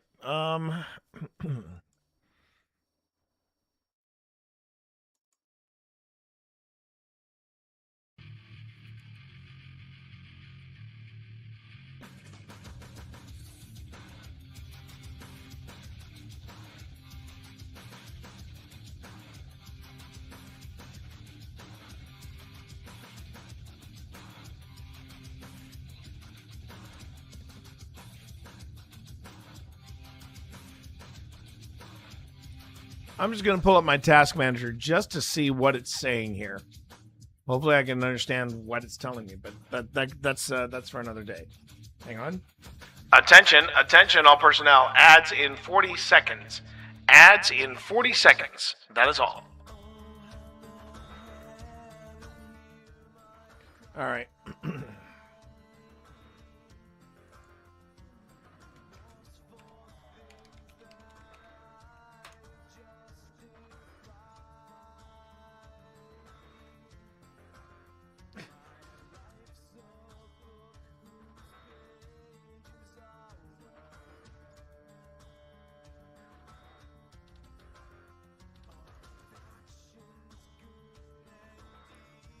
This is the most bizarre behavior I think I've ever seen from my computer.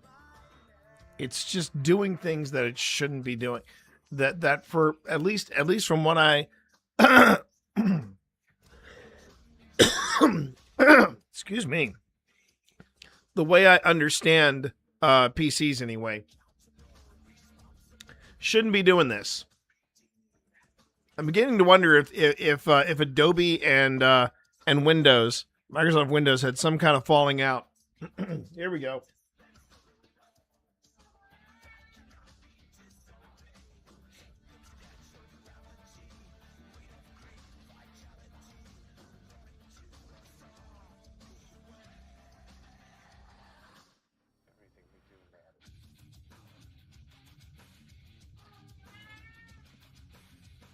Okay. I'm just going to end the task with Adobe Audition.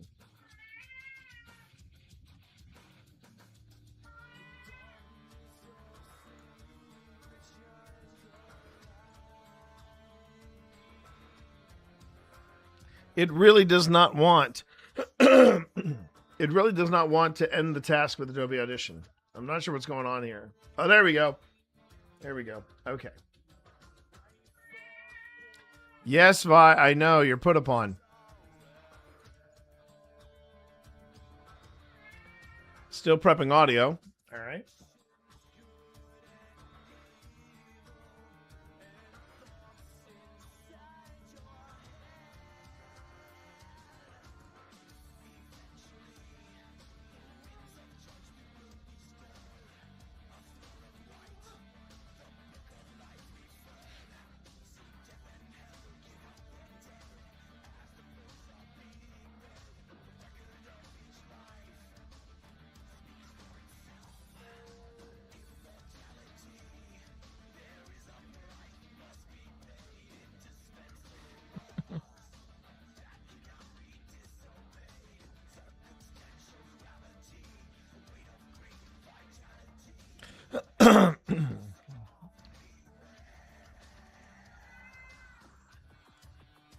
All right.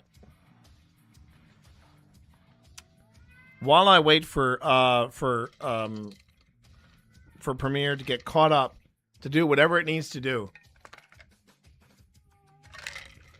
I'm beginning to remember that let's delete it. Just delete that. Yes? You are fine. You are fine. Sorry, but you are fine.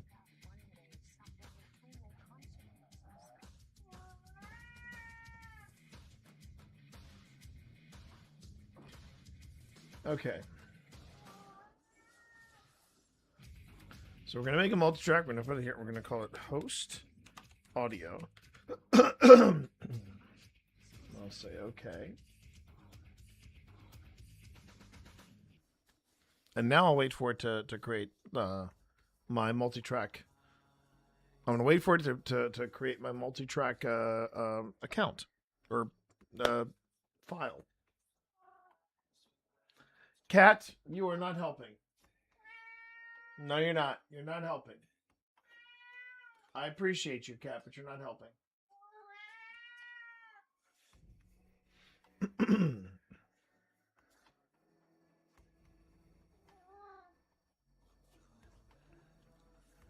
Something I'm noticing is that there are these little progress bars underneath, and it makes me wonder what's going on with that. And why the sticky notes has them.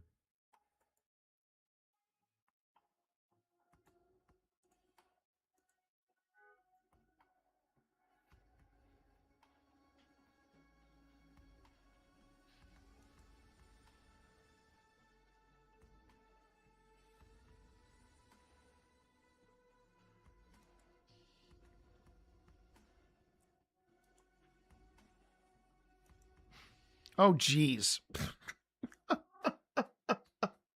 Come on. All right, I'm going back to my earlier thoughts. My computer is not possessed. It's not. I mean, it's not haunted. It's just simply possessed. It really is.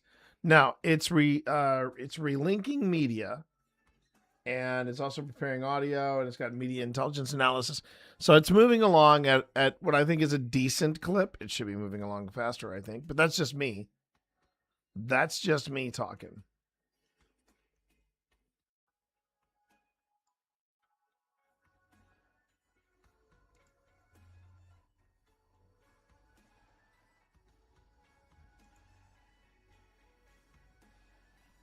Okay.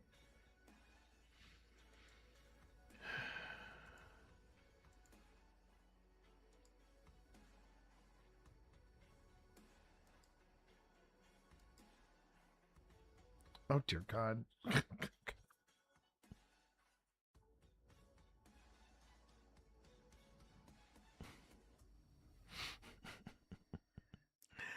I was doing just fine today, and now, for whatever reason, my PC is deciding it wants to absolutely rain havoc. Okay. Instead of you watching me struggle with technology, let me just wait and see what's going on.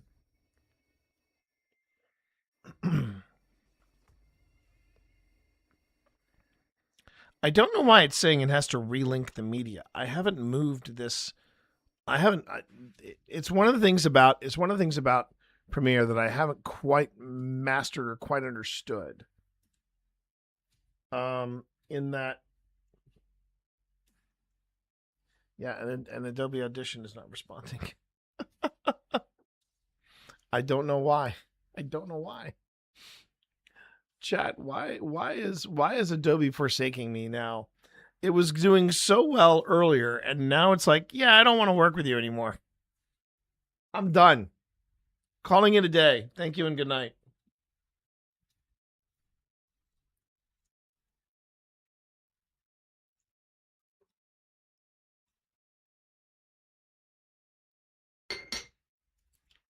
I have dark chocolate. Whoa. Almost lost that, but I got dark chocolate. Okay. What?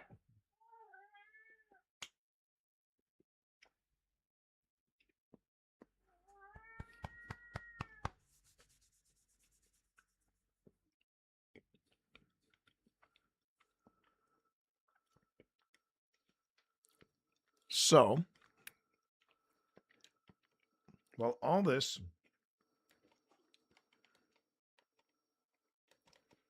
while all this is going on, I'm gonna make a judgment call here. Let's see. Oh, where's the title? I just noticed that. I see my name, and I see IRL. There it is. No jump scares, just real experience. Paranormal investigations featuring the Clover Hill. Okay, that has to change. So we're gonna make this.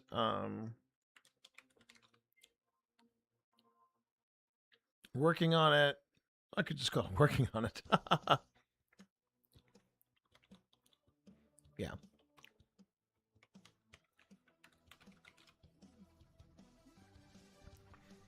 Why don't we call that co-working and well, let's give it a shot. Co-working and studying. Because why the heck not? And I will swap out ghosts for video editing. Oh, they even have video editing stream.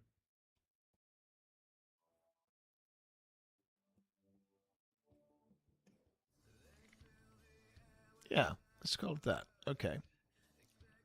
Okay, so we're jumping into a different category. We're going to do co-working and studying. We're going to call it video editing stream. Let's see if that yields any dramatic changes.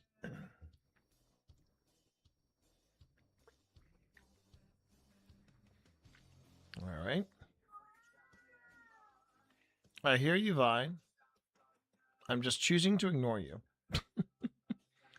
Okay. Let me do a quick look-see at what my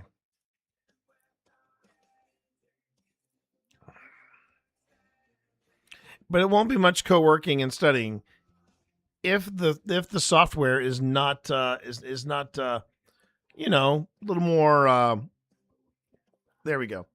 I was worried that the software was going to say, you know what, not today. I don't think we're going to do this today. I appreciate you, but we're not doing this today. It is, however, preparing the audio. It's doing media intelligence analysis, whatever that means. And it's relinking media. Which is odd because I'm not sure where it feels the need to relink stuff.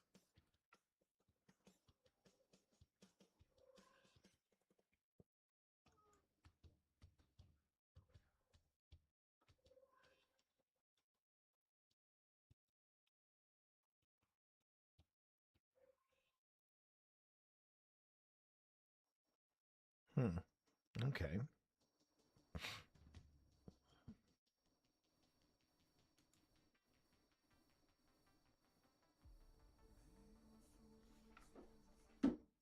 It's at 80%. Okay.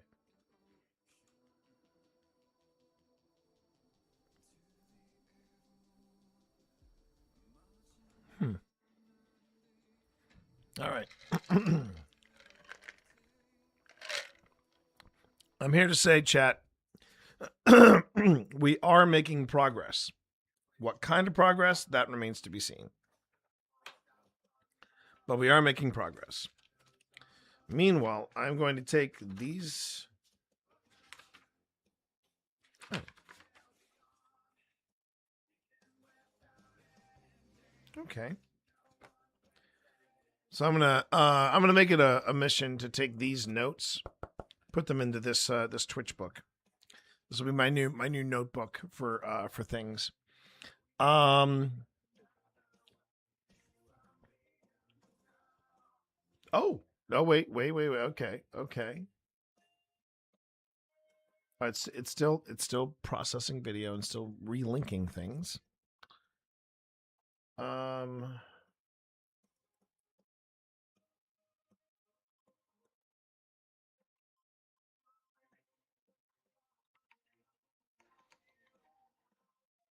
That does not bode well.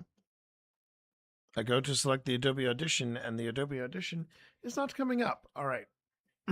What else can I do in the meantime? I know what I can do.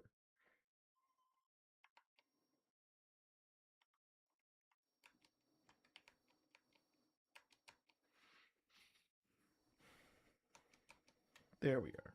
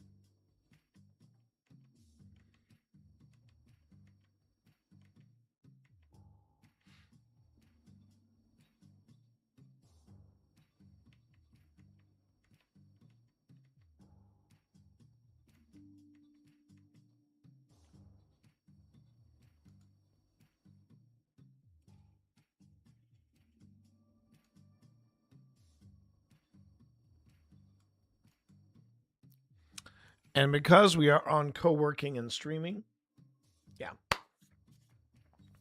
this I can show you all while I do this. So let's go on ahead. Oh, let's go on ahead and hop over. So this is the this is going to be the culling process on looking for weird news and stuff, because later on, I want to say we'll kick things off at about 7:00. No, because I'm logging off at 8. Starting at 6:00. At 6:00, we will be doing the thing. We're gonna be we're gonna be doing the Grim Gazette. So we're gonna do that at 6. So while I wait for other stuff to relink and decide what it's gonna do and what have you, I'm gonna go ahead and start collecting the weird news stories for tonight.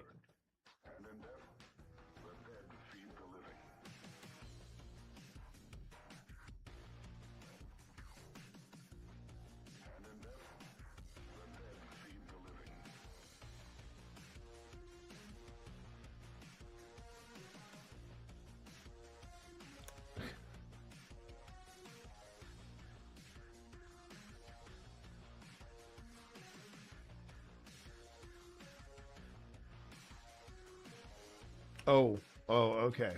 Okay. I see the two. All right. Okay, there's one.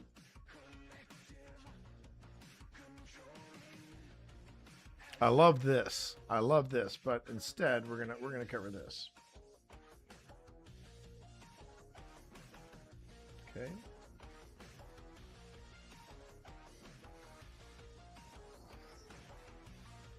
That's UPI. Now we're gonna go to AP News. I try to find at least 6 stories.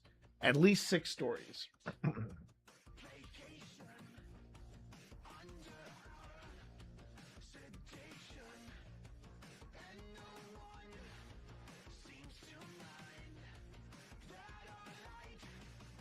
He pushed the. Really? This got the. Okay. Okay.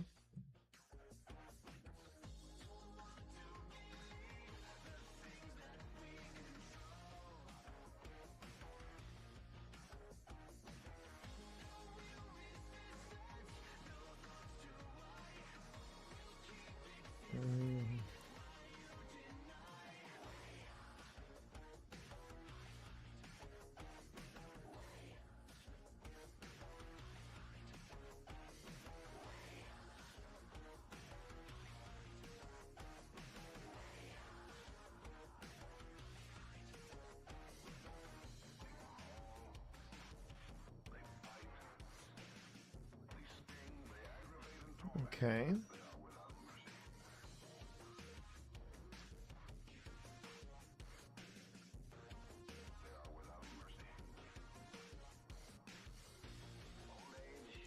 All right, I think this might be good. A little.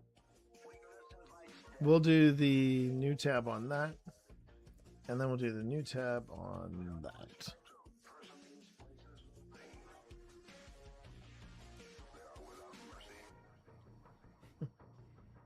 Okay.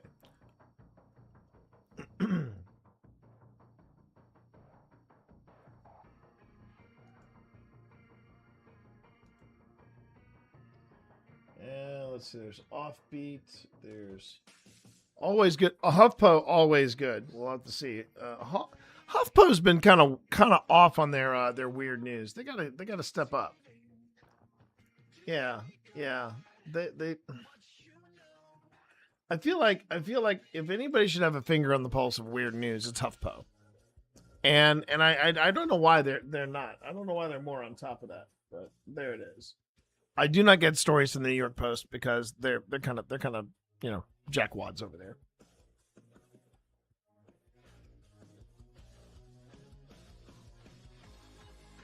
NPR always good for strange news. Well, see, again, this is what I mean.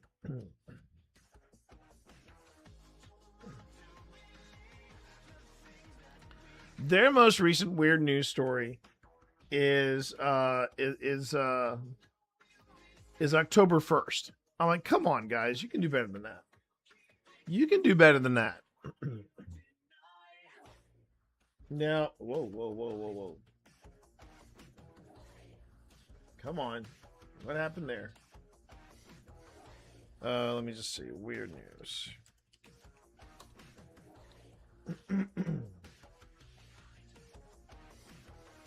Sky News also can be very good for international weird news. Boxer loses hairpiece in the ring.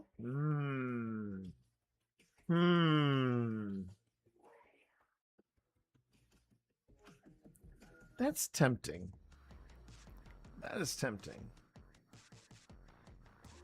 I mean, I've got 4 stories. This might be a very short Grim Gazette.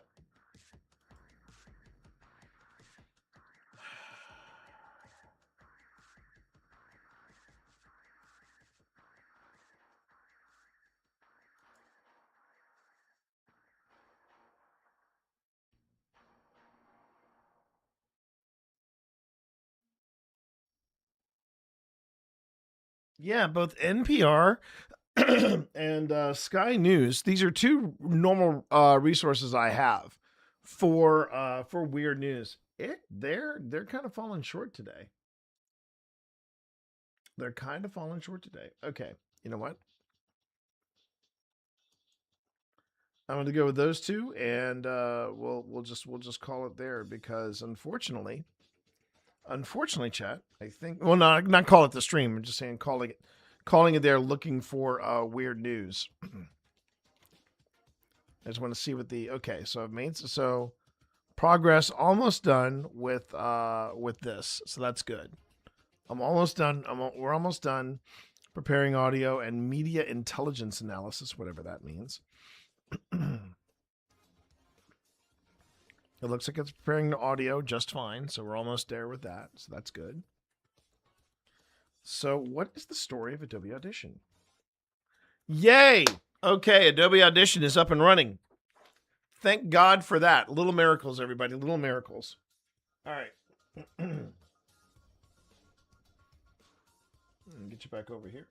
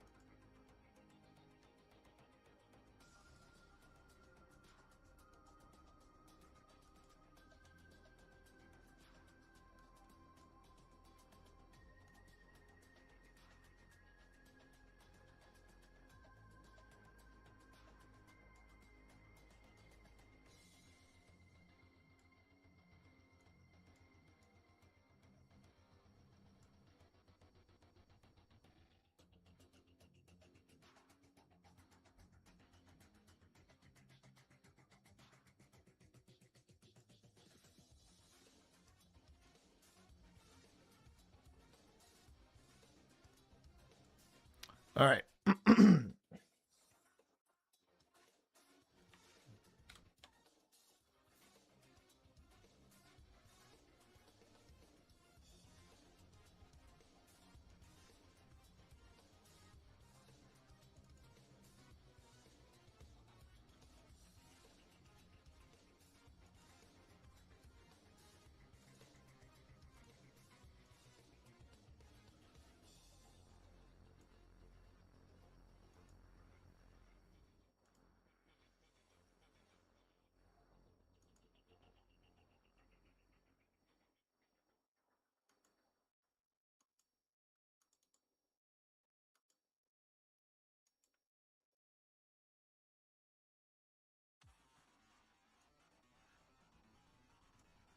Now this should be Phil. Wait, does it records on the mic itself, right? Yeah. Okay, so that's Phil. And then this will be me coming in.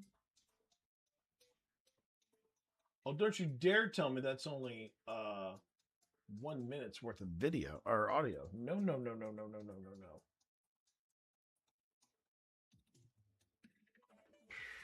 Okay.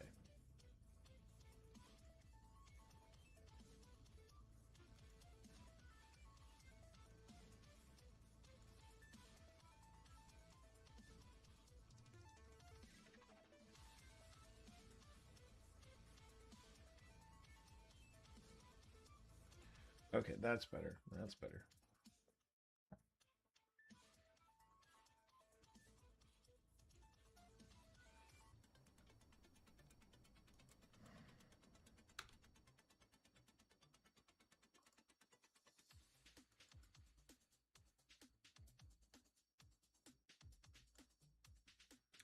All right.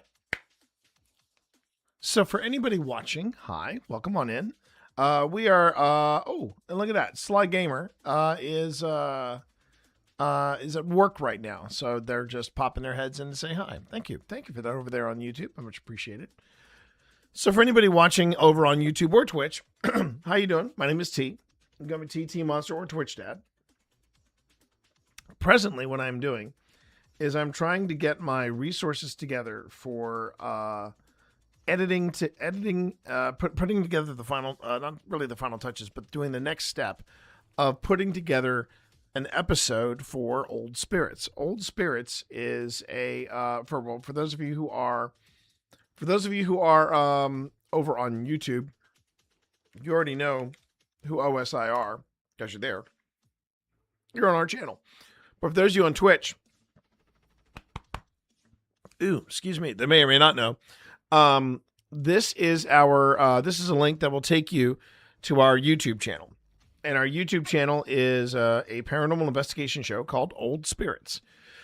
And what we're doing, lunch break. Got it, Sly. Thank you for popping in on the lunch break. So what we're doing right now is we're getting the resources together to go back to the Trans-Allegheny investigation. But what I'm doing instead is I'm doing stuff that normally I would do off stream. I'm gonna give it a shot and do it on stream just to see if people resonate with it or not.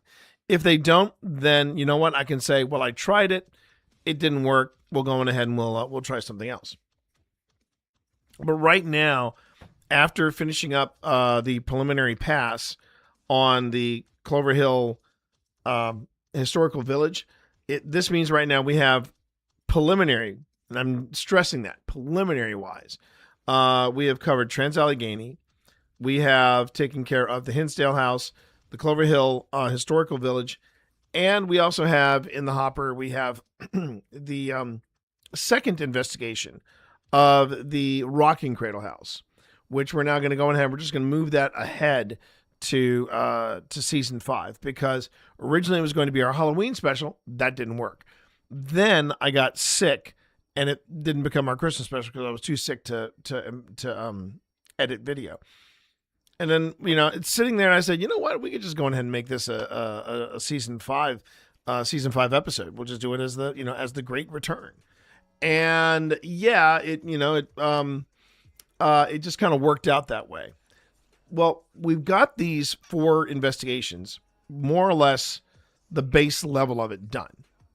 And what I'd like to do is go on ahead and say, all right, well then let's take these investigations and let's start finalizing them. Let's start bringing in better quality audio. Let's bring in better quality better quality video video takes. And then based on that, we will we'll create an episode out of it. That's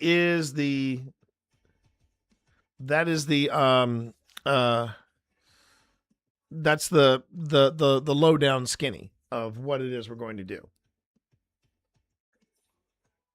Yeah, let's see here.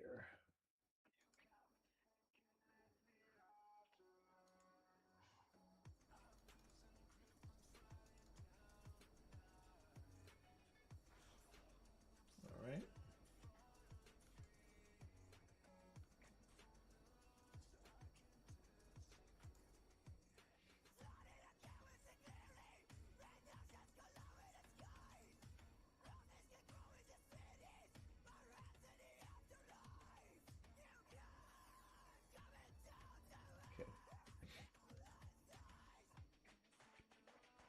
And right now what I'm doing on Adobe Audition is I am importing in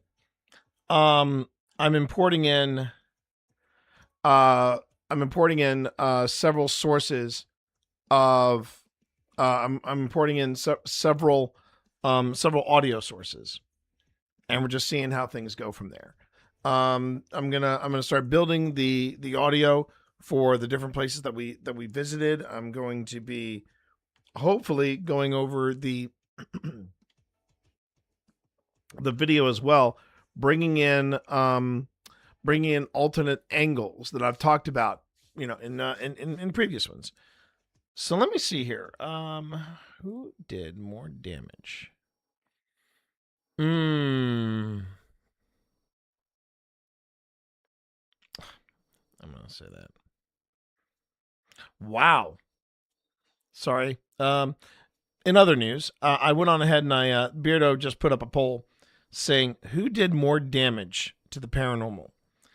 And according and the 4 choices he gives for this poll. the Warrens, Ghost Adventures, Most Haunted, and YouTubers, the big boys. And it turns out that in his community, after 1.4 thousand votes, 44% say YouTubers have done more damage to the paranormal. I actually voted for the 18%er, who's actually only third up on the list, and that's Ghost Adventures. And I would say that it was because of Ghost Adventures we have these YouTubers that call themselves paranormal investigators when they're really paranormal entertainers. You know, these are people that do not take the investigation portion of things seriously. So that's my hot take on it. That's my hot take. Okay, so right now I just have to see what is the holdup on here. Yeah, okay. And now we're prepping audio. Oh, okay. Okay. So right now what's going on right now, chat, is that I'm keeping an eye on my files for the Trans-Allegheny Lunatic Asylum. I'm not sure what the holdup is. I'm not sure what it is about. Normally I work with files this big and I can go on ahead and I can work with them without an issue. But man, at least on the PC side of things. On the Mac side of things, there's really no problem. But on the PC side of things, it really does not care for the larger files on my video editing projects. So what I'm going to do is I'm going to play this by ear. We're going to see how it goes. And then hopefully tomorrow I'll be able to better manage this. Oh, and I should give a reminder. I'm wondering if we're still doing that, or if we, yeah.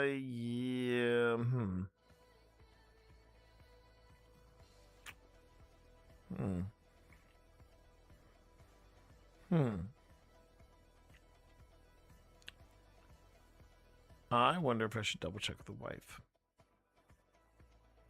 Wouldn't hurt. Would not hurt, chat. All right. You know what? I'm gonna do a quick BRB. Not even gonna turn on a reel or anything. I'm just gonna go on ahead, jump back, make a quick note to the wife, come back here, and then I'll give you the lowdown skinny or what's gonna happen tomorrow. Okay?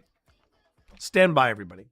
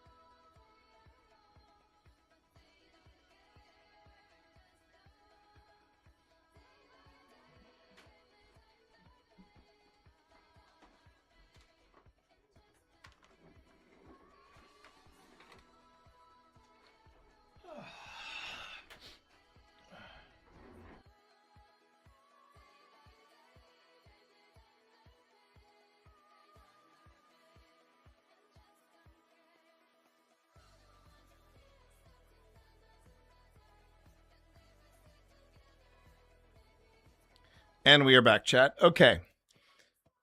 Tomorrow, I think I'm going to go on ahead and do a regular stream at the regular time. So instead of going live at 9 a.m. like I thought I needed to do, I'm going to do a 12 to 8 tomorrow. So I'll be live tomorrow at noon. Just so everybody knows. Okay? I'll be live tomorrow starting at noon. And then of course we're going to be having a special live stream from Mythic Hall on Saturday. So I'm pretty excited about that. And yeah, it's going to be a good weekend. It's going to be a real good weekend.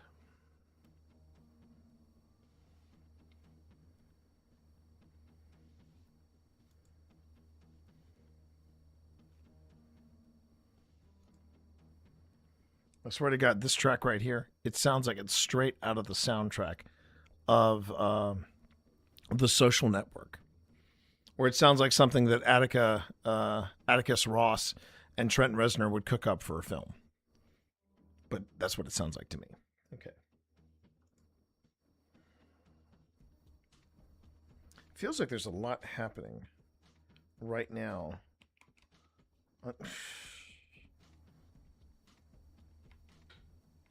That was just stupid. Okay. Feels like right now there's a lot of stuff happening on this particular project, but it looks like it's done. Let me just see what happens when I actually hit play.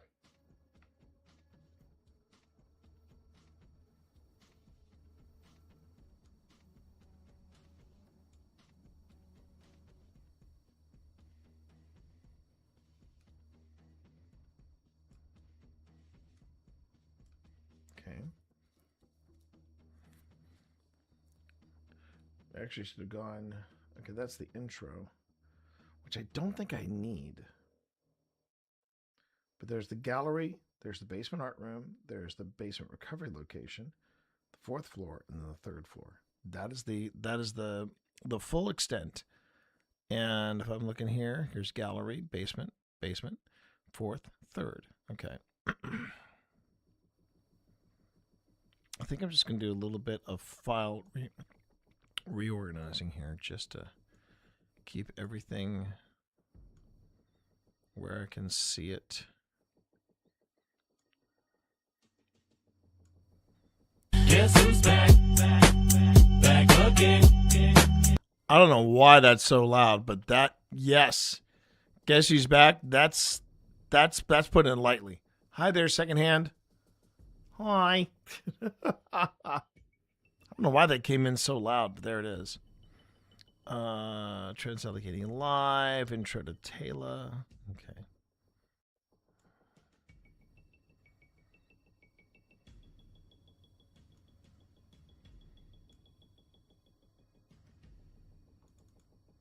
This is the live stream. Yeah, that's what I thought. That's the live stream. So, okay.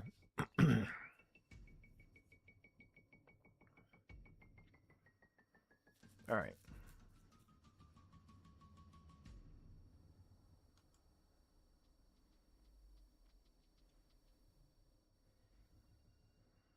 How was your day, secondhand?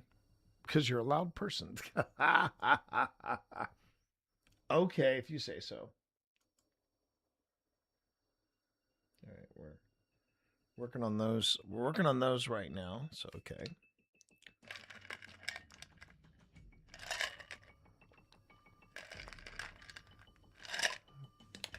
Tiring at work? I'm sure.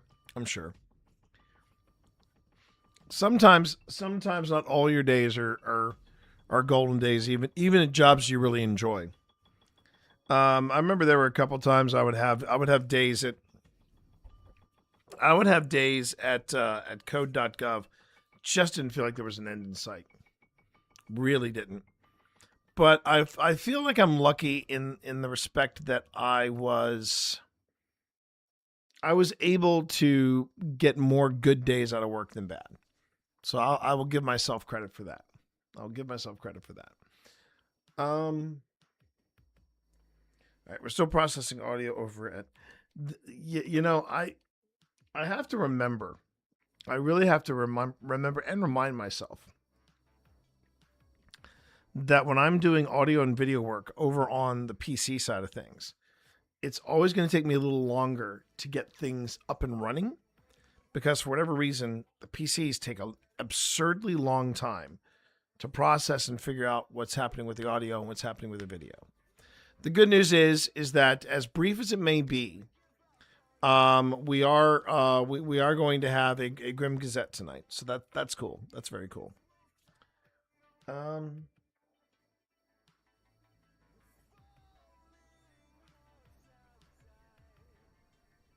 That reminds me of something that I'm wondering if I should add.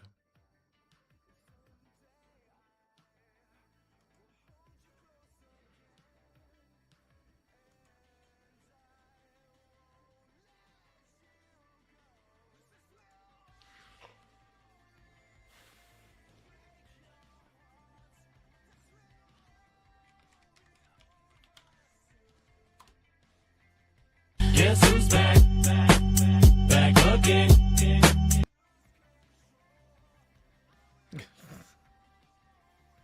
Was that an intentional replay? More like we knew we were going to get slammed due to two fluffy puppies, but having the volunteers that were more pain than helpful didn't help. Oh, okay. Okay. Fair enough.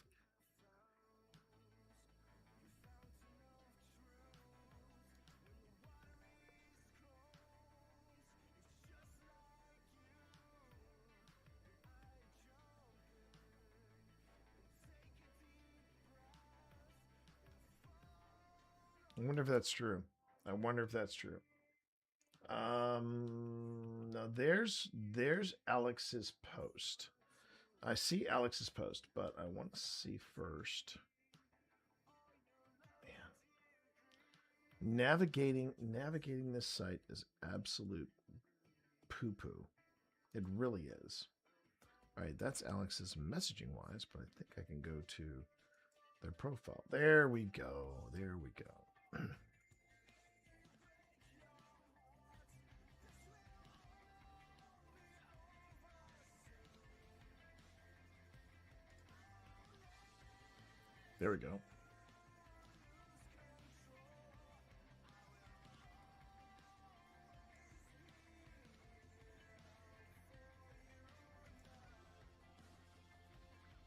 All right. So at least I can say that yes, the I can say without a shadow of a doubt that okay, hold on. There, that's what I was looking forward to now. So now I know. Okay, I've got everything set for the Grim Gazette. We are good to go. As far as what I've got going on here, no. Because I'm at the beginning of the footage, and this is definitely not the beginning of the footage. So this is we're still pushing through. I said no jump scares, and I got Pam Bonnie on the screen. Oh, youch! That was actually a good call. Breezy. Nicely played.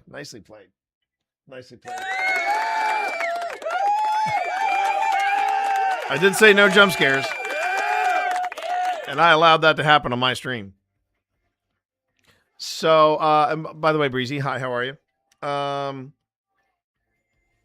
I was trying to log in to check. You.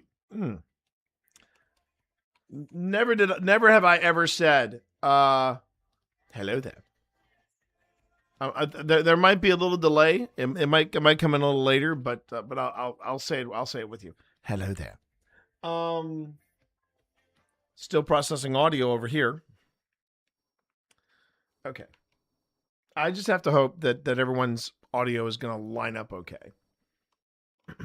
I think I have segments for everybody, so I don't have to worry about that too much. So hello there. There it is. Always worth the wait on that one though. Hello there.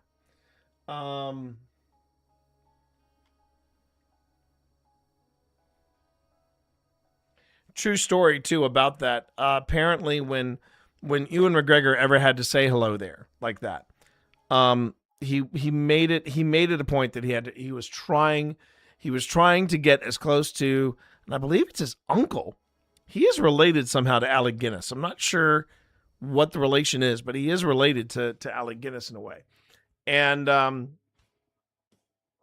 yeah, he was trying to mimic Sir Alec Guinness's delivery of that line as close as he could. And yeah, it is charming when he does it. It is charming. You know, he throws back the hood, and then and he just, I am celebrated and award-winning actor Sir Alec Guinness, and I'm now staring at a robot because, my God, they want me to do science fiction. So he looks at R2 and he goes, "Hello there." And I think Ewan McGregor actually nails the delivery. I think he nails the delivery better in the Obi-Wan series than he did in the movies. That might be my working theory, but that was what I thought anyway. All right, I'm going to at least start. We're processing one more piece of audio from this, but I'm going to start with Phil and myself.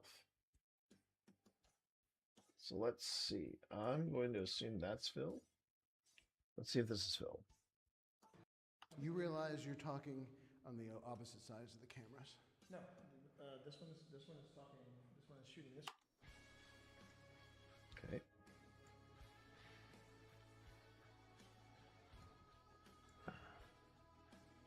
It's okay. They can still be on. You can put the windshield on. This one is talking. This one is shooting this way. So Oh, and it's getting it. I can't see. do you mind turning yours on right now?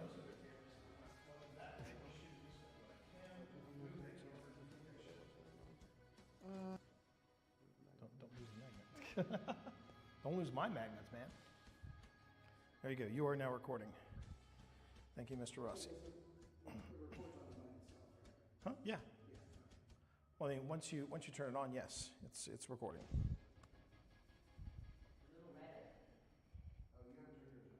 For a cooler. So there's so it's going. It's we got temperature fluctuations. Interesting. Okay, so let me look for. We've got temperature fluctuations. Interesting. All right. And then this one we'll just wait on this one. We don't need to use this one right now. Did I take that memory card from you? Okay. I'll take it. Oh, it's in a case. You start recording.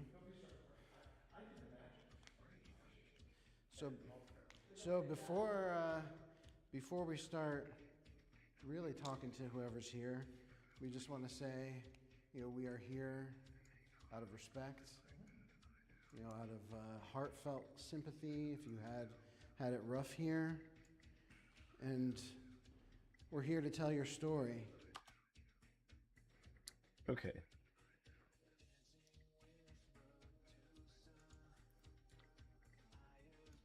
Let me see if I can find that instead.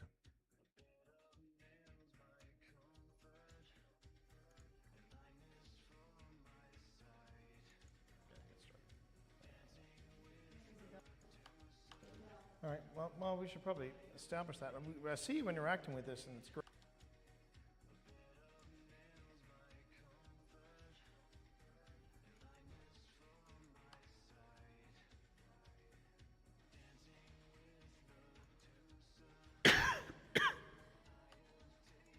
Yeah.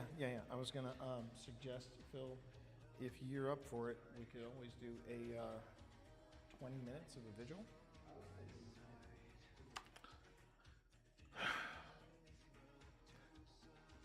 What you're seeing right here, chat, is the hardest part. Trying to find where things line up. Okay, so this is the vigil. That was sent. Flux again. All right. So I need to find the vigil.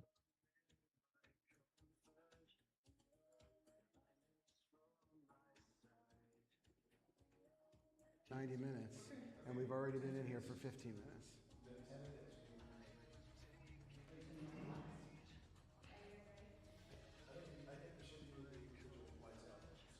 Yeah.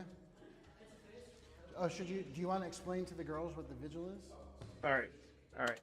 So this is the vigil. All right. So it's somewhere in here. All right. So now that I know where the vigil is, now I can go on ahead and I can start lining up audio. Welcome to the joys of video production. Because right now I am trying to line up our audio here, me and Phil. And then once I do that, I do it again for Pip and Tina, who were also recording at the same time. So yeah, let's see how we can make this work. Those other cameras, I'm not, well, and that one is shooting this way, but I can move that camera if you think I should. I'm shooting this way right now, and then we got Tina free floating. You realize you're talking on the opposite sides of the cameras. No, this one is talking. This one is shooting this way, so I Oh, can't. and it's getting it. I can't see you. Okay. Yeah. Those other cameras, I'm not. Well, then that one is shooting this way, but I can move that camera if you think I should.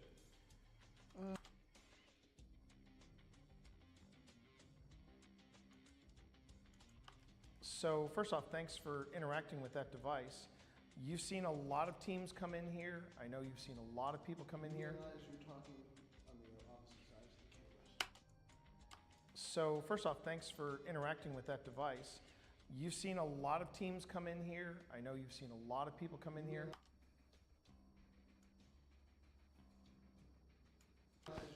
You've seen a lot of teams come in here. No, You realize you're okay. Teams come in here. I know you've seen a lot of people. You realize you're talking on the opposite sides of the cameras.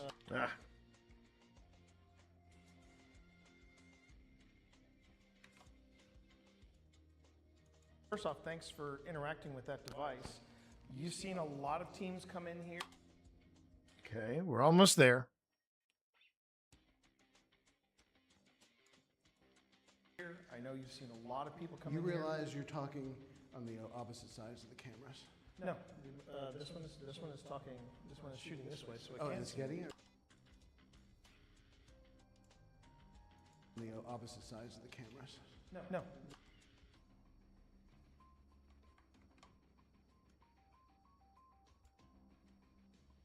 On the opposite sides of the cameras. No, this one is.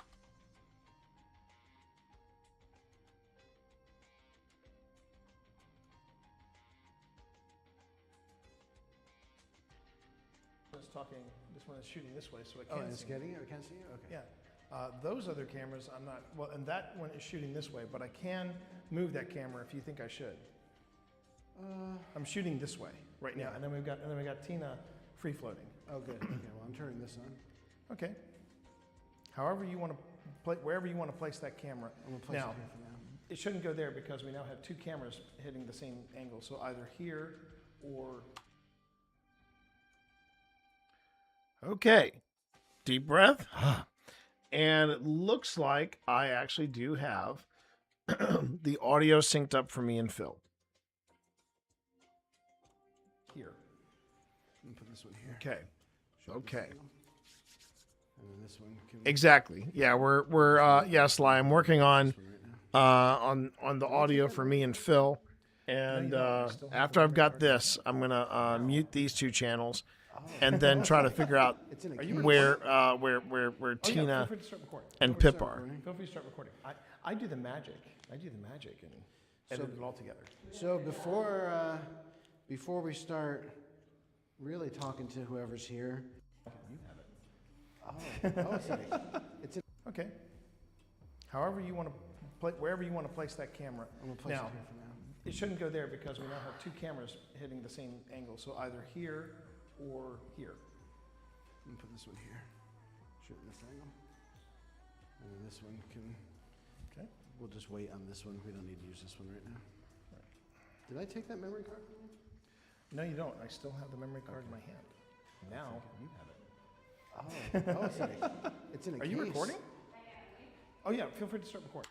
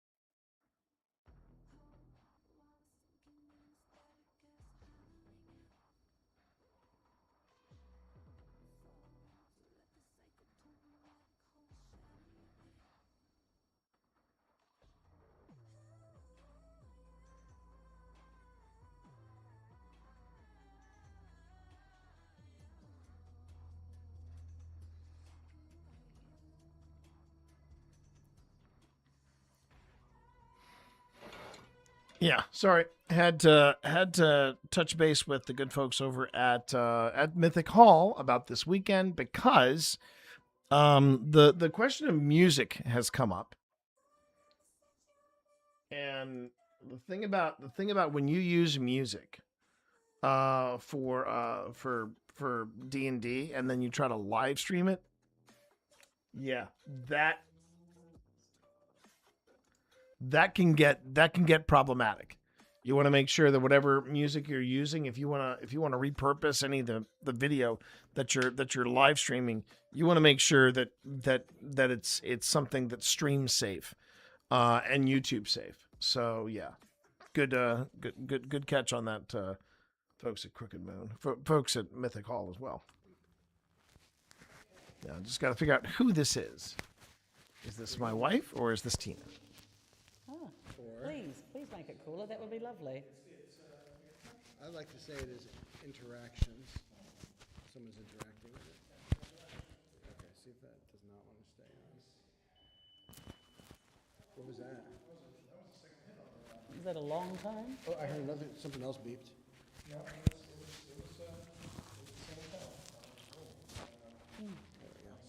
Okay, is it on? Yep. Okay.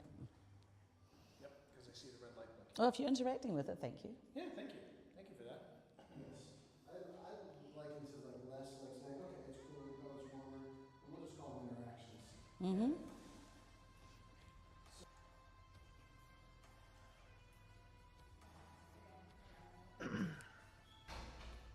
Are we turning off the lights?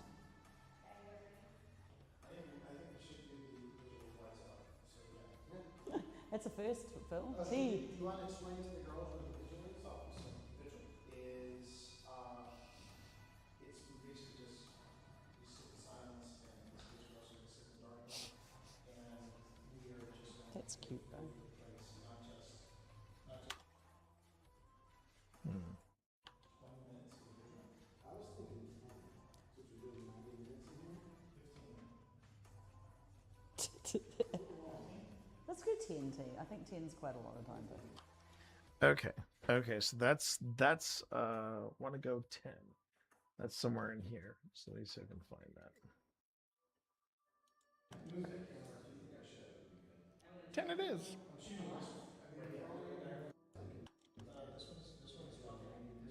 one's 15 then.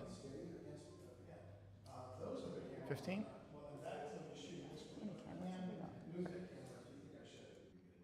10 it is. Suggest, Phil, if you're up for it, we could always do a 20 minutes of a vigil. I was thinking 10. Okay, so that's when he says, I was thinking 10. Okay. I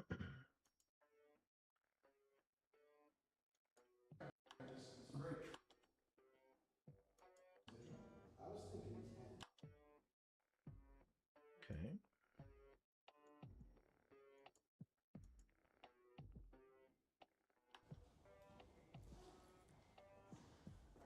You're with us right now. Could you give us a sign? That's you. That's me. That was me. Can you give us Do a little vigil. Suggest, Phil, if you're up for it, we could always do a 20 minutes of a vigil. I was thinking 10. Okay, so I was thinking 10 is right there.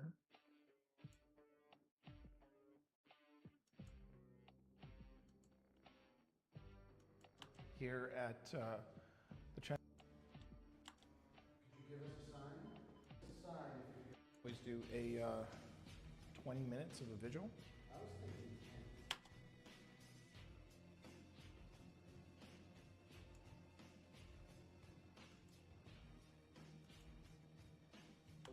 If you're up for it, we could always do a 20 minutes of a vigil. I was thinking 10.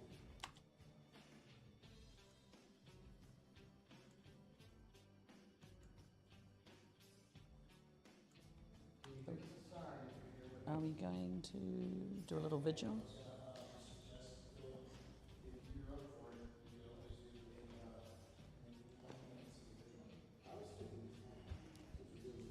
Yeah. I was. Gonna suggest, Phil, if you're up for it, we could always do a 20 minutes of a vigil. 15. Let's go 10, T. I think 10's quite a lot of time. 15? And we're going to turn off. And the lights? 10 it is. If you're up for it, we could always do a 20 minutes of a vigil. 15. Let's go 10, T. I think 10's quite a lot of time. 15?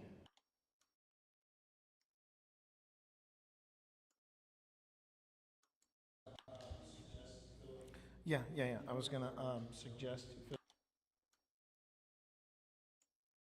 Okay. Do a little vigil? Yeah. I was gonna suggest, Phil, if you're up for it.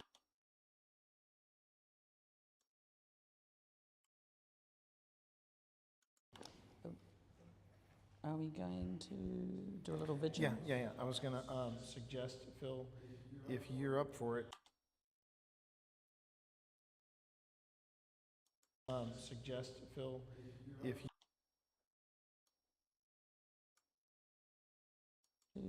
Do a little Yeah. vigil? I was gonna suggest, Phil, if you're up for it, we could.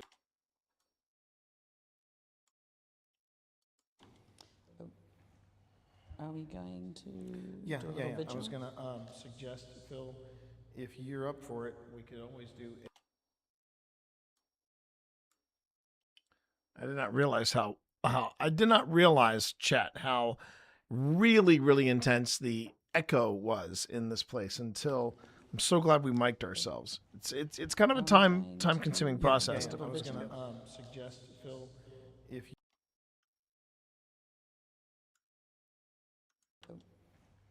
Are we going to Yeah. do a little vigil? I was gonna suggest, Phil, if you're up for it, we could always do a 20 minutes of a vigil. I was thinking 10. Since we're doing 90 minutes in here. 15 then. 15. Let's go 10, T. I think 10's quite a lot of time. And we're going to turn off. And the lights? All right.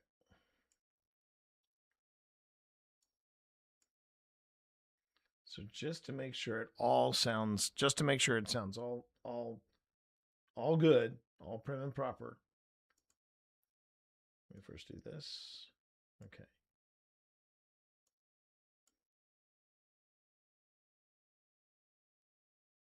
And we're here to tell your story. We're storytellers. And we love the opportunity to share stories, especially the stories that sometimes are forgotten. I'm Phil.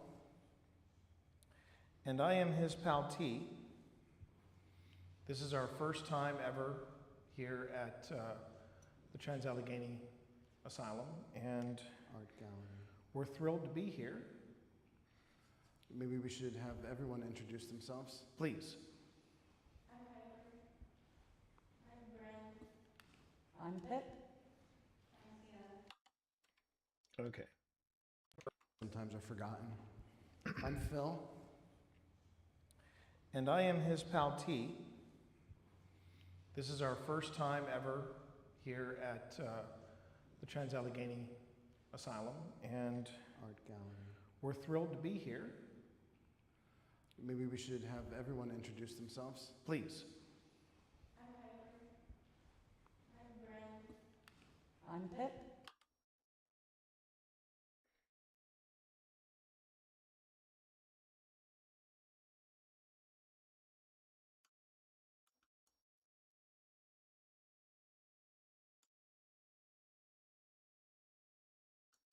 Please.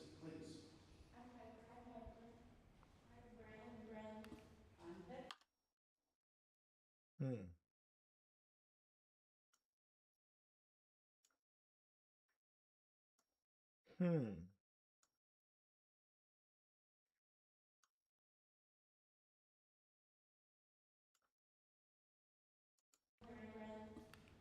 I'm Pip.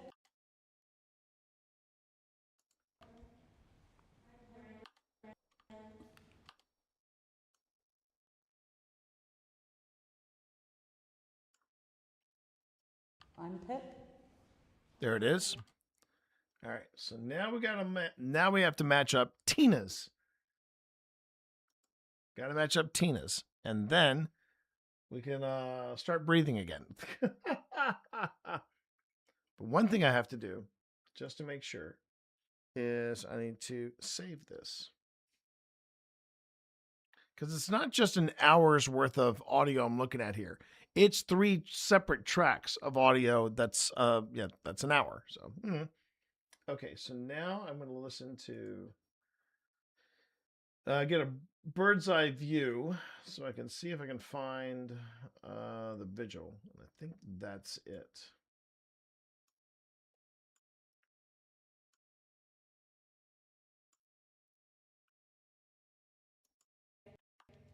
I think we should do the vigil with lights out. So yeah. Okay.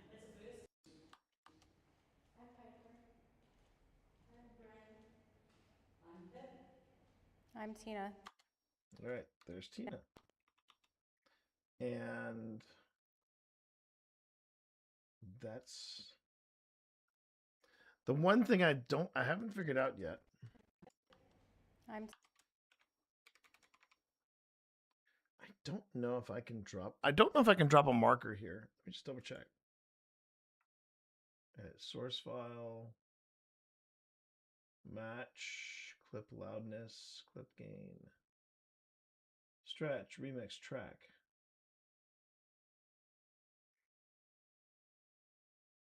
Bounce to new track, clip properties.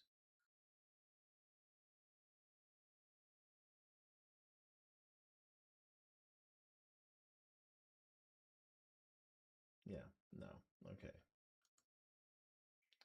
I could add something in the main timeline, but I can't add it here. So now I just got to find where I lined up.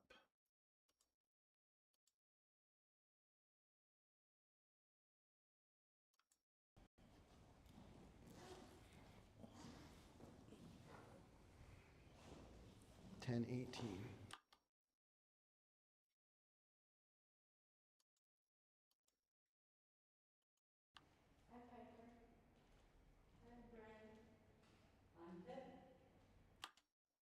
And that's I'm Tina.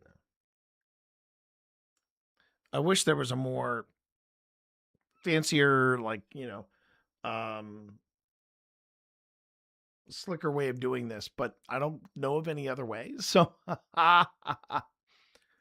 rather than a jumbled mess. Yes, exactly. That turns the audio clear. Exactly. Exactly. Then 10 it is. We will do 10. Are we turning off the lights? This a sign? That's you. That's me. That was You're with us. Are we going to do a little vigil? I was going to 20 minutes of a vigil. I was thinking 10, since we're doing 90 minutes in here. 15. I think we should do the vigil with lights out. So yeah. Yeah. That's a first, Phil.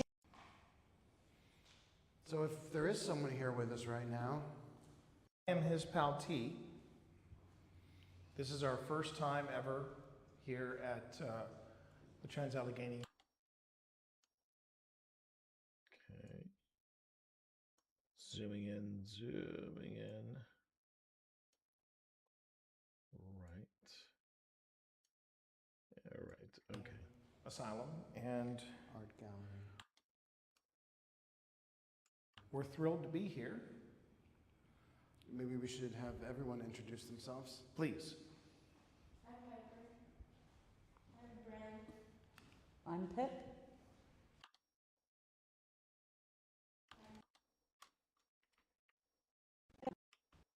I'm Pip.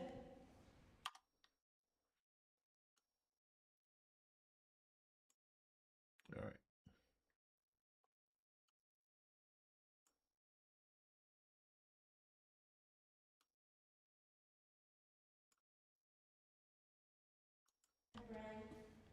I'm Pip. I'm Tina. So if there is someone here with us right now. Okay.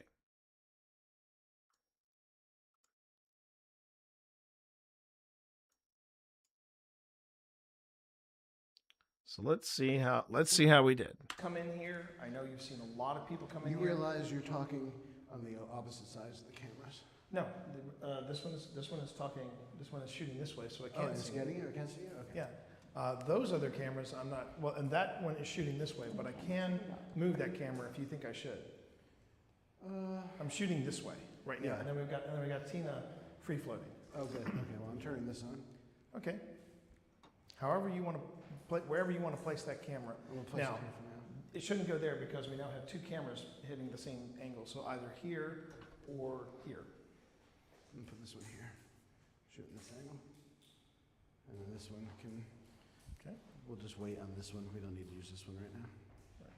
Did I take that memory card? No, you don't. I still have the memory card in my hand. Now you have it. It's in a Are you case. recording? Not yet. I'm waiting. Oh yeah. Feel free to start recording. Feel free to start recording. Feel free to start recording. I do the magic. and edit it all together. So before we start really talking to whoever's here, we just want to say, we are here out of respect, out of heartfelt sympathy if you had it rough here. And we're here to tell your story. We're storytellers. And we love the opportunity to share stories, especially the stories that sometimes are forgotten. I'm Phil. And I am his pal T. This is our first time ever here at the Trans-Allegheny Asylum, and we're thrilled to be here. Maybe we should have everyone introduce themselves. Please. I'm Piper. I'm Brent. I'm Pip. I'm Tina. So if there is someone here with us right now, could you give us a sign? That's you. That's me. That was me. Can you give us a sign if you're here with us?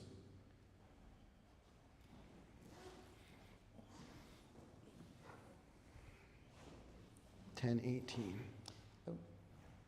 Are we going to do Yeah, a little vigil? I was going to suggest, Phil, if you're up for it, we could always do a 20 minutes of a vigil. I was thinking 10, since we're doing 90 minutes in here. 15 then. That's a little long. 15? Let's go 10, T. I think 10 is quite a lot. I think 10 is gonna be good. And we're going to turn off. It is. And the lights? I mean, if we're only in here for 90 minutes. Okay. And we've already 10 been it in here is. for 15 minutes. Then 10 it is. We will do 10.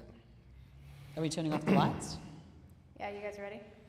I think we should do the vigil with lights out. So yeah. Yeah.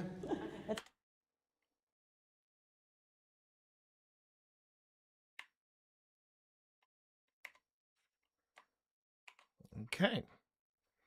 It looks like chat. We actually Oh, have. do you want to explain? I to think the we girls actually what the have. vigil is? We actually have audio. Is we basically just Pretty happy with sit that. in silence, and in this case, we're also going to sit in the darkness, and we are just going to get a feel for the place, not just the place getting a feel for us, but us getting a feel for the place. Okay, that's Now, it. can I have Anubis on for the vigil or keep it off for the vigil? Let's keep it off. Let's keep it off for Okay. now. Okay. All right. So I'm going to save them. So I'm going to save this, and then I'm going to go ahead and export it just to see if it all syncs up without any kind of issue. And then after that, I will drop it in, and then we'll review it. We'll review it. That's how it goes. Okay, so we go.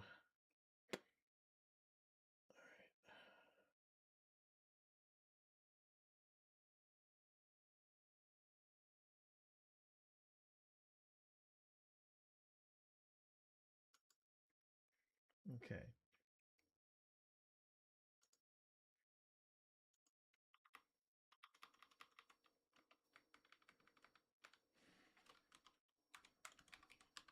Now, I don't mind saying this is the first time that I've done this for an investigation. I've never had a well, let me rephrase that. I have never had the time to be able to do what I'm doing here. You know, where I've got where where I've remembered to everybody, oh yeah, make sure that we do this, and it's actually pretty exciting. I don't mind saying it's exciting. Okay.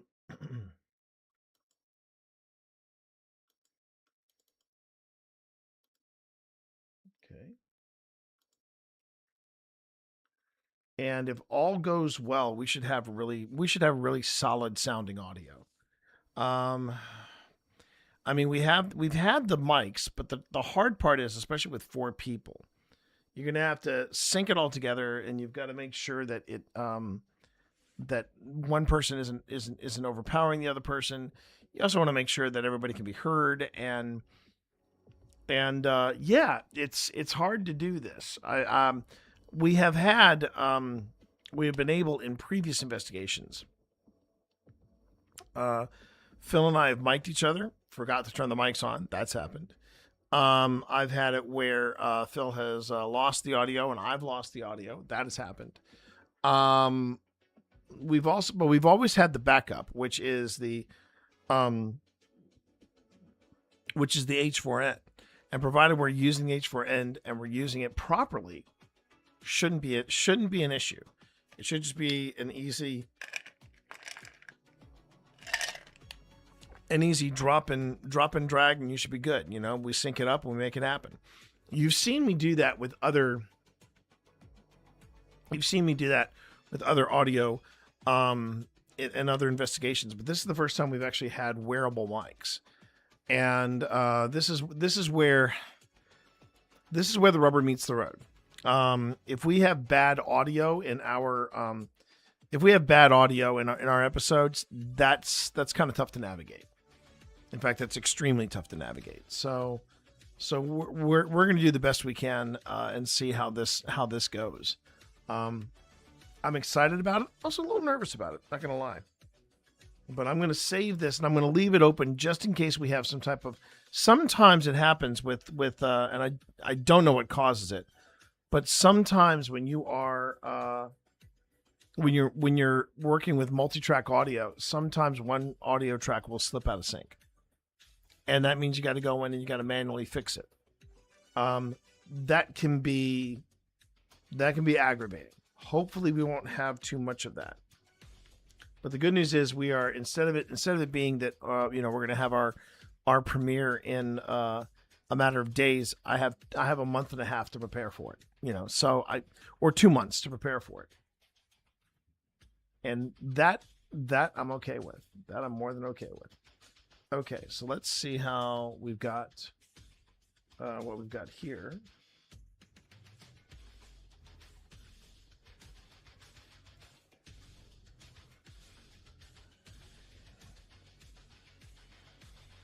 I think everything should be processed, right? I'm still preparing. What do you mean it's still preparing audio? Really? Jeez. Okay. This is for 12. Okay.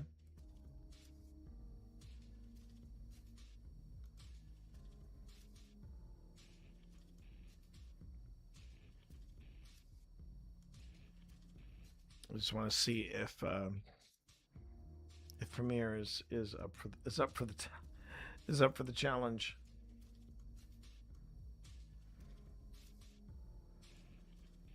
Okay.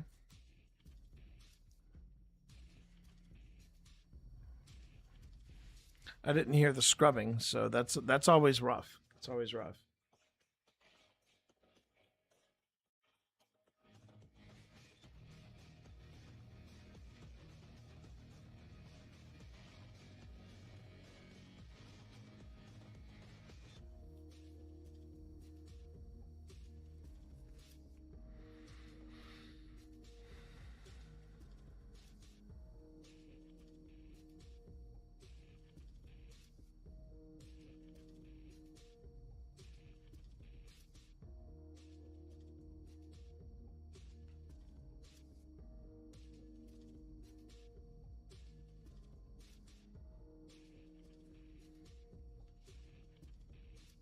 Waiting to see here if Phil happens to. Oh, no. No, the audio did not move. That was on me. That was me. That was me being hopeful. I just want to see the audio skip or the video skip from here to here. Then I know that Premiere is all caught up.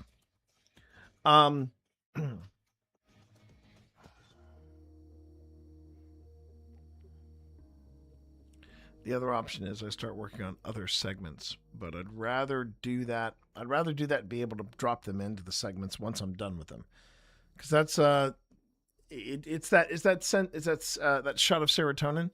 You know, you want to be able to see the progress that you're making. Why Premiere has suddenly decided to slow down, that is beyond me. Now, granted, I will say I have a lot of video in here, and I have a lot of big files in here. That being said, I have plenty of RAM and plenty of processing power that it should be more than enough for me to get this done.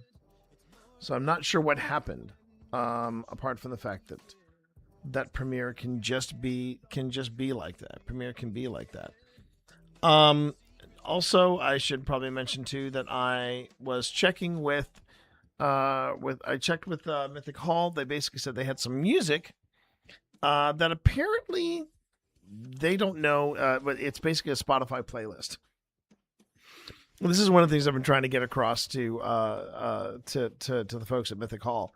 When you decide that you want to start live streaming stuff, you want to make sure that all the resources you have permissions for. Otherwise, YouTube will say that's no bueno. Twitch will say that's no bueno, and they'll start docking you. They'll start dinging you for this. And I said, take a look at Pretzel Rocks. Pretzel Rocks might have the music that you're looking for, might have some playlists that you're looking for, but because we are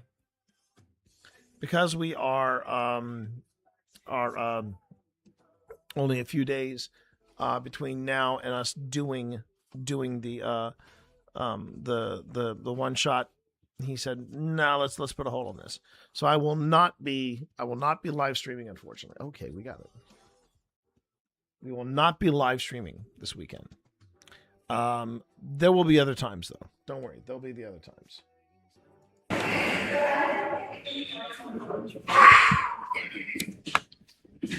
Okay. All right. So what devices are we going to put in here? So I'm going to put a REM pod right in that doorway there. Okay. We're just screening you for a little REM pod position. I was going to put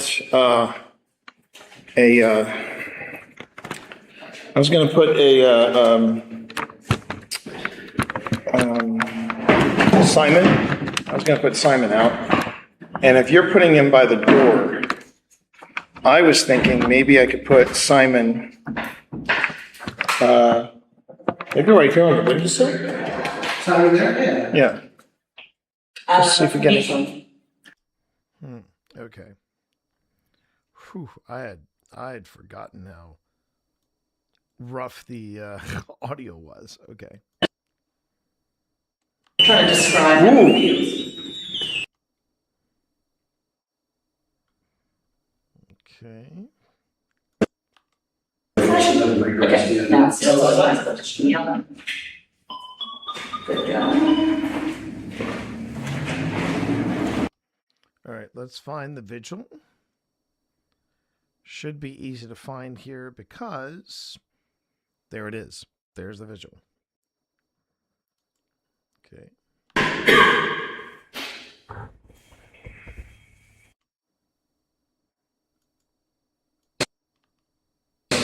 And we are just going to get a feel for the place, not just the place getting a feel for us, but us getting a feel for the place. Okay. That's now, can I have a mucus on for the visual or keep it off? I'm going to turn it and the lights. I mean, if we're only in here for 90 minutes. Okay. Or 10 10 minutes. minutes. Okay, so what audio is that? Oh, this is, okay, so this is the H4n. This audio is, Oh, so that's the H2 and that's the H4. Okay. Okay. Did I have any other... Did I use any other audio sources? I did not. Okay. So here's what I'm going to suggest. I'm going to go on ahead and say, let's move this down.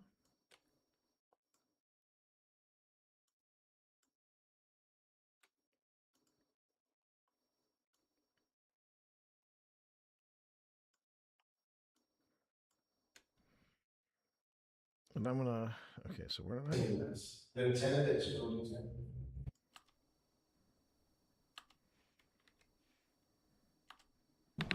I'm Pip. I'm Tina. Okay, that's I'm Pip and I'm Tina. Okay. And we are going to drop in here.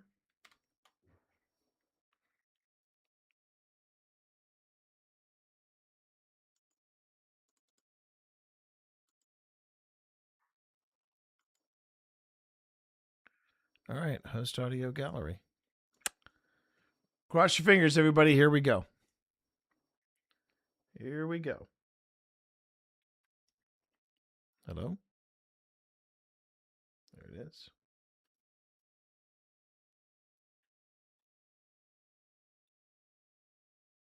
And I'm going to give it a different color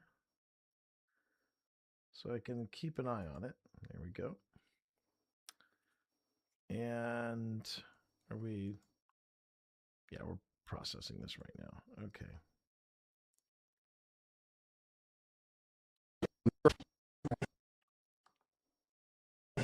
I'd like it to like less like say, okay, it's cooler, it goes warmer, and we'll just call them interactions. Yeah.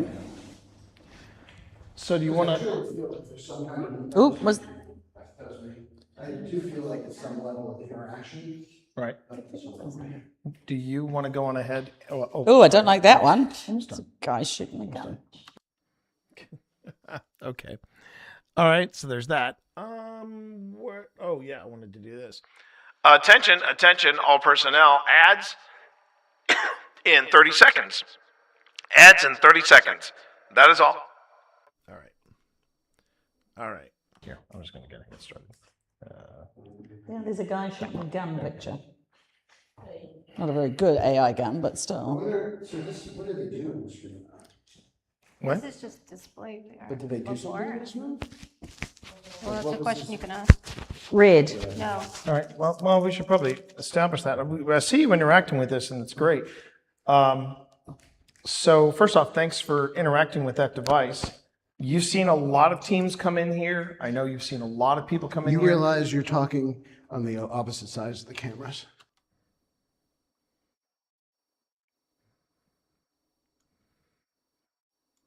I have two cameras hitting the same angle, so either here or... If you had it rough here, and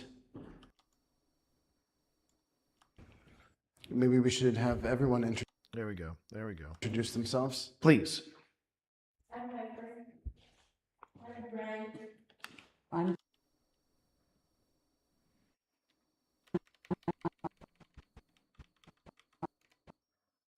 Okay.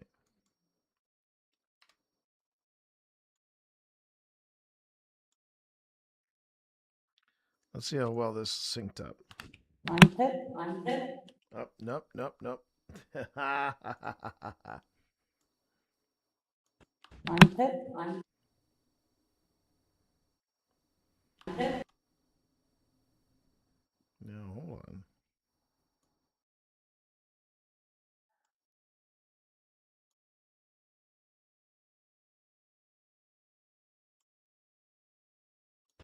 I'm Pip. I'm Pip.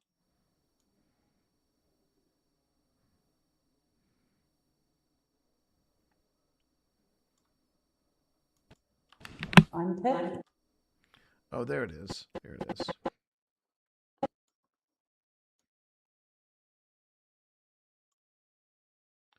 See how that goes. I'm Pip. I'm Tina. Okay. Okay, we actually have pretty decent. Out of respect, Mm-hmm. you know. Someone's interacting with it. Temperature interactions. I'll take that. See if that does not want to stay. Now, let me see. What was Ooh, that was the second hit on the. Is that a long time? Oh, I Yeah. heard something else beeped. No, it was the same tone. Oh, I love it was when green the on, audio lines up. on Simon. Okay, is it on? Yep. Okay. Yep, because I see the red light blinking. Well, if you're interacting with it, thank you. Yeah, thank you for that. I'd like it to the less, like say, okay, it's cooler, it goes warmer. We'll just call it interactions. Yeah. So do you want to? feel like there's some kind of. Oh, was. I feel like it's some level of interaction. Right. Do you want to go on ahead? Oh, I don't like that one. There's a guy shooting a gun. Here, I'm just going to get started. Yeah, there's a guy shooting a gun picture. Not a very good AI gun, but still. What did they do in this room? What? This is just displayed there. But did they do something in this room? Well, that's a question you can ask. Red. No. All right. Well, we should probably establish that. I see you interacting with this, and it's great.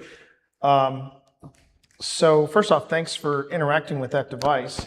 You've seen a lot of teams come in here. I know you've seen a lot of people come in You here. realize you're talking on the opposite sides of the cameras. No, this one is talking. This one is shooting this way, so I Oh, can't. it's getting you? I can't see you? Okay. Yeah. Those other cameras, I'm not. Well, and that one is shooting this way, but I can move that camera if you think I should.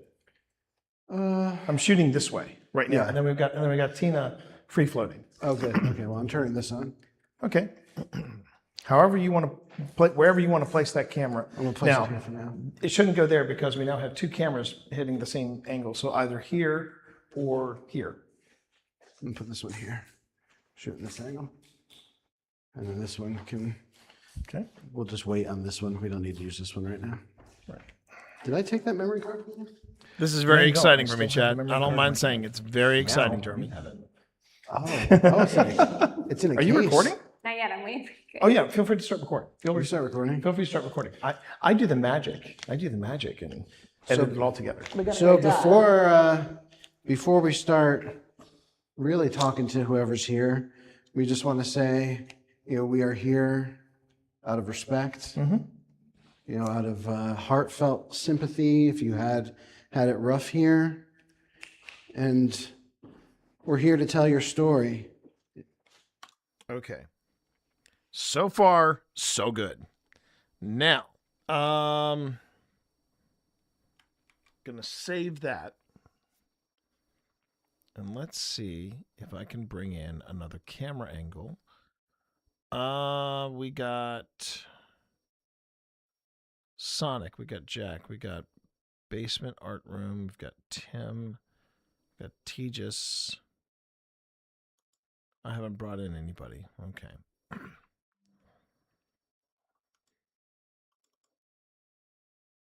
Let's just see what. Okay. So this was the first one right here where, okay.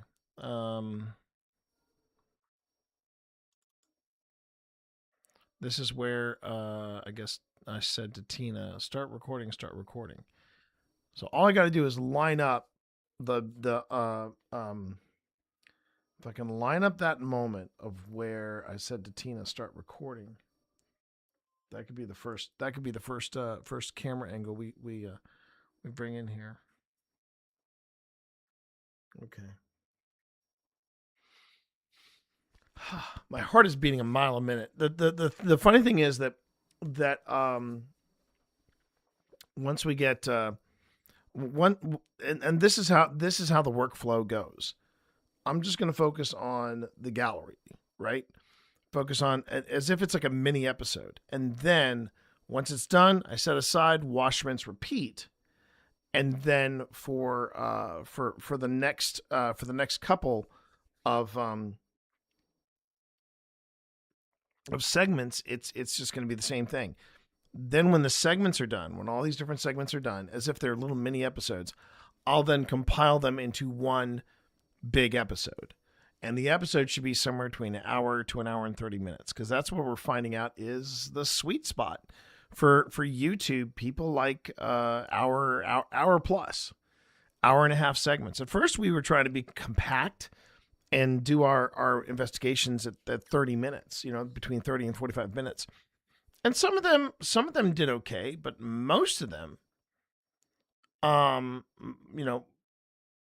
of them are okay, but it was like when we started going beyond, when we crept in closer to an hour and then we got beyond an hour, that's when we noticed things changed and people were watching more. And I think what it was some people were putting us on in the background, which is why you see people, sometimes they will go on ahead and they'll actually have compilations of different themed investigations. They're 3.5 hours, and it's some of their better performing stuff, mainly because people are putting it on in the background and saying, yeah, this is good. This is what we want. So, there it is. There it is.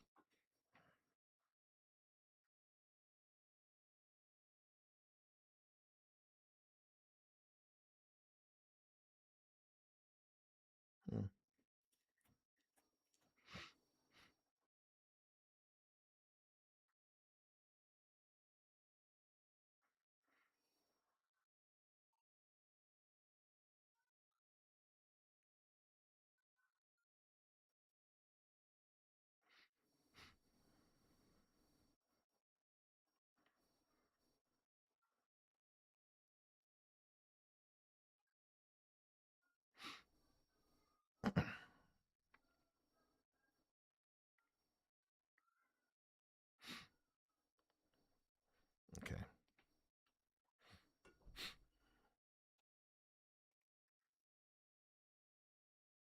What did I do? Because I double clicked on a file, now you're saying that I have to pay the I have to pay the price? No, I think we got it. Okay, fantastic.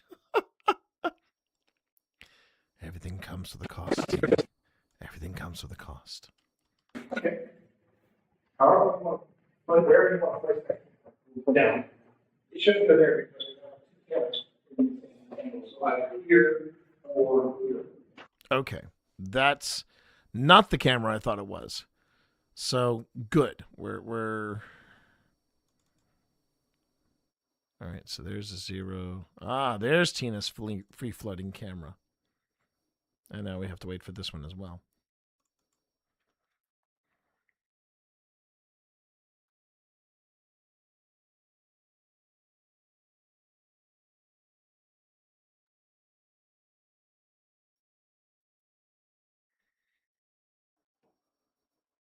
Okay. Well. Okay. I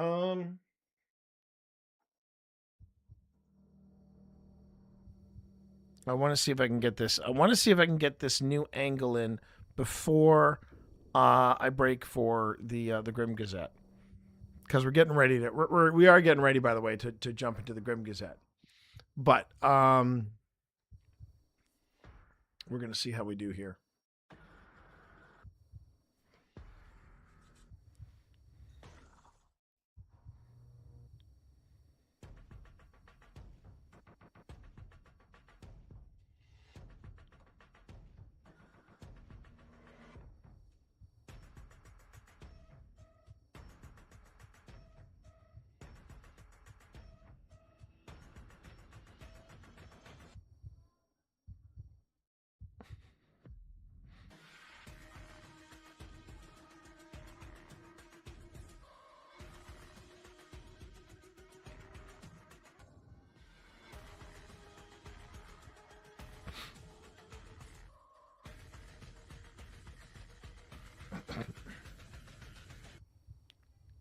Okay. Let's see what we got here. I do the magic. I do the magic. Okay, that's me saying, I do the magic. I do the magic. Don't ask me why I'm doing that. Don't ask me why I'm doing that, because I honestly don't know. I do not know. I do not know why I'm saying that.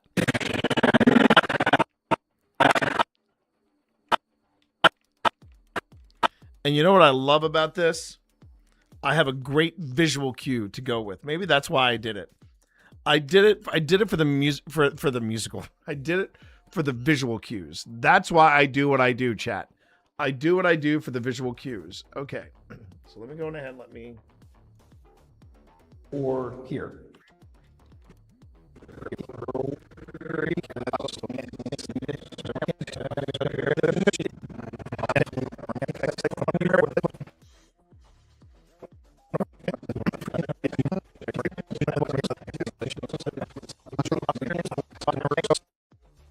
So first off, thanks for interacting with that device. You've seen a lot of teams come in here. I know you've seen a lot of people come in You here. realize you're talking on the opposite sides of the cameras. No, this one is talking. This one is shooting this way, so I can't. It's see getting you. I can't see you. Okay. Yeah, those other cameras, I'm not. Well, and that one is shooting this way, but I can move that camera if you think I should. I'm shooting this way right now, Yeah. and then we got Tina free floating. Okay. Okay. Well, I'm turning this on. Okay. However you want to play, wherever you want to place that camera. I'm gonna place it here for now. It shouldn't go there because we now have two cameras hitting the same angle. And yes, most of this stuff is going to get cut because nobody wants to see T play Steven Spielberg. Okay, they want to know. They want to be. They're here for the ghosties, and this is why you just start recording. Because one, you never know what you're going when you're going to catch something. When, two, this is also stuff that once you get into the groove, you don't have to, turn everything on and make it happen. So either here or here. I'm gonna put this one here. Shoot this angle. And then this one can. Okay. We'll just wait on this one. We don't need to use this one right now. Right. Did I take that memory card? No, you don't. I still have the memory card in my hand. Yeah, Now you have it. It's in a Are case. you recording? Not yet. I'm waiting for you. Oh yeah. Feel free to start recording. Feel free to start recording. Feel free to start recording. That's it. That's the moment. Okay, so let's see. Let's see. Okay.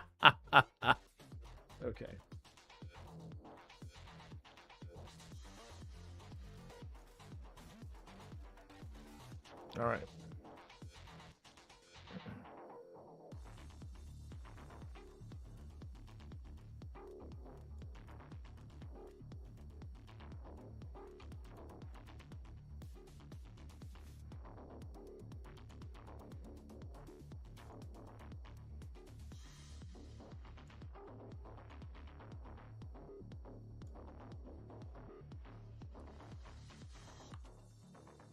I do the magic.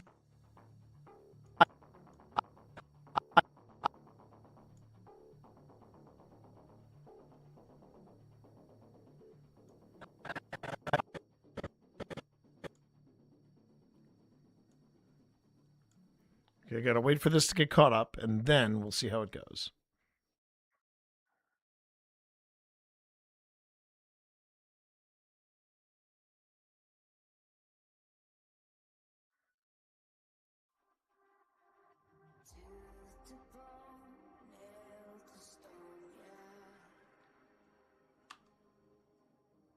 I do the magic. I do the magic, and okay. The audio is checking out just fine. But now we got to get that second video clip in, and we are golden. We are ready to go.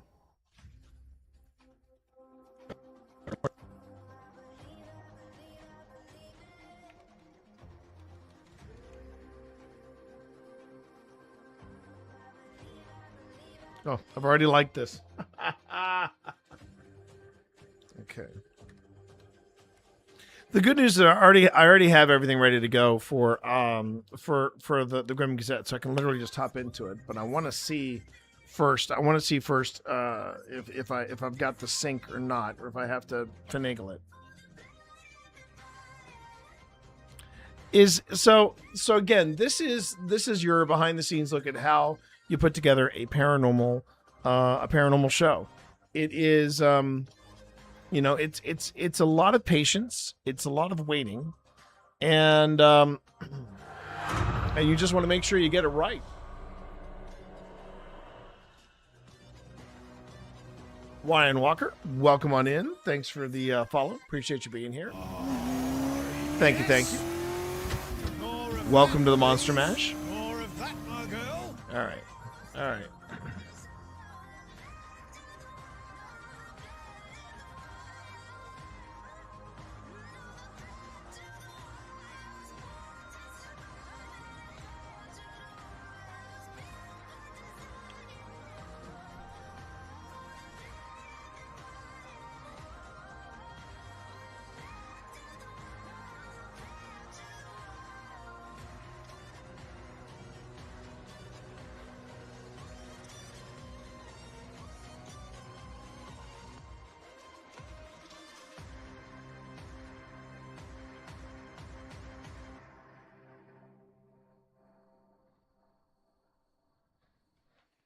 Okay.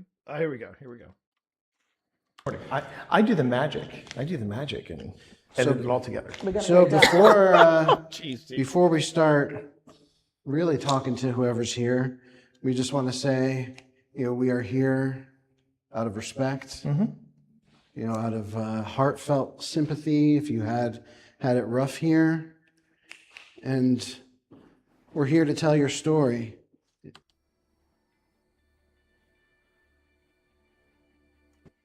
We're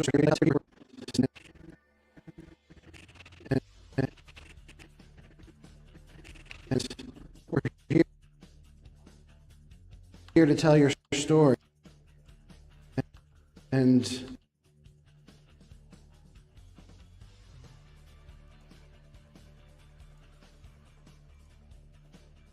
if I zoom out just a little bit.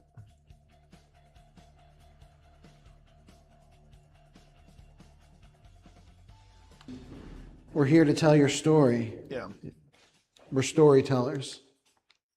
And we love the opportunity to share stories, especially the stories that sometimes are forgotten. I'm Phil. And I am his pal T.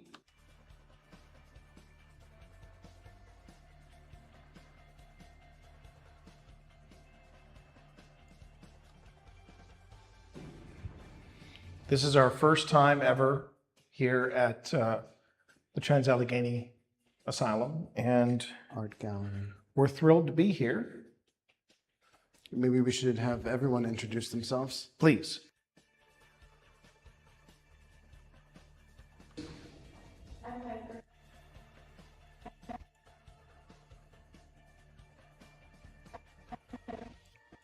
I already like it. I already love the idea and the concept of this free-floating camera just following us around. I love this. I'm Pip. I'm Tina. So if there is someone here with us right now, could you give us a sign? That's you. That's me.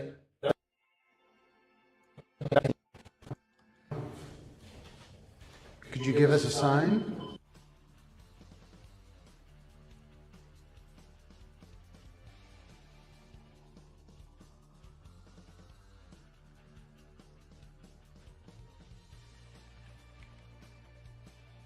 That's you. That's me.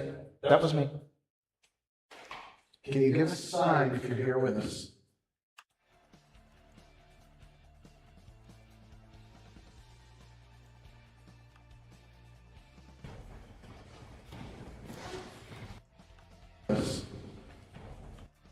Wait, is there a...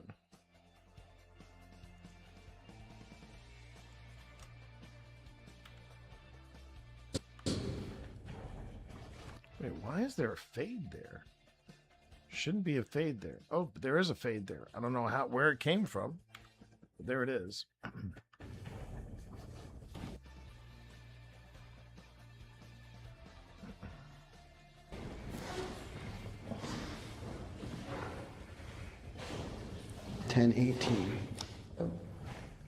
Are we going to do Yeah. vigil? I was gonna suggest, Phil, if you're up for it, we could always do a 20 minutes of a vigil. I was thinking 10, since we're doing 90 minutes in here. 15 then.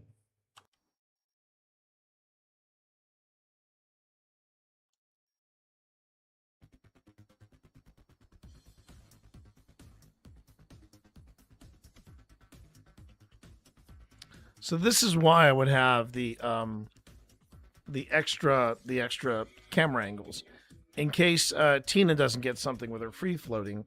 I can go on ahead and I can dick her around and go, okay, we're gonna use this camera angle for here, and etc. etc. So I have to import in here the footage from Taika, and that's my second angle, and then there's Tejas, which is Phil's second angle. And we'll have to look between the two and see which one yields the better footage. I know Taika is the one where we went where it's so for me Taika is low light or infrared, and then Kenneth, which is this one. That is that's full color, but I have a light so that when the lights go out, there's a light that's being used so that you can see what's going on. Okay, that is a good place to stop for the production. That's a good place to stop for production. So we're gonna go on ahead and we are gonna take a very brief break. It's pretty much a bathroom break. It's also a hydration break. So, but also, hey, look, if you haven't taken your meds, please take your meds. If you haven't had a chance to stretch, please stretch, because I'm going to stretch. And we are going to start up just before 6:30, and we're gonna start the Grim Gazette at 6:30. Okay, so thanks everybody for watching, and we will be right back.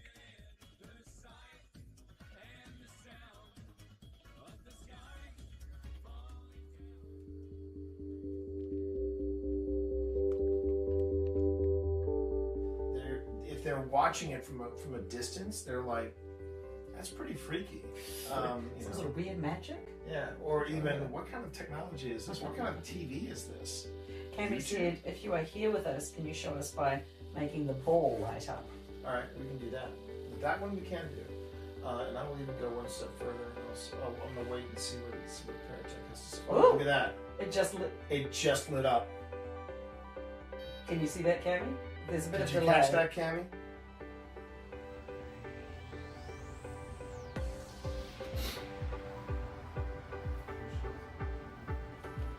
Are we speaking to the Major?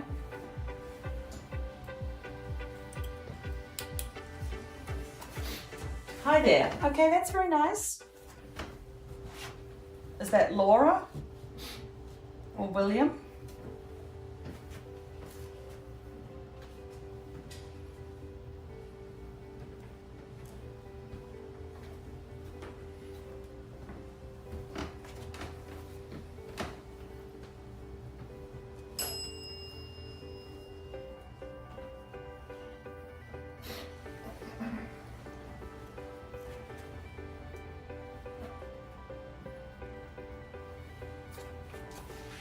Anger. Okay. So you say hi there, and then you say you're angry. What are you angry about? Just pointing out that the green light over there is going a lot. There's a lot of activity on that green light over there. This is T. I'm hearing voices on this side of me over here. I'm hearing voices. Is Tina on this side of me? No, no one's on that side. There's no one over there. I was hearing somebody talk over there. Okay. Hold on. Okay. Sorry, I didn't even think about that. Thank you.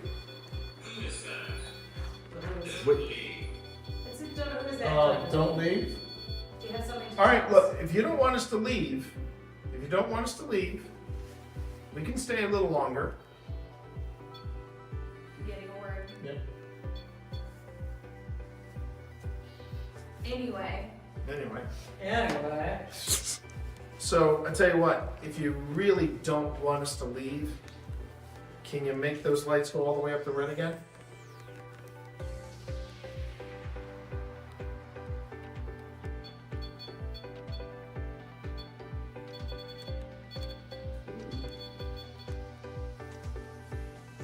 Okay. Then we'll just go to we'll go to damage control. If you're cool with it. Okay. All right. Thanks a lot. I mean, Step away from that, please. Step away from it. Thanks. Thank you, Sailor.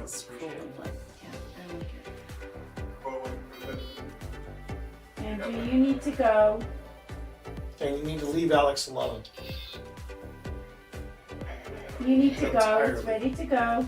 Yes, entirely. You need to leave. You need to. But I know her. No, you don't. No, you do not know her. You don't know any of us.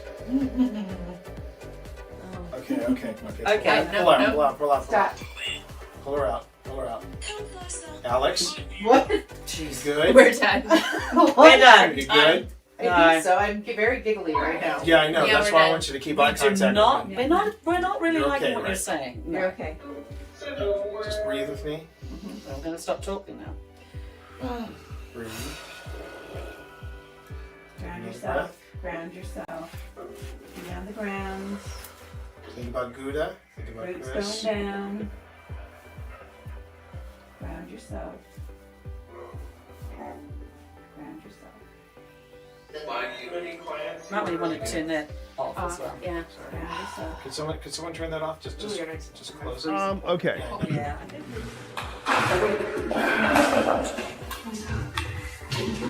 Oh, I gotta send that to Phil. I gotta send that to Phil. That's a great catch. That's a great freaking. That just made my stream right there. That's a great catch. That's a great catch.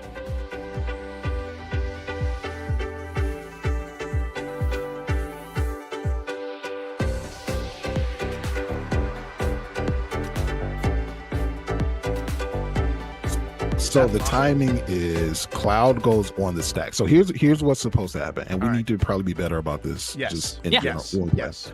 Cloud goes on the stack. What's Right. supposed to happen then is we ask, is there any responses? It is that point that you say in response, blah blah blah, countering spell. So you would have the opportunity with Cloud on the stack to respond. Okay. I'd like to try this, Steve, if you're okay with it. I'm not going to be okay with it, but I'll let you know. That is the funniest one. Absolutely. I just have to make sure I can do it. I don't know why I asked that. That was a sandworm convergence. Okay. Creatures with flying can't attack me. Or planes. What? Yeah. Or planeswalkers like. Thor was like, "Oh, well done, Mr. Bond. Well done." Literally, totally screws Mike up. Exactly. Wow. And at the beginning of my end step, I create a 5/5 green worm creature token. Gee, Where is wow. that card? Okay. Where's that card? Hang on. Where's that card? I'm kind of curious as to why you do not wish to attack Mike, because I thought I was doing us all a solid by taking out the voice of duality. You did, and then in return, you put a 10-8 on the. Yeah, because Yeah, I've got where nothing else. Mike, So the shut thing up! is- You shut your whore mouth right now, Mike. Okay, I would. Okay, if he doesn't want me to staying talk, out of I it. would I'm say joking. Noir. I'm joking, Mike. I'm 100%. joking. Definitely I'm joking. untap, so we can all draw those 8 cards. I'm just saying. I'm down to draw the 8 cards because you have lifelink, right? Because you get life from that. Noir. I have lifelink. Yeah. Okay. You know, I have different ideas. All right. So here's what's gonna happen. I love you, I am Mike. going to pay the 1 energy. We're gonna go down to 5. Hold on a second. I'm having a. What do you Untap. mean? Why am I being mean to Mike? He's being mean to all of us. He started it. Mom, he started it. Oh, let me draw my card. Are you hearing this, Mike? Are you hearing this? Are you hearing this, Mike? Oh, Yes. I love that so Rosa, much. yes. The numbers next to our names all are life. She is a goddess. Yes. Yeah. Oh, Twitch has something to say in Yeah, chat. I see it. Oh no! Wait, what? Twitch. That's wild. Listen, Twitch. What's up, Twitch? I have this many cards in my hand, and I'm allowed to because I have a card that lets me. Okay. No, he said they're saying I cheated. They're saying I. I said T. Yes, I said T cheese. Yeah, and I said you do. And I said, go and ask him. I said, and yet I still lost. So Twitch, mind your own, mind your own farm, okay? Mind your own farm. Oh man. Funny All how. right, I'd like to talk a little bit about Twitch and their history of sports play. Twitch cheats harder than some of the Real Housewives of Bel Air. I got to tell you right now, this is really out of control, and Twitch needs to really mind their own P's and Q's, especially with some of the stuff that I've seen late night on their channel. But that's another story for another time. Anyway, This is not my fault. This is not my fault. I just want you to know, not my fault. Twitch. Okay. I can't quit I'm you. about to get I me just banned can't off quit my you, own Twitch. channel. Right, That right. is Hey, so damn PT. funny. I wanted this whole turn to play out before I said anything. Yeah. Sorry, I think No, okay, that's where it is. Okay, so hold up. So there we go. So there's these 9 will go to the bottom, or these 8 will go to the bottom. A lot of stuff happening here, Then- chat. A lot of stuff happening here. That will go back on top. It's not done. I know it's not. And then I know get it's to not. draw a card. So I get to draw a card here because of that. And then, yeah, so Prez, 5 and 3 coming your way. Either of them trample. Nope. I will block with 2/1/1s. All right. So, kids, this is how atomic energy works. And all right. I have become death. 1, 2. I didn't say nothing. Listen, what you do, what you do, boo boo. Let's go for it, baby. 5 and 8 to crew. Why would I do something like that? Why would I? I'm not- Station mother effers. Okay. And that means that now my in spirit is flying, and other artifacts I control have hexproof and are indestructible. Mm-hmm. Am I done? Let me double check. Don't get cocky. Don't make me Don't get cocky, kid. John Bagel, hashtag strategery. Thank you, Epic. Thank you, Epic. Thank you, Yosoi. I love you. Oh, sorry, that was Epic. I thought that was John Bagel. Yosoi I Epic. just saw that now. And Yeah. and I want to make sure this is clear to everybody, not just here in chat, but also here amongst my pod. This is the first time my long-term strategy has ever worked. And on that, I end my turn. And we are back. Everyone. It's been a bumpy day, I admit. Been a bumpy day. Trying to make some things work on stream.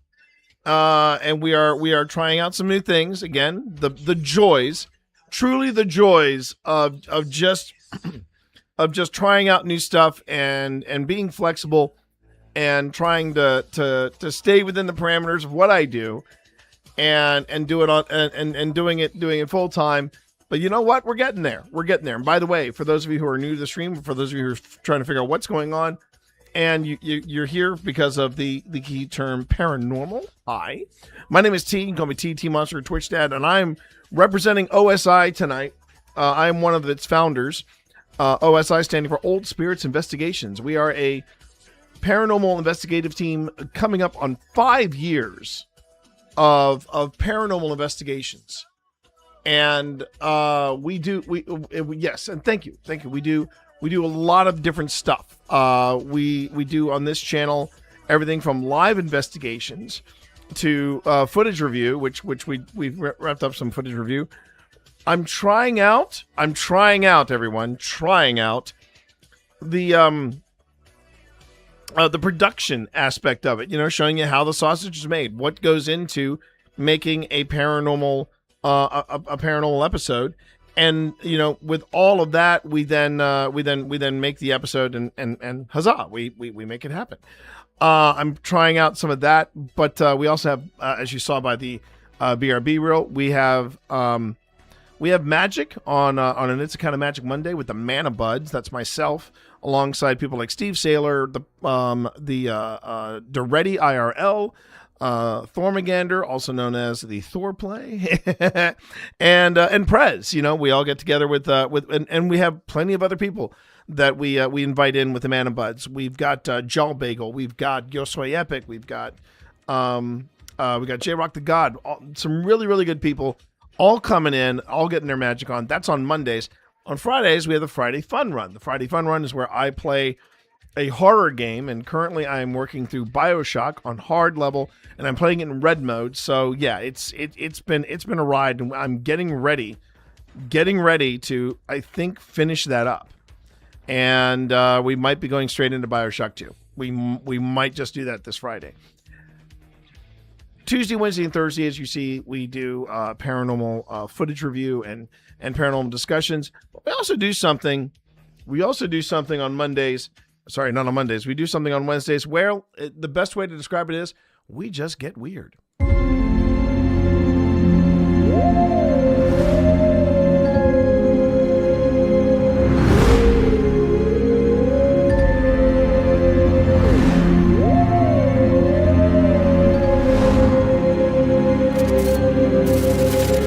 Yes, ladies and gentlemen, it is time once again, live on Twitch and on YouTube. It's the Grim Gazette. This is your weekly dose of weird news, of paranormal analysis, and that's why I say paranormal analysis.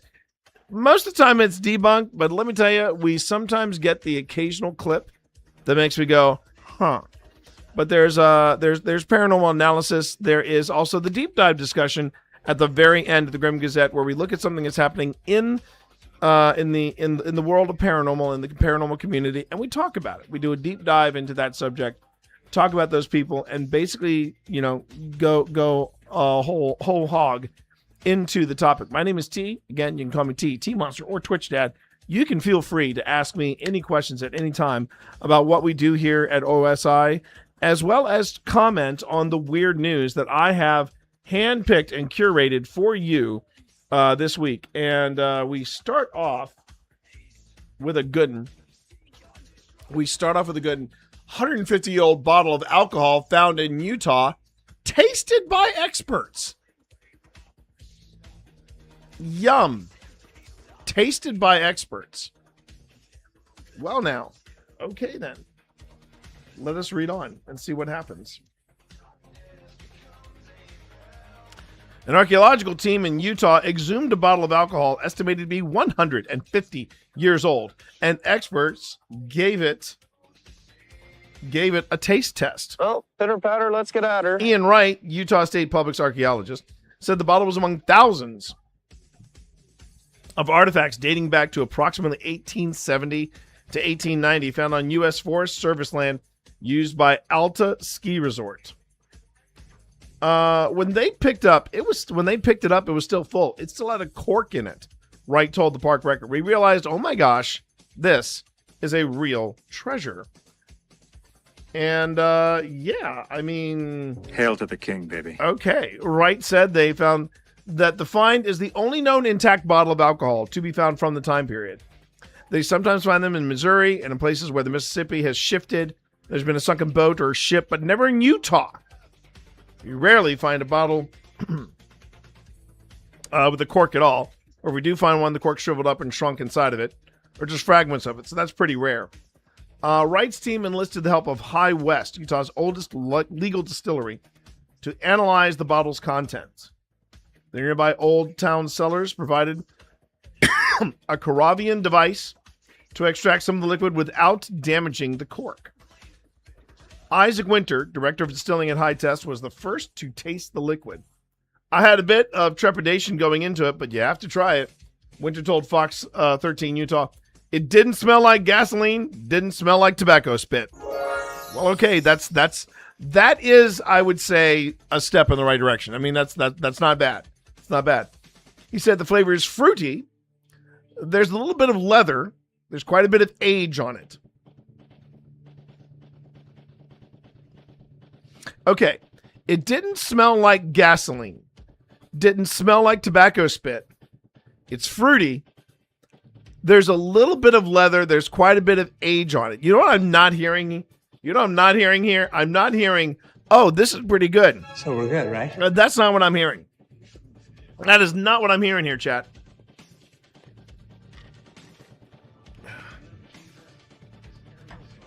Tara Lindy, director of sensory and product development at High West, said the flavors were complex. First, there was some type of oxidated fruit note, Lindy said. The experts say the liquid appears to be a low alcohol beer rather than a liquor. They're now hoping to recreate the beverage. The very bottom of the bottle was sort of turbid. It was sort of milky. That's it, man. Game over, man. It's game over. I think I just threw up in my mouth a little. I'm just going to come out and say it. I think I threw up in my mouth a little. We're going to take that back and hopefully plate it out and find some usable yeast on it, Winter said. I mean, okay, I guess. I mean, dang, son, dang. It just doesn't sound good. It just doesn't sound good what they're drinking. I mean, I'm trying to. I mean, so okay. Look, I don't mind saying it. Once upon a time. Oh, by the way, I got to fix something real quick. I realized I did not. Before I changed scenes, I didn't do something here, so I got to fix it. Yeah, that's what I didn't fix. There you go. There you go. Okay. Back to the back to the news story. I mean, when you describe something as a kind of oxidated fruit note and then turbid, the very bottom was sort of turbid and milky. I'm just going to come out and say it. It sounds like something inside of Markiplier's new movie, Iron Lung. It does. It sounds just like that. I mean, and here's the thing. I used to be a beer snob. I used to love all the wacky, weird microbrews. I think a lot of them have been leaning towards making IPAs, which I'm not. I mean, Phil's the IPA guy. Phil's the IPA guy, and it seems like they all have these different phases. And if they're not making IPAs, they're making sours. Sours are, in my opinion, tough to make because when they turn out great, oh man, they're delightful. But much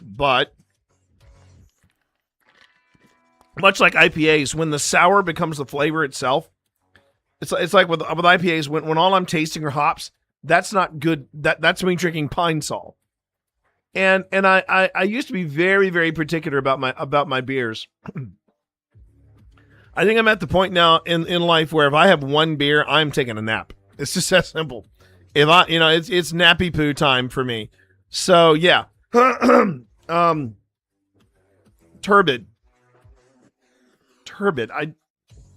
Oh, hell no, Karen.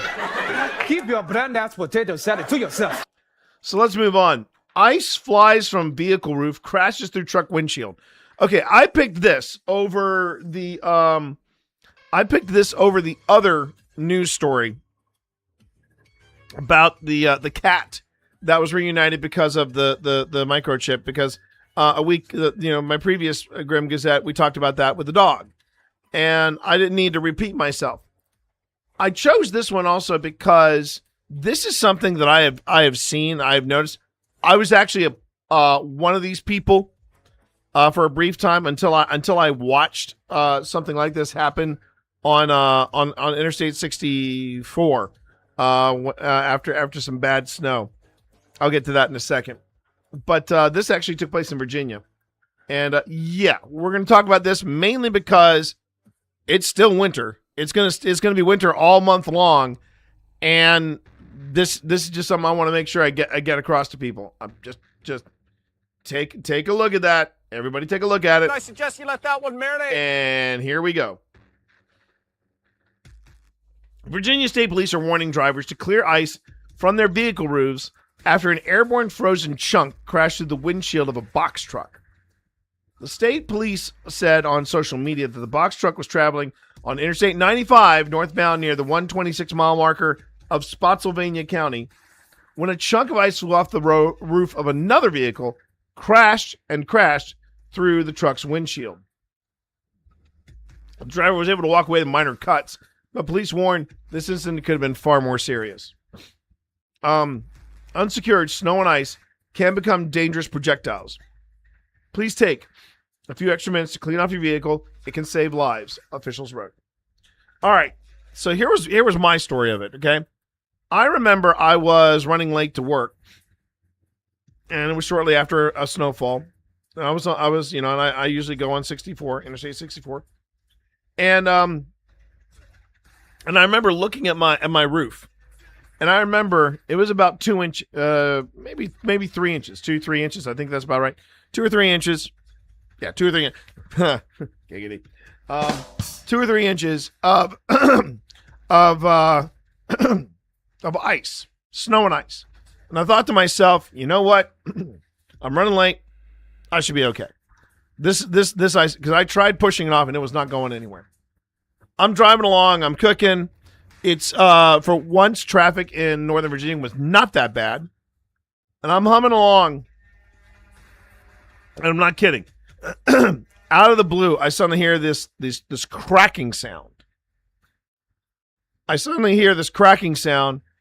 And then I look in my rearview mirror and I see the top section of my roof, the ice and snow part of it, literally lift up, and before it could do a complete flip, it landed on the ground and it just shattered.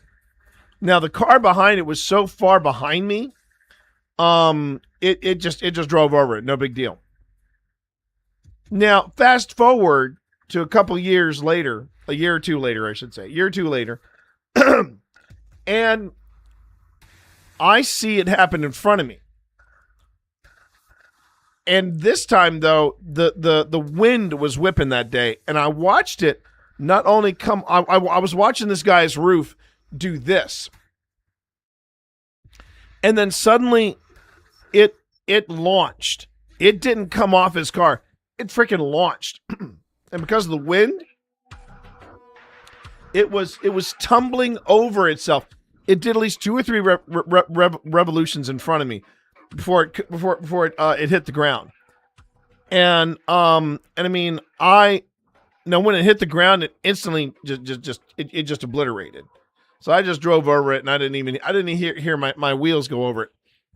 But I was here, and there was a car in front of me, and I remember the minute I saw that thing take off, I saw this guy's lights go on, and I immediately pumped mine. If there was somebody behind me, I said, I am stopping this car. And we both gave this guy plenty of room. But ever since then, I have made it a point. I have made it a point that I am going to clear off my... And I hear people go, and I can't... Then you know what? If you can't reach it, you get yourself a freaking broom. And you shove that thing off. Because otherwise it is going to be it is going to be a show, and you can be held liable for that sort of thing. Libel, is that the word I'm looking for? You can be held responsible for that sort of thing. For if that ice sheet comes off your car, and you never know who does and who doesn't have dash cams. I'm actually I want to invest into a dash cam. Because you get caught on video, you're gonna be I've had too many close calls to say maybe a dash cam would be a good thing. And with everything else going on, maybe a dash cam is a must. Maybe that's a must have. Maybe that's a must have. Since we are in the first week of February, it is only fitting that we talk about Punxsutawney Phil. Oh yeah, Punxsutawney Phil, everyone. Probably the world's most famous weatherman outside of Reed Timmer. And if you don't know who Reed Timmer is, you should do yourself a favor and you should find out who Reed Timmer is. Because Reed Timmer, in my opinion, he is the Indiana Jones of weather. I love Reed Timmer. If Reed Timmer shows up in your town, you better just either A, if you can, run for the hills, or B, hunker down because something bad is coming. Something bad is coming. I guess they did replace Punxsutawney Phil, but here we go. Punxsutawney Phil said to have seen his shadow, forecasting 6 more weeks of wintry weather. 6 more weeks, so says Punxsutawney Phil. Thing is, though, this is the thing about old Phil. I never see him coming out of the hole anymore. I just see them lifting him up, and then they read a proclamation. I'm like, these guys are just flipping a coin. I mean, people say I'm goofy for people think I'm goofy for going out and hunting ghosts and stuff like that. Yeah, but then there are people that crowd around a freaking hovel for a groundhog. They lift them up, and you think Springsteen's playing. Everybody loses their minds. Everybody thinks they're losing their minds over these freaking groundhogs. So please do not criticize me for wanting to explore the paranormal, because this is some weird stuff right here. Punxsutawney, PA, Punxsutawney Phil predicted 6 more weeks of wintry weather Monday, a forecast sure to disappoint many after what's already been a long, cold season across large parts of the United States. His annual prediction and announcement that he has seen his shadow was translated by his top hat wearing handlers in the Punxsutawney Groundhog Club. Let's see. Let me just see. I was going to check something here. I just want to check something here. How would you feel, Pip?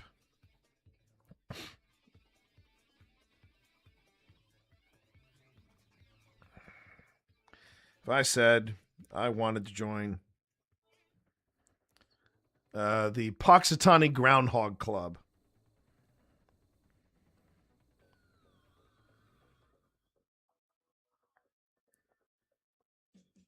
The punk? Oh man, that's a tricky. That's man, they must teach kids in like kindergarten to teach that one, to spell that one. Punxsutawney. There we go.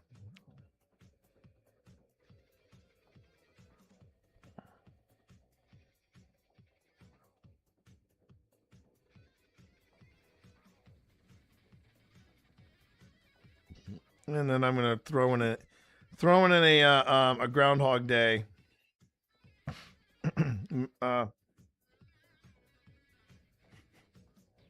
Let's see. Here we go. Let's see how that works. I want to see what happens. What my wife thinks of that. Okay. She's heard me talk about some weird things in the past, so this ought to be a good one. All right.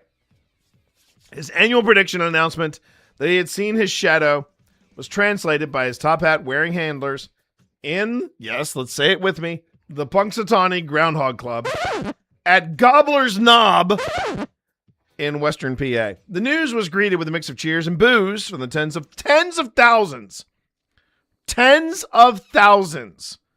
who braved temperatures in the single digits Fahrenheit to await the annual prognostication.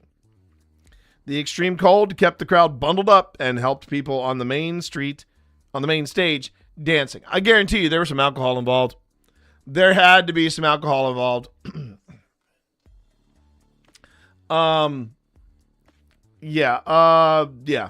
There had to be some alcohol involved. There has to be. Single freaking digits. Usually guests can come up on stage and take pictures of Phil after his prediction, but this year the announcer said it was too cold for that, and his handlers were afraid to keep him out too long. Let's interpret that for what it is, since they do the interpretation of what Punxsutawney Phil sees. They were too cold. They were like, F this crap. We're making the announcement, then we're getting the hell out of Dodge. Because this kind of weather is for the birds, man. Instead, the audience was asked to come to the stage, turn around, and do a selfie. In New York, the ceremony for Staten Island Chuck was streamed live, but closed to the public because of the cold. Chuck was said to have also predicted 6 more weeks of winter. The Punxsutawney Club said that when Phil is deemed to have not seen his shadow, that means there will be an early spring. When he does see it, it's 6 more weeks of winter. Phil tends to predict a longer winter far more than an early spring. The annual ritual goes back to more than a century, with ties to ancient farming traditions in Europe. Punxsutawney's festivals have grown considerably since the 1993 movie Groundhog Day, starring Bill Murray. And one of the last films that Harold Ramis ever directed. Other Groundhog Day predictions roll in.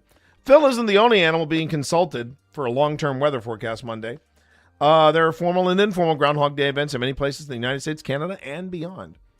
Michael Benos, who tracks Groundhog Day predictions at countdowntogroundhogday.com,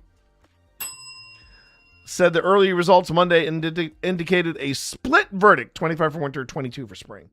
That's just the start. Benos expects to tally about 100 events.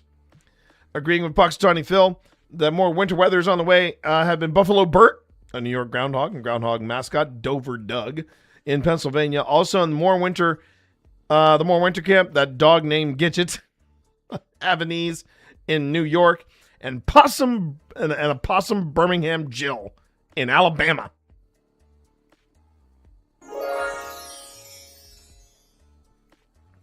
Those predicting an early spring include groundhogs Buckeye Chuck in Ohio, Fig Newton in North Carolina, and Sabentaji Sam in Nova Scotia, along with Benny the Bass, a fish in Ohio, and a Pennsylvania ferret, Jessup Giuseppe. Shovel. Oh my God. We are doomed as a society, chat. We are doomed as a society.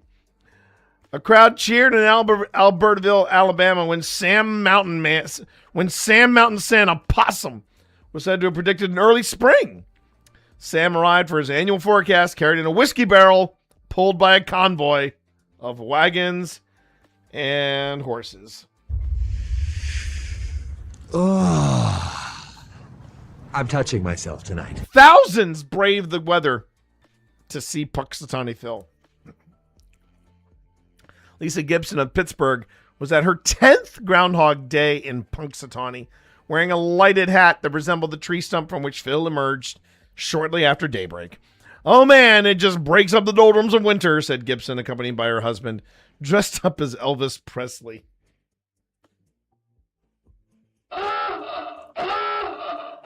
Oh my God. And teenage daughter. You know that teenage daughter. Pip just responded, "What now?"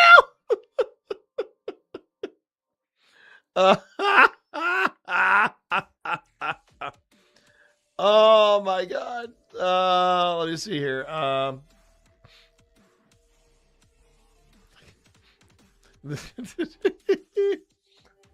my God. I love my wife. I mean, I'm picturing this lady with a light up hat. I'm picturing the husband dressed as Elvis Presley. And there's the teenage daughter.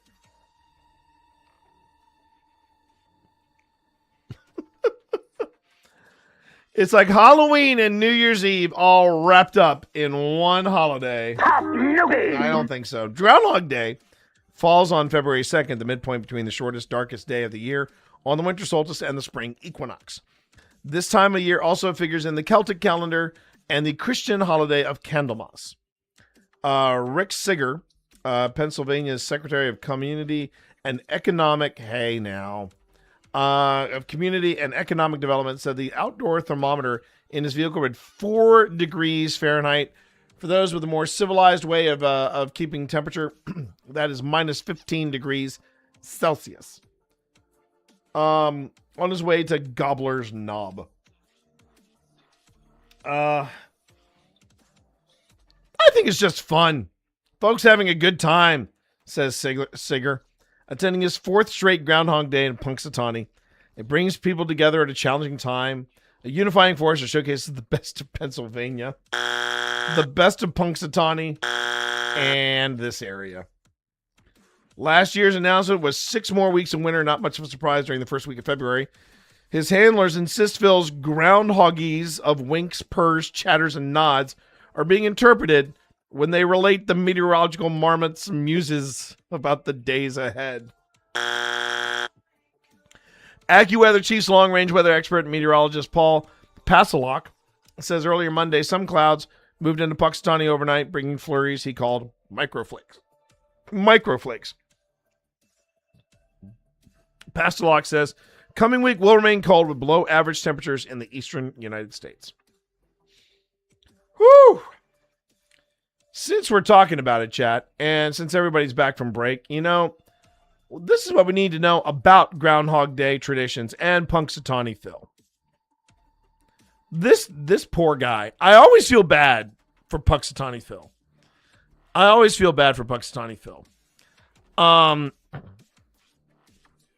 Because you can tell he does not want to be there.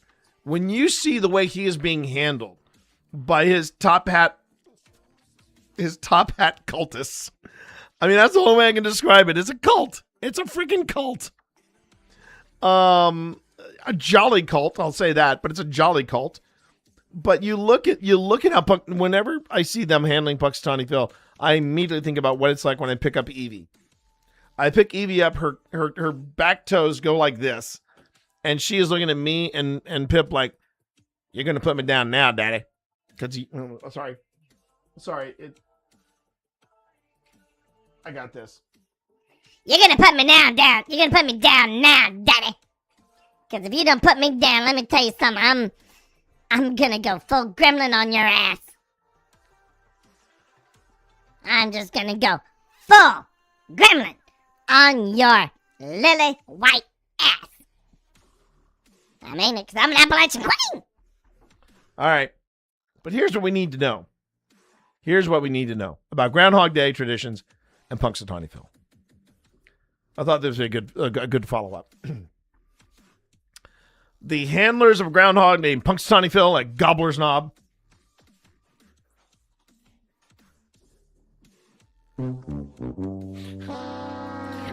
I'm 12. Okay. The handlers of a groundhog named Punxsutawney Phil at Gobbler's Knob in western PA announced that he saw his own shadow Monday morning, thereby predicting 6 more weeks of winter and not an early spring. Thousands attend the annual event that exploded in popularity after the 1993 Bill Murray movie Groundhog Day, which is a good movie. It's a good movie. It's part of a tradition rooted in European agricultural life, marked by the midpoint between the shortest day of the year on the winter solstice and the spring equinox. And in eastern and central Pennsylvania, where people of German descent have been watching the groundhog's annual emergence from hibernation for centuries, there's a tradition of groundhog clubs and celebrations that are independent of Phil. Some dismiss the Punxsutawney event held every February 2nd as an unworthy rival to their own festivities, which they say forecast more accurate weather predictions. There has been weather predicting groundhogs in many U.S. states and Canadian provinces, and less formal celebrations far and wide. One thing, it's not serious business. We know this is silly. We know this is fun, said Marcy Galando, executive director of the Punxsutawney Groundhog Club. We want people to come here with a sense of humor. The holiday origins. Celtic people around Europe mark the 4 days that are midway between the winter solstice, the spring equinox, the summer solstice, and the fall equinox. What the Celts called Imbolc is also around when Christians celebrate Candlemas, time to Joseph and Mary's presentation of Jesus at the Temple of Jerusalem. Ancient people would watch the sun, stars, and animal behavior to guide farming practices and other decisions, and the practice of watching an animal's emergence from winter hibernation to forecast weather has roots in a similar German tradition involving badgers or bears. Pennsylvania Germans apparently substituted the groundhog, endemic to the eastern and Midwest United States. Historians have found a reference in an 1841 diary to groundhog weather forecasts in early February among families of German descent in Morgantown, Pennsylvania, according to the late Don Yoder, a University of Pennsylvania professor whose book about Groundhog Day explored the Celtic connection. Yoder concluded the festival had roots in ancient, undoubtedly prehistoric weather lore. See, this kind of stuff I find fascinating. Because we can talk about, we can talk about the knob. Or we can actually go into this is where we get the weirdness of Punxsutawney Phil, of Groundhog Day, of saying, okay, we've got this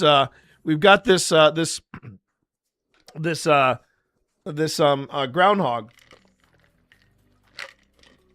Let's make a show of it, you know? And instead we're talking about we're talking about the traditions that led up to this. And I think that is kind of cool. So let's go ahead and let's deep dive into this. Why is it celebrated in Punxsutawney? I would say just because you can say you're a Punxsutawney. You know, you're a punk. You're punks. You know? I love it. It just rolls off the Punxsutawney. I mean, it looks like an absolute vomit of letters, but then it just rolls off the tongue, Punxsutawney. So yeah, I think it just flows. But let's talk a little. Let's talk more about this. Why is it celebrated in Punxsutawney? Punxsutawney is an area that Pennsylvania Germans settled, and I bet they got great sausage there. I bet they got great. We got a place close to us called the Bavarian Chef, and they do things with sausages that I'm telling you right now, chat, should be illegal. I mean, it's good food. It's really good winter food. In the late 1880s, it started by celebrating the holiday by picnicking, hunting, and eating groundhogs. The Bill Murray movie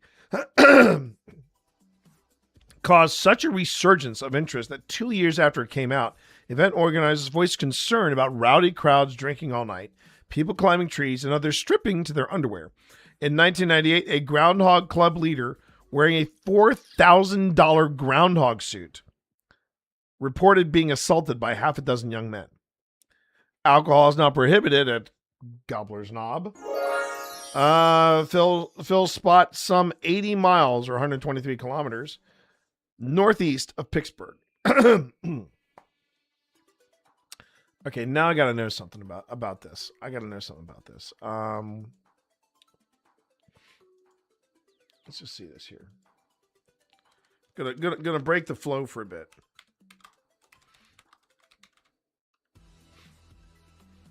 All right. So Groundhog Day came out in 1992.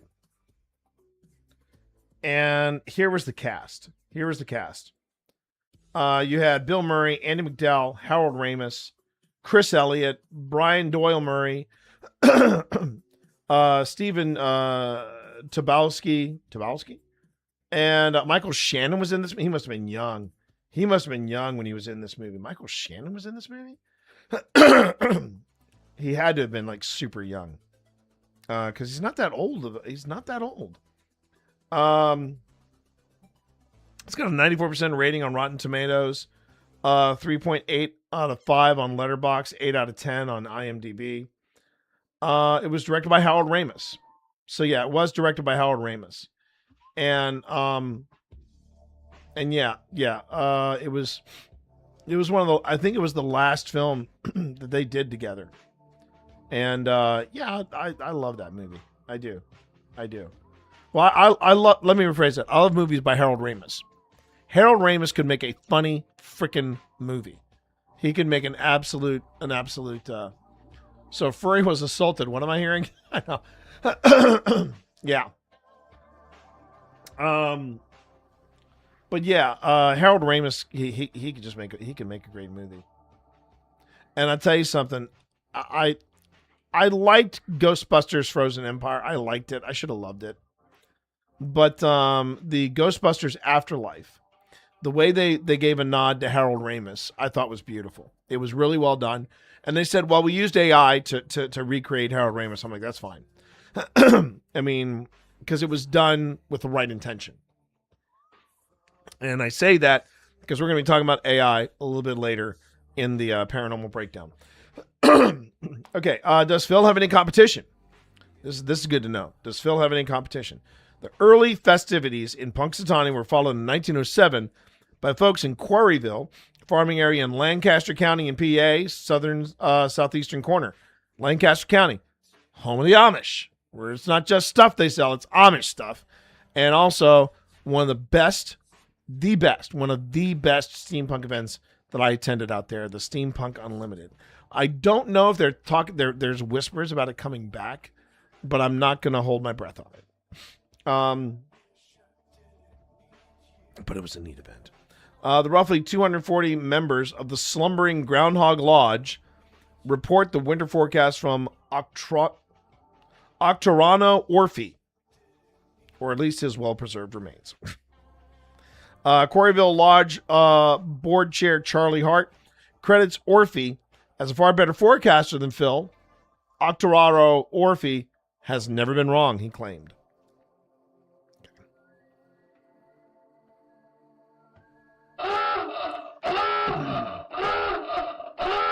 The groundhog is a member of the squirrel family and related to chipmunks and prairie dogs. It is also known as a woodchuck, a whistle pig, or in the parlance of Pennsylvania Dutch, a language with German roots, Grundsau.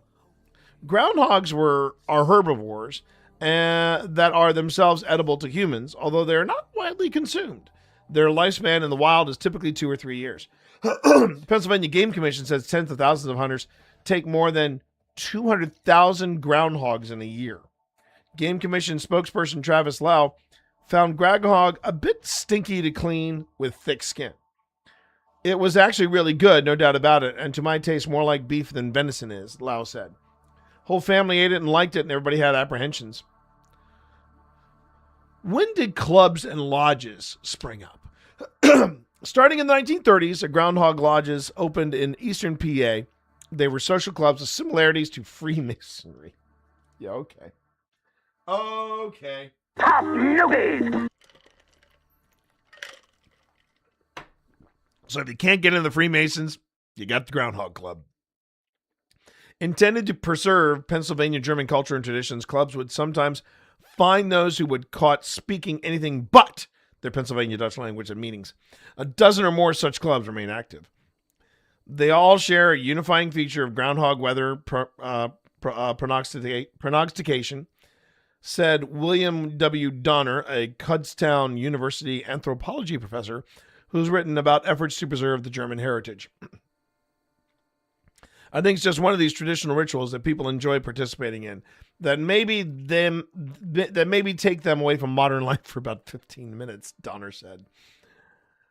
Did Phil get it right this year? Some well-meaning efforts have sought to determine Phil's accuracies, but what 6 weeks of winters mean is debatable. Claims that a groundhog has or has not seen its shadow and that it's able to communicate that to a human are also fair territory for skeptics and the humor inspired. By all accounts, Phil predicts more winter far more often than he predicts an early spring. Groundhogs are mostly solitary creatures who start to emerge in midwinter to find a mate.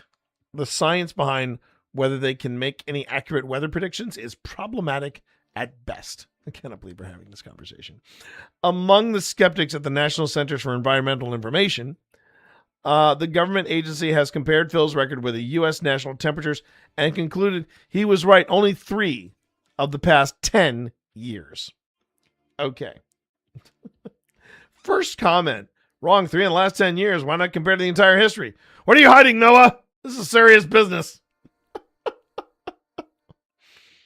Oh, people, man, people. I love it. I freaking love it. How is everybody tonight? I should have put some alcohol in this. So now your brain should be a little bigger, and it should be, Puxatani'd to the max. No, I do. I love that kind of. I love that kind of. I love that kind of just weirdness. I do, and I also enjoy finding out the facts behind the folklore of why groundhogs, why Puxatani Phil, why Puxatani, things like that. And that concludes. It's a shorter segment because we had fewer stories to choose from. But that concludes this weekly segment of weird news from the Grim Gazette. We now move into paranormal analysis, and I want to revisit this. So, okay. So until we start getting more clips from people, which you can do, you can actually go to our Discord. And you'll notice that I do have a channel there called Grim Gazette. If you go to our Discord and you follow the steps to get into the Discord, you can swing on over to the Grim Gazette channel.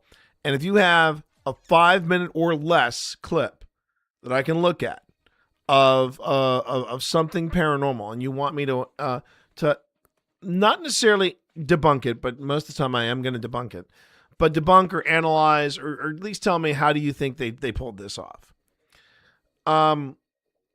Until we get more clips that I can make a full segment around, I'm going to be going to Nuke's Top 5. Now, here's my problem with Nuke's Top 5. I'm just going to come out here and say it. It is the lowest common denominator of quote-unquote real paranormal activity caught on camera. Okay? Much like the Warrens, I'm not really a fan, and I want to make sure that is clear. I am not really a fan of Nuke's Top 5 because he tries to pass off stuff as paranormal when it is farthest thing from it. It's weird, but it's not what I would call paranormal. On occasion, he will hit something, and it is freaking weird to a point of where I think it is paranormal. And we're going to take a look again. We're going to take a look at the Watts house, and and we're gonna cover the Watts house again because I think it's worth covering again. Here we go. Watts house. The strange events at the Watts family home in Colorado might be one of the most reliably documented hauntings of all time, because every piece of paranormal evidence comes from footage recorded directly by policemen on their body cams. Frederick Police Department, anybody in the house, make yourself known. Is there a reason why the video is frozen? Piece of paranormal evidence comes from footage recorded directly by policemen on their body cams. Frederick Police Department, anybody in the house, make yourself known. So Shannon Watts and her daughter Bella and Cece lost their lives under absolutely horrible circumstances, all at the hands of husband and father Chris Watts. So this POS claims that even to this day in prison, where he is, where he is rightfully rotting away, he claims that he is haunted by his children. To that, I wish I would say to the children, I would say, you guys got better places to be. You don't have to haunt this POS. He's not the daddy you think he is. The story behind this is pretty brutal. They don't go into it. You're gonna hear Nuke say that, or Nuke, the guy, the host. You're gonna hear him talk about that. But I'll give you the TLDR version. So basically, he was doing extremely well for himself, and I guess his wife had a penchant for MLM scams. And if you don't know what MLM scams are, because I got it wrong, I got it totally wrong. I thought it was a whole influencer thing. But it was more about MLMs that were the issues. And if you don't know what MLM stands for multi-level marketing. Think LuLaRoe. Think any of the stuff that you see people where, they're like, hey, I'm doing this thing, and if the 5 of you do this thing with me, we can all go into business together. And it's the thing about MLMs is it is an easy way to make money from home. It's a very easy way to make some serious bank from home, provided, and this is the big one. This is the big thing. Provided. Well, pitter patter, let's get at her. You are on the ground level of this when it starts, because the people who make the real money on this are the people at the ground level. Because then they get 5 friends, and the 5 friends get their 5 friends, and their 5 friends get 5 more of their friends. And then, of course, the thing is, though, is that it trickles down to the people who got in early, and the people who get in early, they're making serious bank. Meanwhile, the people who had just joined, they're trying to play catch up. And from what the story goes with this guy, he was making a killing, but she was losing money hand over fist in these ridiculous MLMs. And somehow I just remember somehow she was spinning it into some, she was doing all the social stuff, and she was, making herself out to be the next big thing in MLM influencers and stuff like that. And of course she had the 2 kids, and everything looks like it's going gravy. And he wanted out. He was done. He wanted out. And I guess he felt that he did not want to go through the proper channels of ending a relationship or ending a marriage. So not only did he off his wife, he offed the 2 kids. And they found the wife and the kids in a water tower in a on their farm or something. It was bad. It was bad. So so it's a rough story to watch. It is it's like watching that story of the influencer 8 passengers, that loony bin. It's rough to watch, but it's also like a train wreck. You can't not look away, right? But here's the funny thing about the clip we're going to see. I didn't see it on a ghost show. I did not see this. I did not find out about this in any kind of paranormal production. I found out about it on a true crime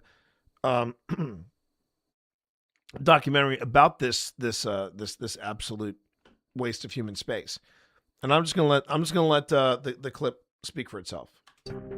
In fact, the details of the case are so grim that I'm not going to go into them here. But if you want to read the full story, you can simply Google the Watts family. In this video, 2 women from the police K-9 unit go through the Watts house to investigate the strange disappearance. Obviously, this video was recorded before the tragic fate of Shanann and her children were known. This footage is 100% real. It is documented police video captured by one of the investigators' body camera. So shortly after entering the house, they catch some strange video on the stairs. Smells like cleaning, doesn't it?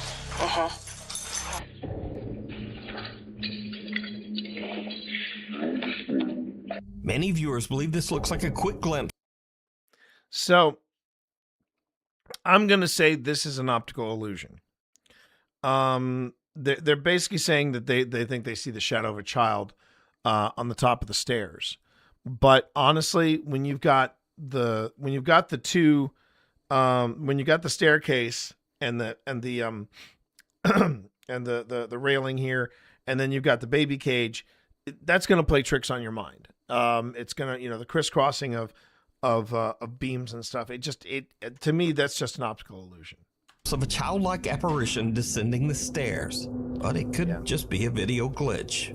But then the policewoman begins. It's not even a video glitch. It's not even a video glitch, and it really is just. It is just a. I think it's just an optical illusion. Now, when she walked in and she said it smells like cleaning fluid, that gave me chills. And I remember that.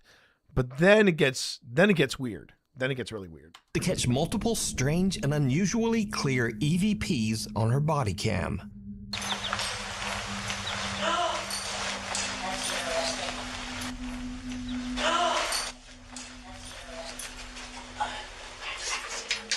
Yeah, that was the. See, I don't remember the no, but I remember that from the crime doc. I'm with Cece. So there's your attic access right there.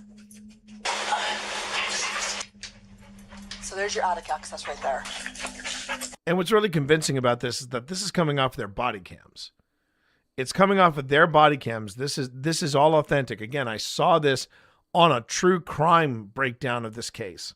And they even had this segment. They said this was a little weird, and I'm like, no, this is very paranormal. And it doesn't slow down. It does not slow down.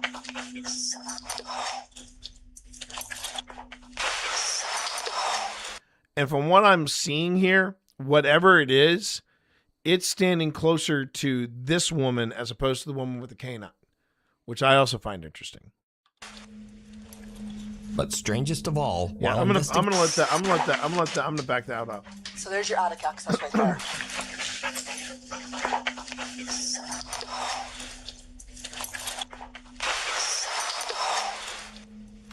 And what I find even more fascinating is there's all these things happening, and these two women are completely, they're in the zone. They're not reacting to any of this stuff, which again adds to the credibility of these EVPs. But strangest of all, while investigating an upstairs closet, the officers actually hear something that seems to spook them. Yes. Oh my gosh. The unexplained voice of a giggling child can be heard, but there's absolutely no explanation for where the sound came from. The canine officer is so spooked, she asks the other officer to check it out. Oh my gosh. What in the world was that? Wow. Go in there and step on that little blue thing and see if that's where that noise came from. Yeah, it sounded like a kid toy. It sort of sounds like it. I mean, I remember when Pip and I were watching this, and when that happened, we were like, whoa. I mean, we both audibly went, whoa. And the fact that they heard it and they were convinced that this was some type of kid's toy that went off, and they found nothing. They found nothing to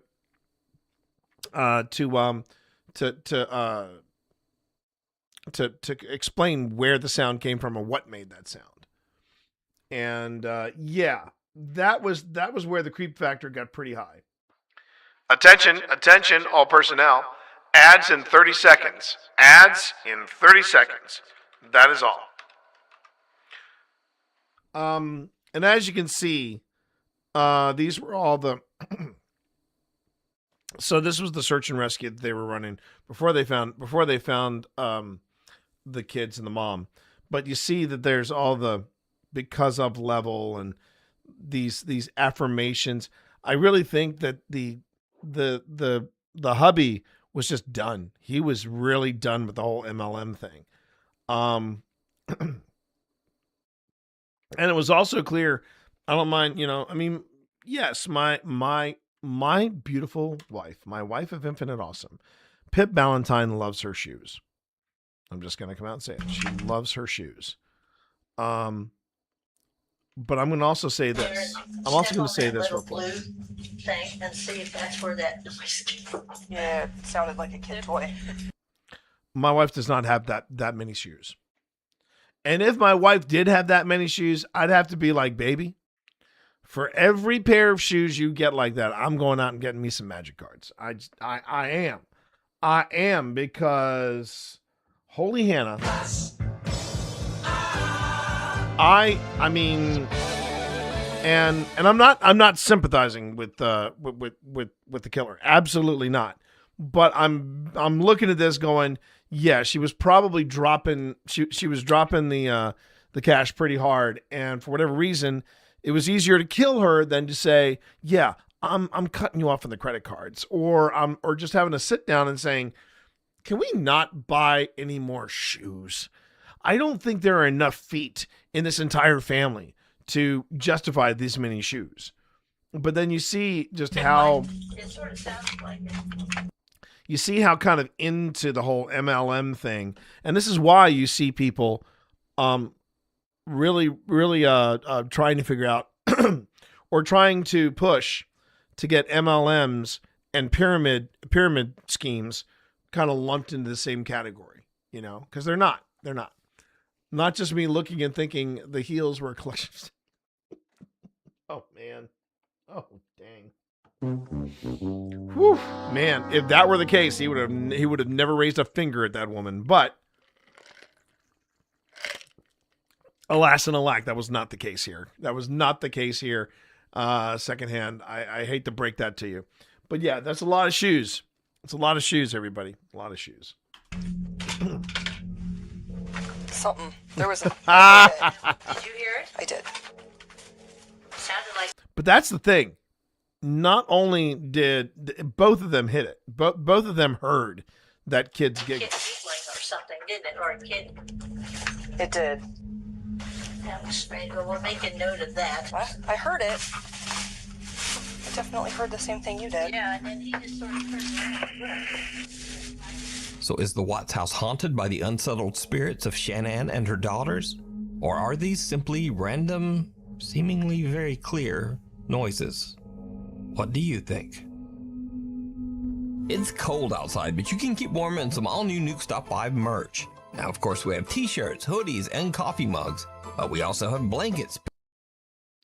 I mean, to be fair, I do. I feel like what is at that house? I would be surprised if the kids and the wife were at that house. But obviously they were there was something at that house. There was something at that house. I'm not going to debate that, and it's hard to debate it, especially by the fact that I first saw this stuff in a documentary about the case, not about the paranormal, but about this particular case. It's a horrific case, and the dad claims that he is constantly haunted by the kids, and I hope he is. I really hope he is.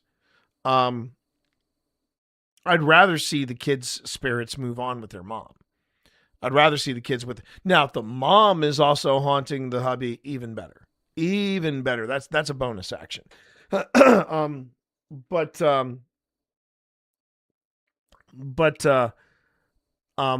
the thing I think that's important to know about that, because if people are saying, well, how can they be in two places at the same time? How can they be haunting the jail where this guy is rotting away and haunting the house? I don't think they're haunting the house. I think, because what they were saying, which I think is important, is that the police were going through the house before their bodies were discovered. And I honestly think that whatever was in that house, it was trying to do their best to keep those people motivated. You know what I'm saying?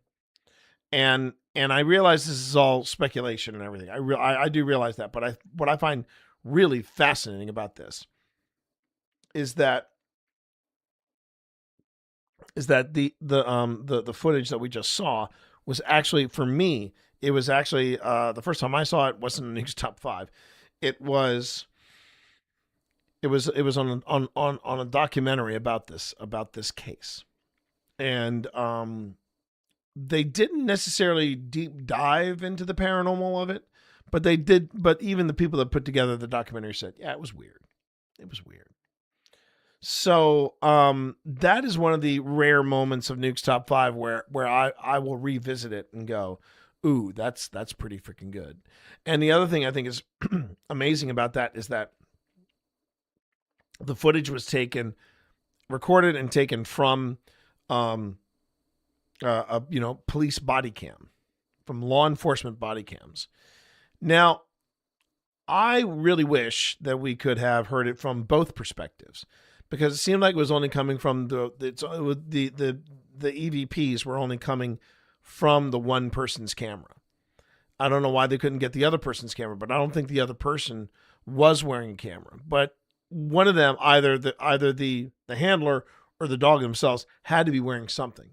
And I was kind of disappointed that nobody thought about picking up the second body cam and say, hey, let's look at this. Let's have a listen to this. But is it chilling? Oh God, yeah, it's chilling. Now we get into the new stuff.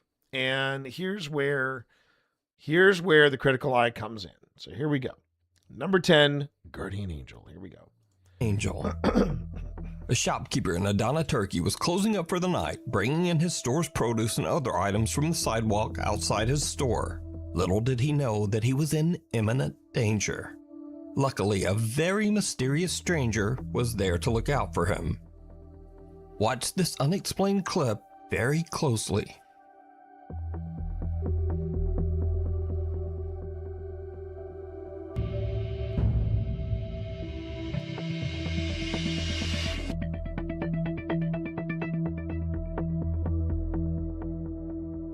Notice that the man who taps the shopkeeper's shoulder doesn't even look back or seem to see the oncoming truck.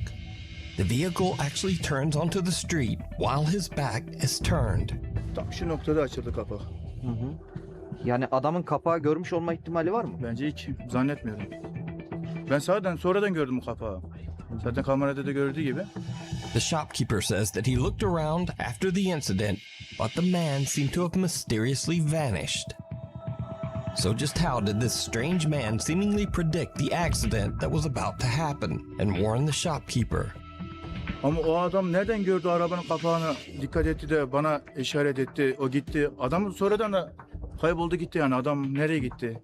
Adam tanıyor musunuz? Yok, tanımıyorum. Even if this video was all set up and a fake, then it was amazingly well timed.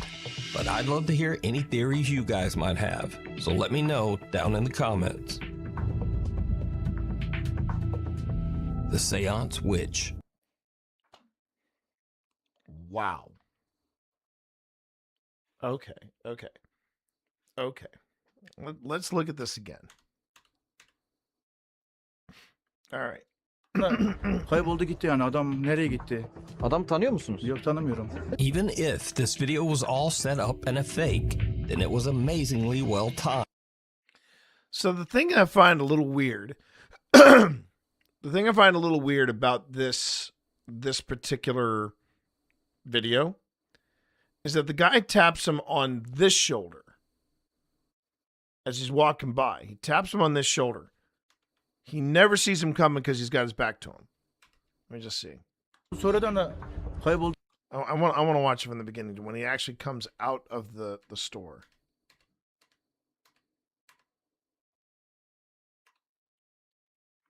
Okay.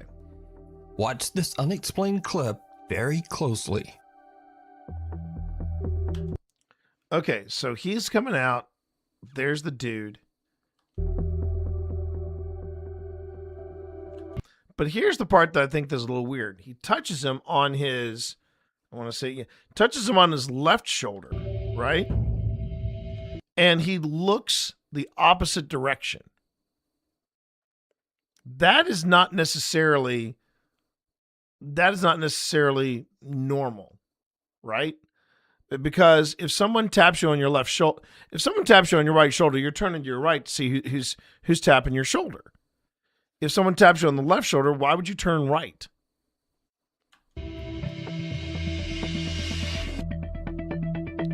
If it is some type of weird publicity stunt, it's a dangerous stunt.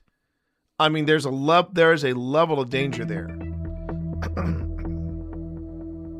Notice that the man, and of course, we got to take his word. We got to take his word that, oh yeah, the guy just vanished. and But he I taps find the it weird. shopkeeper's shoulder. He taps his left shoulder. Doesn't He turns right. even look back or seem to see the oncoming truck. The vehicle actually turns onto the street while his back is turned. Tam şu noktada açıldı kapı. Yani adamın kapağı görmüş olma ihtimali var mı? Bence hiç. I mean, it could be a very elaborate stunt. Zannetmiyorum. I really kamerada da hate. gördüğü gibi. I want to make sure this is clear or something. I really hate thinking that people would deliberately try to pull a fast one like this. I want to believe better in people. I want to believe that people would not literally take their own lives and put them at risk for a little publicity for their store. But I find it's almost comedic. Says he touches his left that he shoulder looked around and after- he turns in the opposite direction.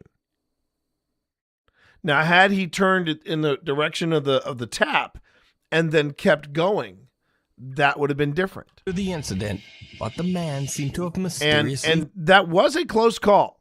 That was a very if it is Vanished. not a stunt, So just how did this strange man seemingly predict the accident that was about to happen? That's on a level of the stuff I used to do at the Ren Fair. And you had to really, really rehearse your timing for that sort of thing. And one time, you know, the accident that I had, and even if you rehearse the timing, you can still have a freak accident, which is why I've got 2 plates in this arm. Happened and warned the shopkeeper. The biggest flaw in this is that he got tapped on his right shoulder and he got tapped on his left shoulder and he turned towards the right. If this video was all set up and a fake, I don't know it was anybody that amazingly does well that. Timed. But I don't know. I'd love to hear any theories you guys might have. That's so weird. Let me know down in the comments. The seance. There's an alarm bell going off on this. There's a really hard alarm bell going off on this for me, because, and I'm the guy that believes in miracles. I'm the guy that believes in guardian angels. I've been in too many close calls myself where I do not deny that they exist. That being said, it's that whole thing of tap on the left, turn right. That doesn't make that does not make any kind of logistic sense to me at all. Okay. If that makes me a bad person, it makes me a bad person. Which paranormal investigator Brad Mack and his team are investigating a place called The Cage in a little town called St. Osith. Hey, now wait a minute. The Cage. This is the place that Amy and Jared from Amy's Crypt have bought. And they're restoring it. They're turning it into a bed and breakfast. So, okay, this ought to be interesting. In England, the site has a very dark history. Okay. Starting in the year 1582, this building was used as a prison, but not just any prison. The jail was used to confine and execute women convicted of witchcraft. Okay. Brian Mack says that during their paranormal investigation, his team heard strange footsteps and whispers. They saw lights flicker for no reason, and they even felt something bite or pinch them on several occasions. One member of their team named Vanessa was so shaken up that she absolutely refused to stay in the building after dark. But the most bizarre incident was yet to come. Late that night, the group decided to perform a seance to contact the ghosts of the convicted women who had died there.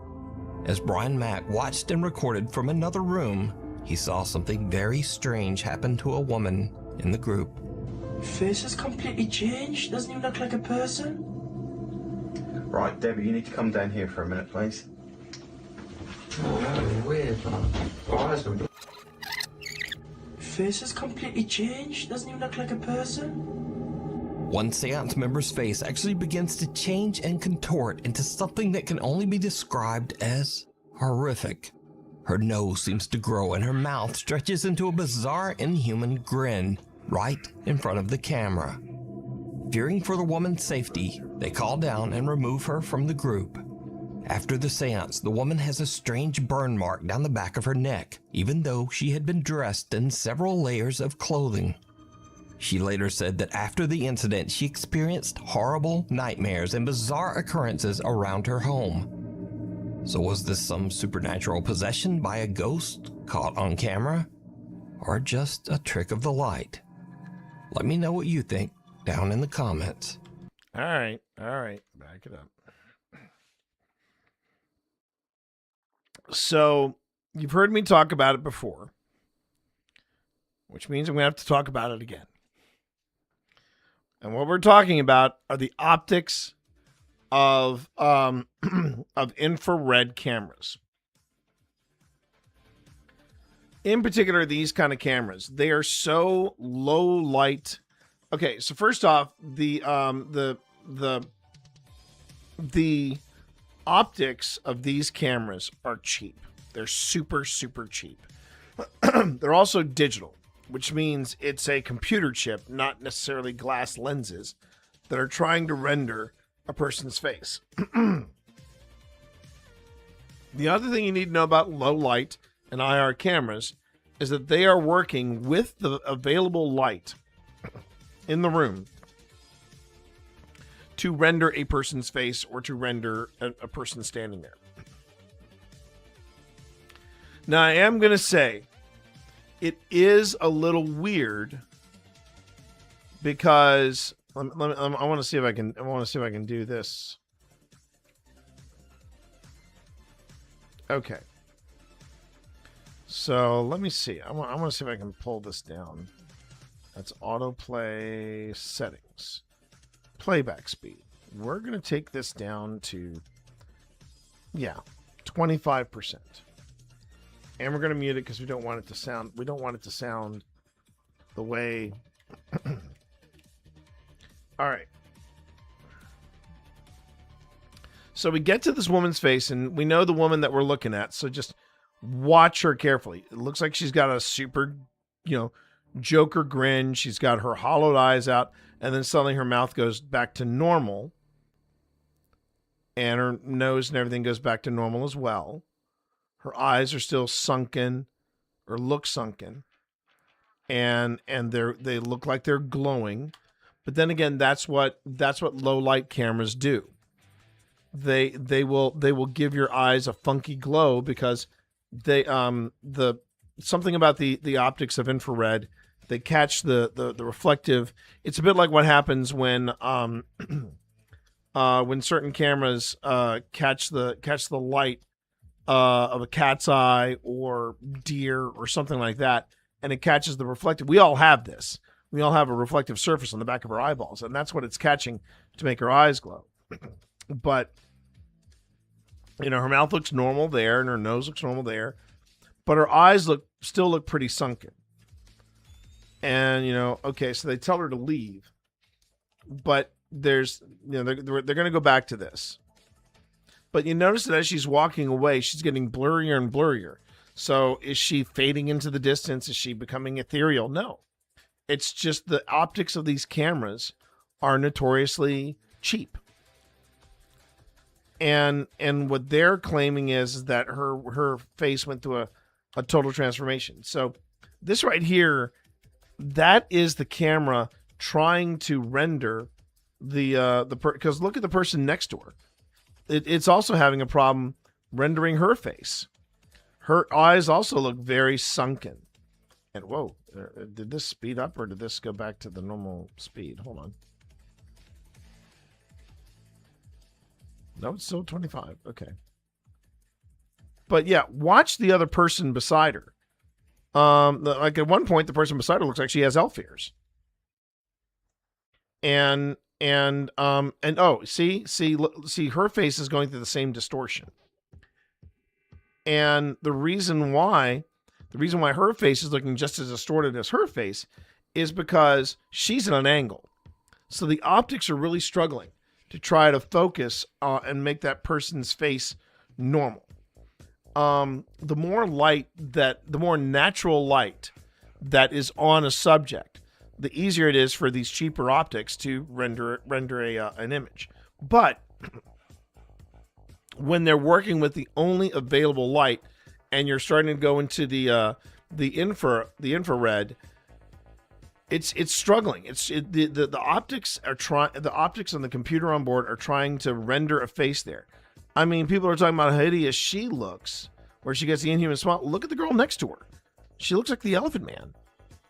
And that's no offense against that young lady. Okay, that's not me picking on her. She actually looks like Odo, right? She's got that Odo kind of thing happening.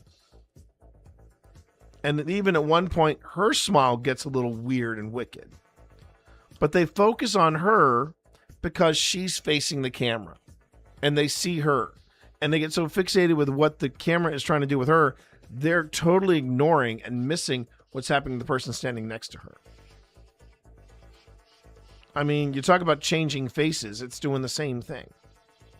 So yeah, unfortunately, I don't think it's a possession. I think it's just bad optics. Now, as far as the burn is concerned, it's the one thing I've noticed about these burns.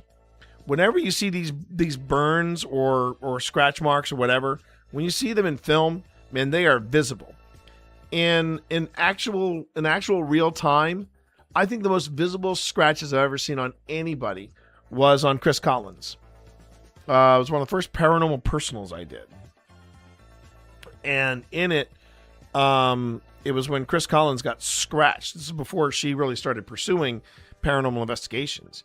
And the thing I mean, but even then, I had to really look to see any kind of welts. Now, I'm not saying this woman wasn't scratched or burned, but if she was burned, it was a mild burn at the most.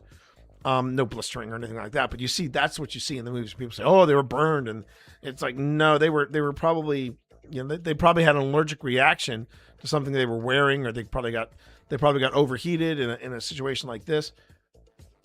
But as far as the nightmares and stuff like that, that could happen because you're wound up and you're in this weird space. But yeah, this is just camera optics struggling to render a face there. I mean, is it spooky? Yes, it's spooky as hell. It's spooky as hell. I'd be the first one to say it's spooky as hell. But do I think that's paranormal? No, because of the way the other girl's face is also morphing a bit. So yeah. They call down and remove her from the group. After the seance, the woman has a strange burn mark down the back of her neck, even though she had been dressed in several layers of clothing. She later said that after the incident, she experienced horrible nightmares and bizarre occurrences around her home. So was this some supernatural possession by a ghost caught on camera? Or just a trick of the light? Let me know what you think down in the comments. No, it's just bad optics. A whisper on the wind. But the other thing I would say too, that was sort of, it was funny. I was talking about this yesterday. There was a paranormal lockdown. One of the early seasons. Well, no, it was the early season. It was the first season of Paranormal Lockdown. That's a paranormal show with Nick Groff and Katrina Weidman, and they went to the Hinsdale house. And the funny thing about that is, the Hinsdale house was in rough shape. It was in rough shape in the video. But what I found more interesting was kind of the filler they put at the end of this episode, because there was a lot of filler. We were basically being told, not shown, but being told, oh yeah, Nick, didn't get a lot of sleep. He felt targeted. He was hearing weird noises. And he said, oh, like that one. And it was just a weird thing of like, why are we being told that all this stuff is happening? And we don't have any kind of photographic or video proof or anything weird, caught. And that's kind of what I feel like, here. It's like, okay, she had all these weird things happening around her house. Like what? And it just felt like they were padding that segment a bit. I think that this was not paranormal or even supernatural. It was more about bad camera optics, because yes, her face looked like it was contorting and turning into weird stuff, but so was the person standing next to her. So, kind of a thing. And this next clip is from Big Brother Brazil in 2004. In this video, one of the contestants named Sita is sunbathing when she suddenly hears a strange voice calling her name.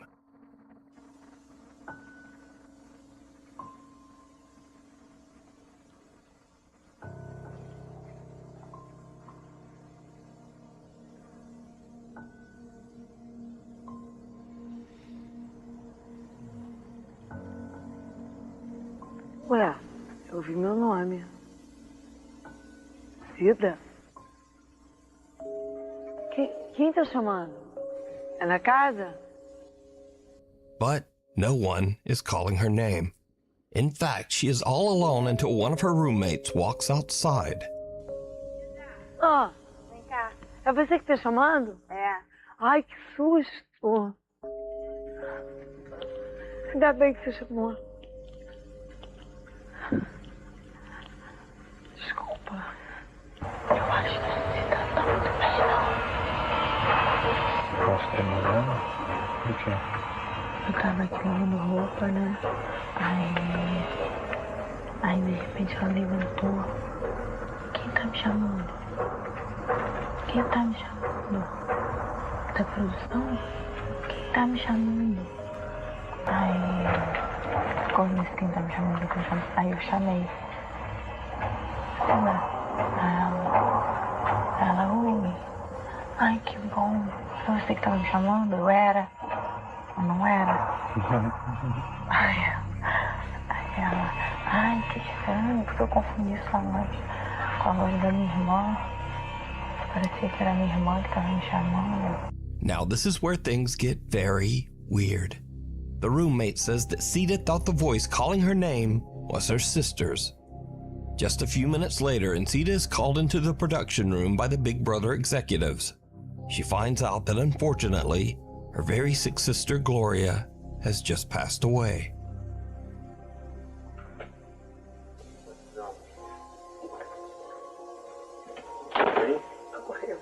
Ela faleceu? Não, mas... Estava preparada.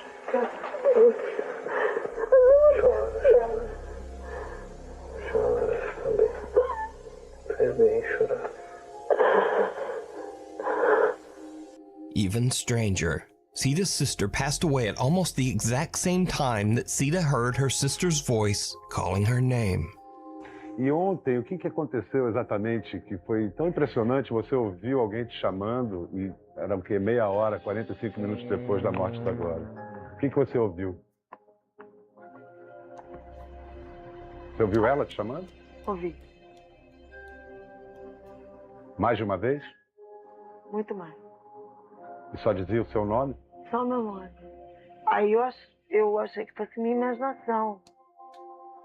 Aí eu fiquei procurando. Procurei as pessoas. Não tem ninguém. A única pessoa que estava era a Thaís. Lavando tênis de costas. Now bear in mind, this was all broadcast live on Brazilian TV.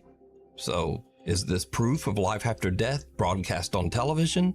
Is it proof that loved ones can contact us from beyond the grave? Or is it just a very odd coincidence? Let me know what you think. The end of the road. Popular Guatemalan news reporter Vivian Vasquez is driving in traffic on her way to work to So, you know, the one thing I've noticed that, and I appreciate this from Nuke's Top 5. I appreciate that they are trying very hard to stay in the middle of the road and they don't get too accusatory or anything like that. Here's the problem I have with Big Brother. It's reality TV.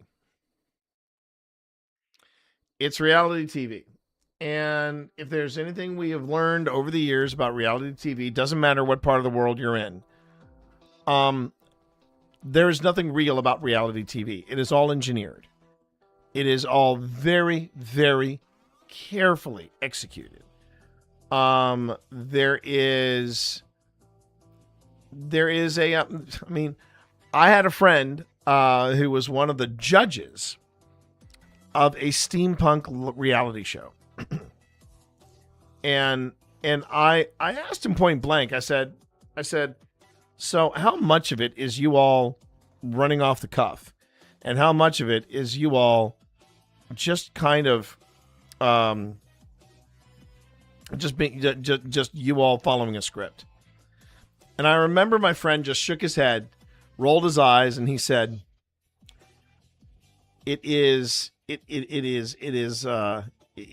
there's nothing that's spontaneous about it. And there was one thing I got a little uncomfortable. I was following actually one of the competitors, and she brought good social media game, and she was rather catty. She was rather catty when they when the NDA rolled out, because she said some awful things about my friend. And she said some awful things about the competitors and the producers. She just rained hellfire. And ironically, she was the one. She was one of, I believe, 4. She was one of 4 people that were invited to come back for the finale to help out with somebody. And during the show, she promoted the show. She rooted for people on the show. She was delightful, and that was her persona. Was that she was likable, and that she was She was always looking on the brighter side. She was like Alice in Wonderland, if you will. But man, you knew the day. I remember my buddy, who was one of the judges. He said, so tomorrow is the day that the NDAs run out. Be ready for some fallout. And we're talking. It was like she picked up the cue, and she just showed this other side of her that made me go, well, I think I'm done following this girl. She had a very what's the word I'm looking for? You know those individuals, not just girls, just individuals in high school, guys and girls, and I guess now non-binaries and everybody in between. You know those people who feel entitled to everything? Yeah, this was her. She had a really raw sense of entitlement. And it came through on a lot of her extracurricular posts. It was just that she just had this entitlement about her. But I remember when that happened, when the fallout from her happened, and that chat I had with my buddy while the show was in production. And then there was another one. I happened to just kind of sneak in on this one dude's. He was the villain, and he basically he said he was when the NDA ran out. He basically said that he was taken aside by the producers of the show, and he said I was suddenly told after the fourth episode, you're going to be the villain. And they just told him that you're going to be the villain. You got to be, you can't, because when the show started off, he was a bit of a curmudgeon, but he helped people. He was very helpful. And then on the fifth show, suddenly his attitude just it was like it turned on a dime. And quickly he became the and what it was that there was apparently somebody that they were trying to fashion up to be the villain or villainess, but she got knocked out of the competition early because one day she just showed up and just didn't feel like doing it. She was done with it. So instead of saying I quit or had that I quitter attitude, she did a subpar project. And but I mean, you know, the things that my buddy was telling me about the episodes and how carefully scripted and engineered they were. He was like, you know, I mean, it was something that I always knew about reality shows, but I didn't realize to the extent. I did not realize how scripted a lot of these, you know, there's actually more creativity and improvisation on scripted TV shows than there are on reality TV shows. It all follows a formula. It all follows a plan. So yeah, could this have been staged? 100%. 100%. And that's what I'm thinking this is. I'm thinking this is just something that they thought would be fun to play around with. Because the thing about Big Brother is these people are isolated. They, you know, the producers know more about what's going on for them than they do. And you kind of get a glimpse of that in the UK, because apparently they did a Big Brother UK April Fool's edition, right? And what it was pretty clever. It was called Dead Set, and it was the folks at Big Brother and the producers and everything.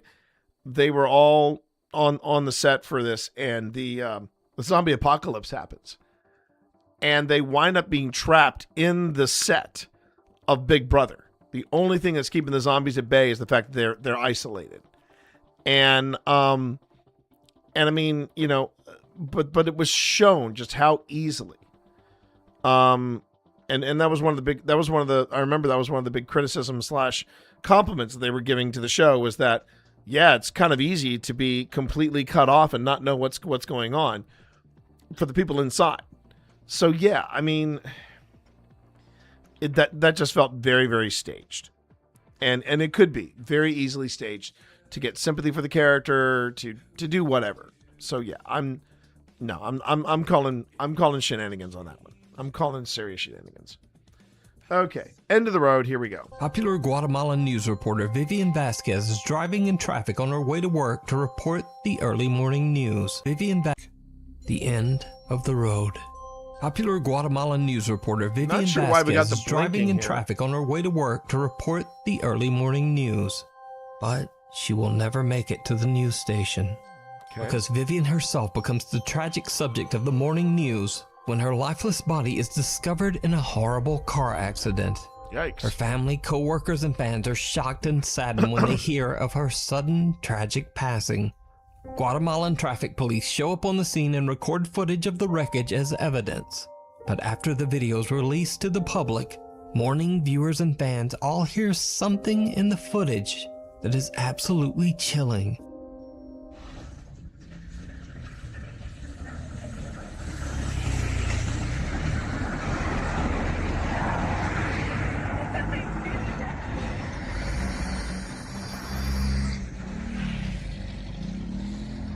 And this time, did you hear it?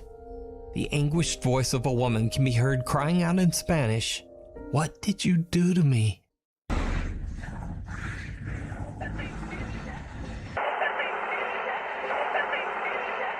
When watching the footage, it becomes clear that it makes no sense for anyone present at the site of the accident to be screaming, "What did you do to me?" Vivian's loyal fans believe that it was her anguished spirit crying out from beyond the grave.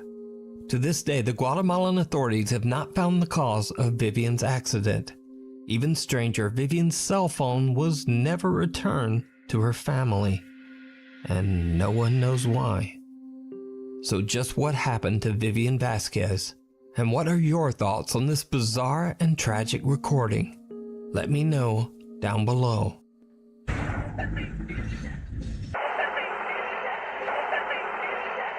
A cry for help.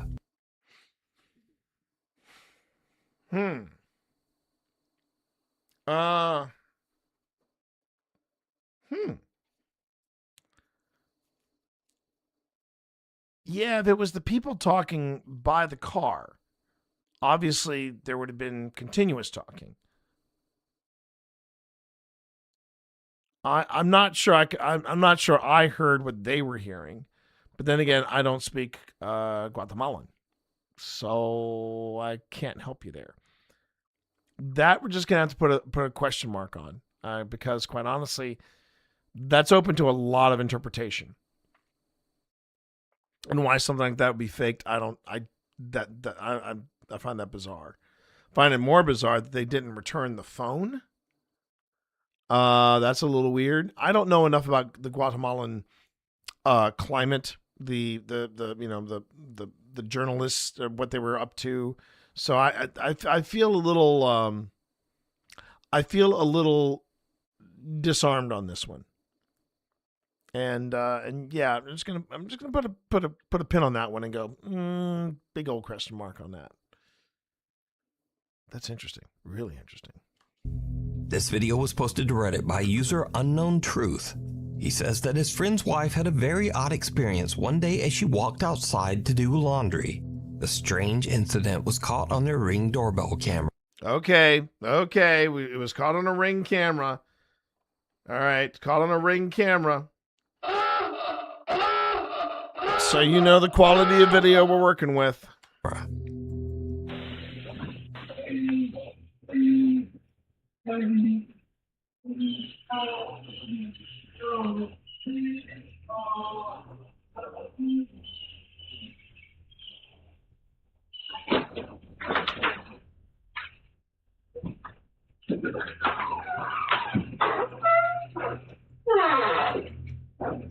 Should also say quality of audio as well. The woman hears some strange voice, and it's not coming from the Ring camera speaker. In fact, she checks closely, and the voice is coming from the wall to her side. So I boosted the audio on this clip, and just take a listen.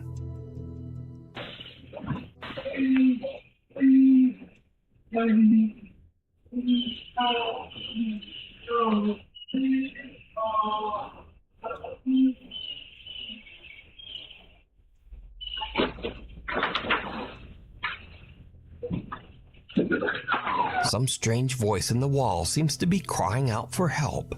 The woman is so freaked out that she goes inside and actually calls the police. I looked around. I didn't see anybody out on the road or any cars or anything. So I went back to my Ring video to make sure I wasn't just creatively hearing something.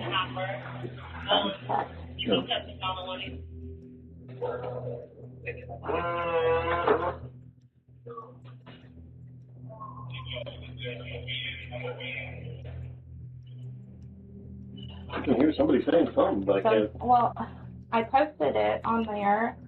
The police search the premises, but there's no one there, in the wall or elsewhere. So just what is this strange disembodied voice that seems to be begging for help?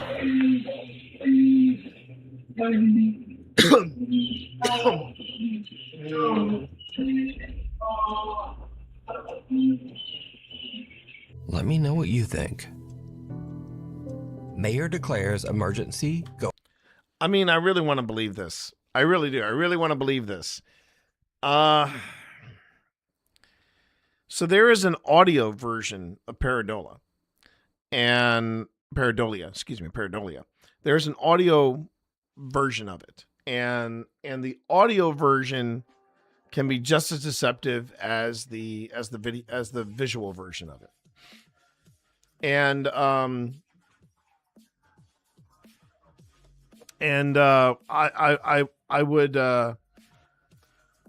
would say that yeah, the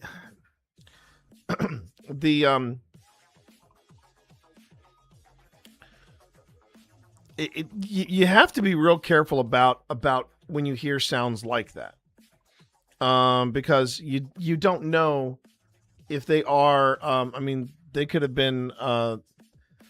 It sounded like that she had a lot of avian birds in and around the area, so because of that, there might be an issue there. You know, there might be a bird stuck in there. I don't know. I mean, if a bird had been stuck in there, the police would have found it. But I mean, it's a weird sound, and if it's picked up by the ring microphone, the pickups on that microphone are going to be as good as the optics. So I'm not really. I have a tough time with it. I think did she hear something? Yes, I would think she heard something. But I'm also kind of in the mindset of, was it something trying to reach out to her? I don't know. I can tell you this. When I was looking at the footage, I was today from the historical village, I was reminded of how little I know about wildlife. I was reminded very quickly of how little I know about wildlife, because we came outside and we heard some strange ass sounds, and it was Daryl with us who said, "Oh yeah, those are the coyotes. Yeah, we got some coyotes here," and it was a big pack. I remember that it was a big pack, and and it was very intimidating, extremely intimidating. So I mean, but and I remember one time hearing I think it was a moorpork. I think that's it's a bird, part of the New Zealand ecosphere, and that bird was freaking me the hell out. There are sounds in nature that just they freak you out. So I don't know. And that is why I am so very, very, very cautious of what I hear and how I interpret it when I'm reviewing footage, because I don't know. Could it have been a weird sound? Could it have been a wooden plank under my foot? Could it have been the way I sat in a school desk? I mean, it's really hard to say. It's really, really hard to say. So for that one, I'm going to have to again say, I think you heard a weird noise, but I don't think it's a weird noise you or Nuke's Top 5 think it is. And that's my take on that. So here we are in the final in the final steps of the Grim Gazette, recorded live. Everybody, my name is T. You can call me T Monster, or Twitch Dad. I am one of two founders of the group Old Spirits Investigations. Phil Rossi and I started this group almost 5 years ago. It'll be 5 years this summer. We're coming up on season 5 of our show Old Spirits. And you can find that on, well, if you're watching over on YouTube, you know exactly the show that we talk about, because quite honestly, you're at our channel right now watching us. But as far as the Grim Gazette, this is your weekly dose of weird news, paranormal debunks, and a deep dive discussion about something that's being talked about in the community. And I'm going to an old friend of Old Spirits. I know I've mentioned their name before on this channel, and I love what they do. This is the spooky stuff, otherwise known as Alex Mitsuo. And for those of you who are regulars on Old Spirits, you know Alex because they are the redheaded Wonder Woman of of our adventures. They are awesome. They invited us to join them when we went into the Hinsdale House and the Wildwood Sanitarium in Western New York State. We also collaborated with APS, sadly, without Alex being there, on the USS North Carolina.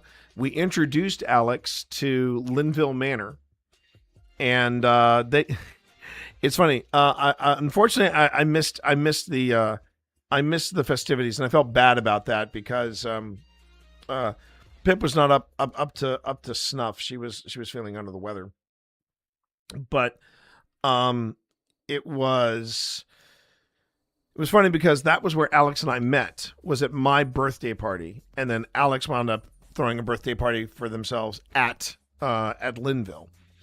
And it's, Alex is just great people. Well, Alex just posted this today, and I really feel like I wanted to address it because we've talked about it, and I think Alex brings up a great point. It reads, if you are upset about haunted or historic locations being lost to data center development like Pennhurst, but you're sharing AI generated images of yourself, your brand, your events, I'm sorry, not sorry to say that you're part of the problem. AI doesn't exist in a vacuum. Those images require massive amounts of energy, water, and infrastructure to be generated, the same infrastructure that's trying to replace these sites. The irony is you're mourning the loss of a haunted and historic location while at the same time feeding the machine that's accelerating its destruction. If you care about haunted places, historic buildings, and the stories tied to them, that means caring about preservation, sustainability, and impact, not just aesthetics and vibes. Grief without some sort of accountability is just performance. Protect these places, or at the very least, stop pretending AI is harmless, while these stories and legacies disappear. It's something I really love about Alex. They do not mince words. Hey, how you doing there? Nick? Good to see you in chat. Good to see you here, buddy. They do not mince words, and one of the things I would say about what they're bringing up is that, yeah, it's true. The thing is, I use AI. I use AI often. Often? Well, I will say this: when I am working on episodes of Old Spirits, yeah, I use AI often. I use it for my thumbnails. I use it for clips that are harder to come by. If I switch to my Rev account, I'll be sharing that it's my 100-month sub. Oh my god! Let's go, my friend. 100 months. Jeez. By the way, please pass on to B. Please pass on to Thermal Wolf that Don't Panic was thinking about him today, and she said that she wanted to, say something. She wanted to basically pass on a bear hug to them, so just let them know. I Love Twitch affiliate anniversary was last night, 5 years. Well done, man. Well done. Well done. But going back to Alex's sentiment here, they're absolutely right. The thing that I'm not lamenting about, and I think that's the difference, is that when we talked about when we talked about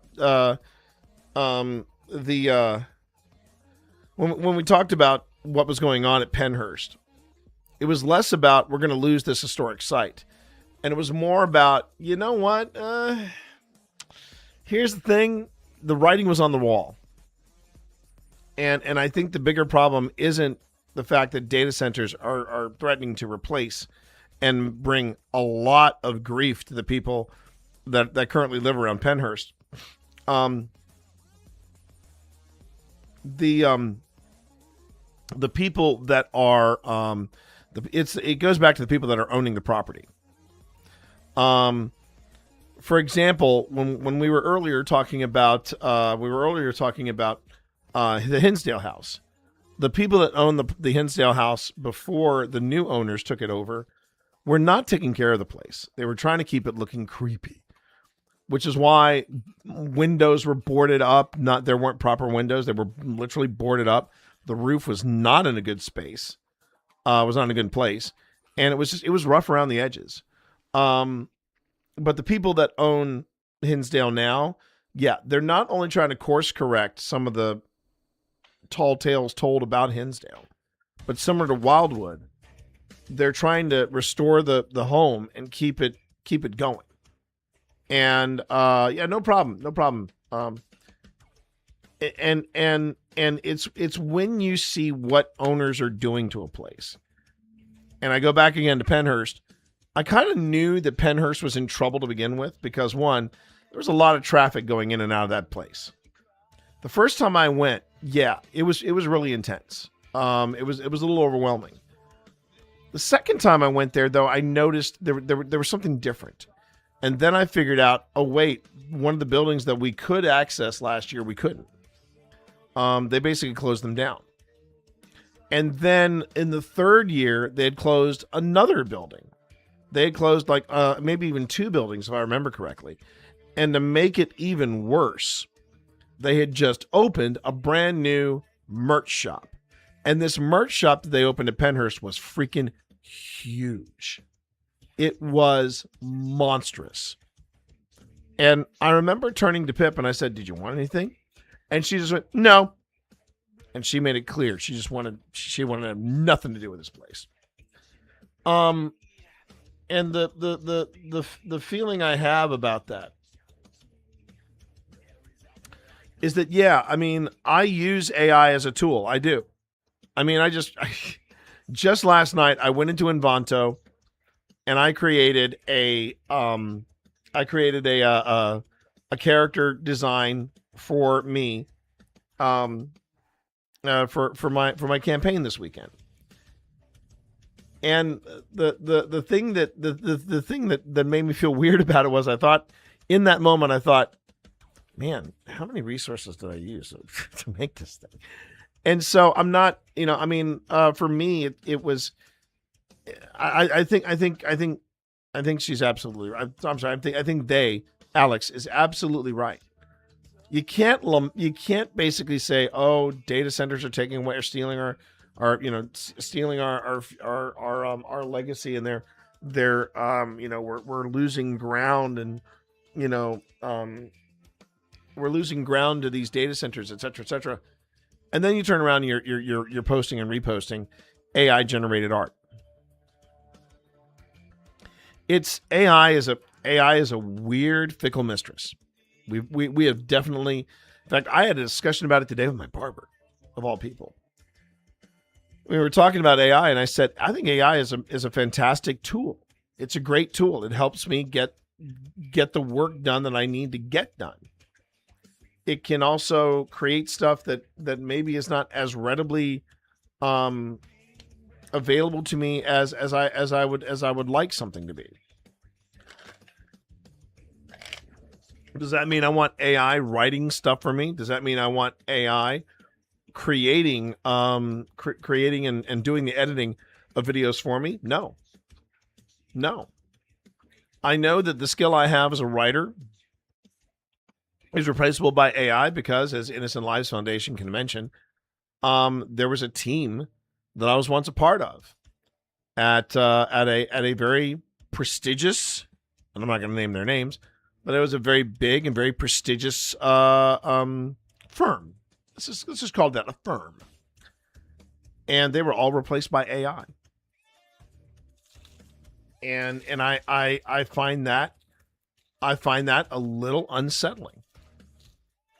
That being said, yeah, I mean, if you're if you want to lament the loss of Pennhurst because of AI, then maybe you need to you will appreciate the term I learned last week. Oh dear. Lay it on me, man. Lay it on me. I want to hear this.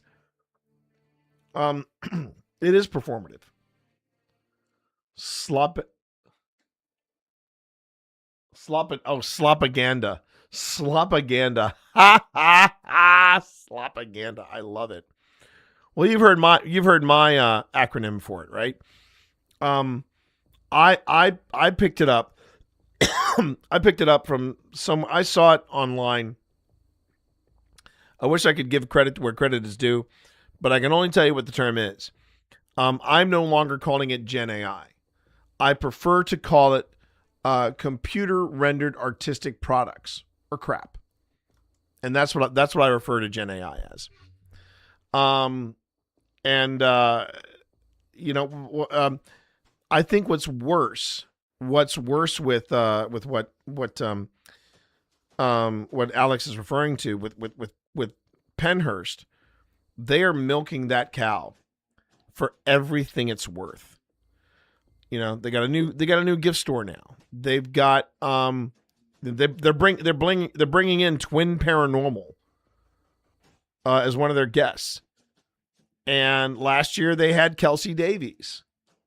And you know, I mean, when they brought in Kelsey Davies and they put her right next to Katrina Weidman, I'm like, I turned to Pip and I said, I think it's time we get to see the people we want to see, and then we are done with Pennhurst. But they are doing their Valentine's Day haunted house.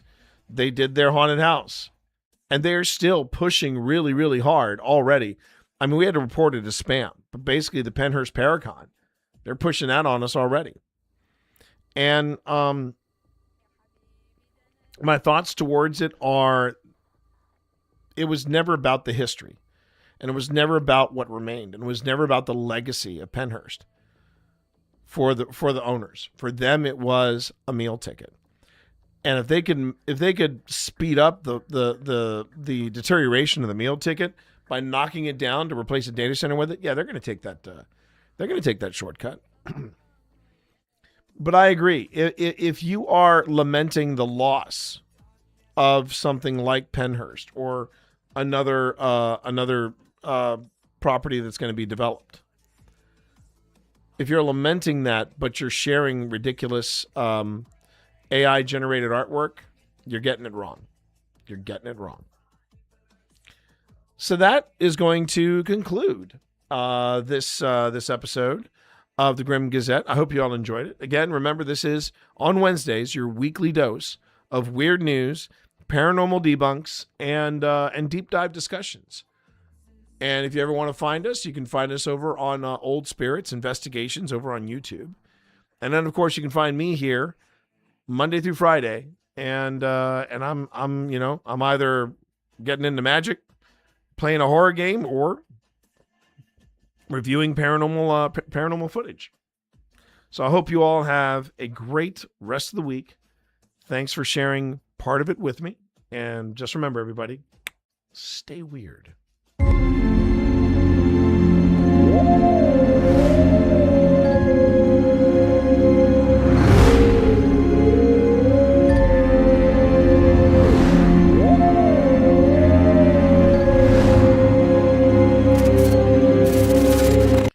And thanks everybody for watching.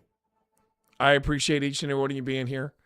I love doing the Grim Gazette, and it's great bringing it to you all live. So again, thank you for the love. Thank you for the time. And we are going to be back tomorrow. We're going to be back tomorrow at noon. Not necessarily going to be doing the early time as I had once thought I would. Things have changed, so I'm going to be coming to you all at noon. So it's going to be noon to 8 tomorrow. Thanks again, and I'm not going to be rating anybody. I'm just wrapping up stream. But thanks everybody. I appreciate each and every one of you. Tomorrow we're going to see what other shenanigans we can get up to. Okay? Thanks again. Take care, everybody. Have a great night. Peace.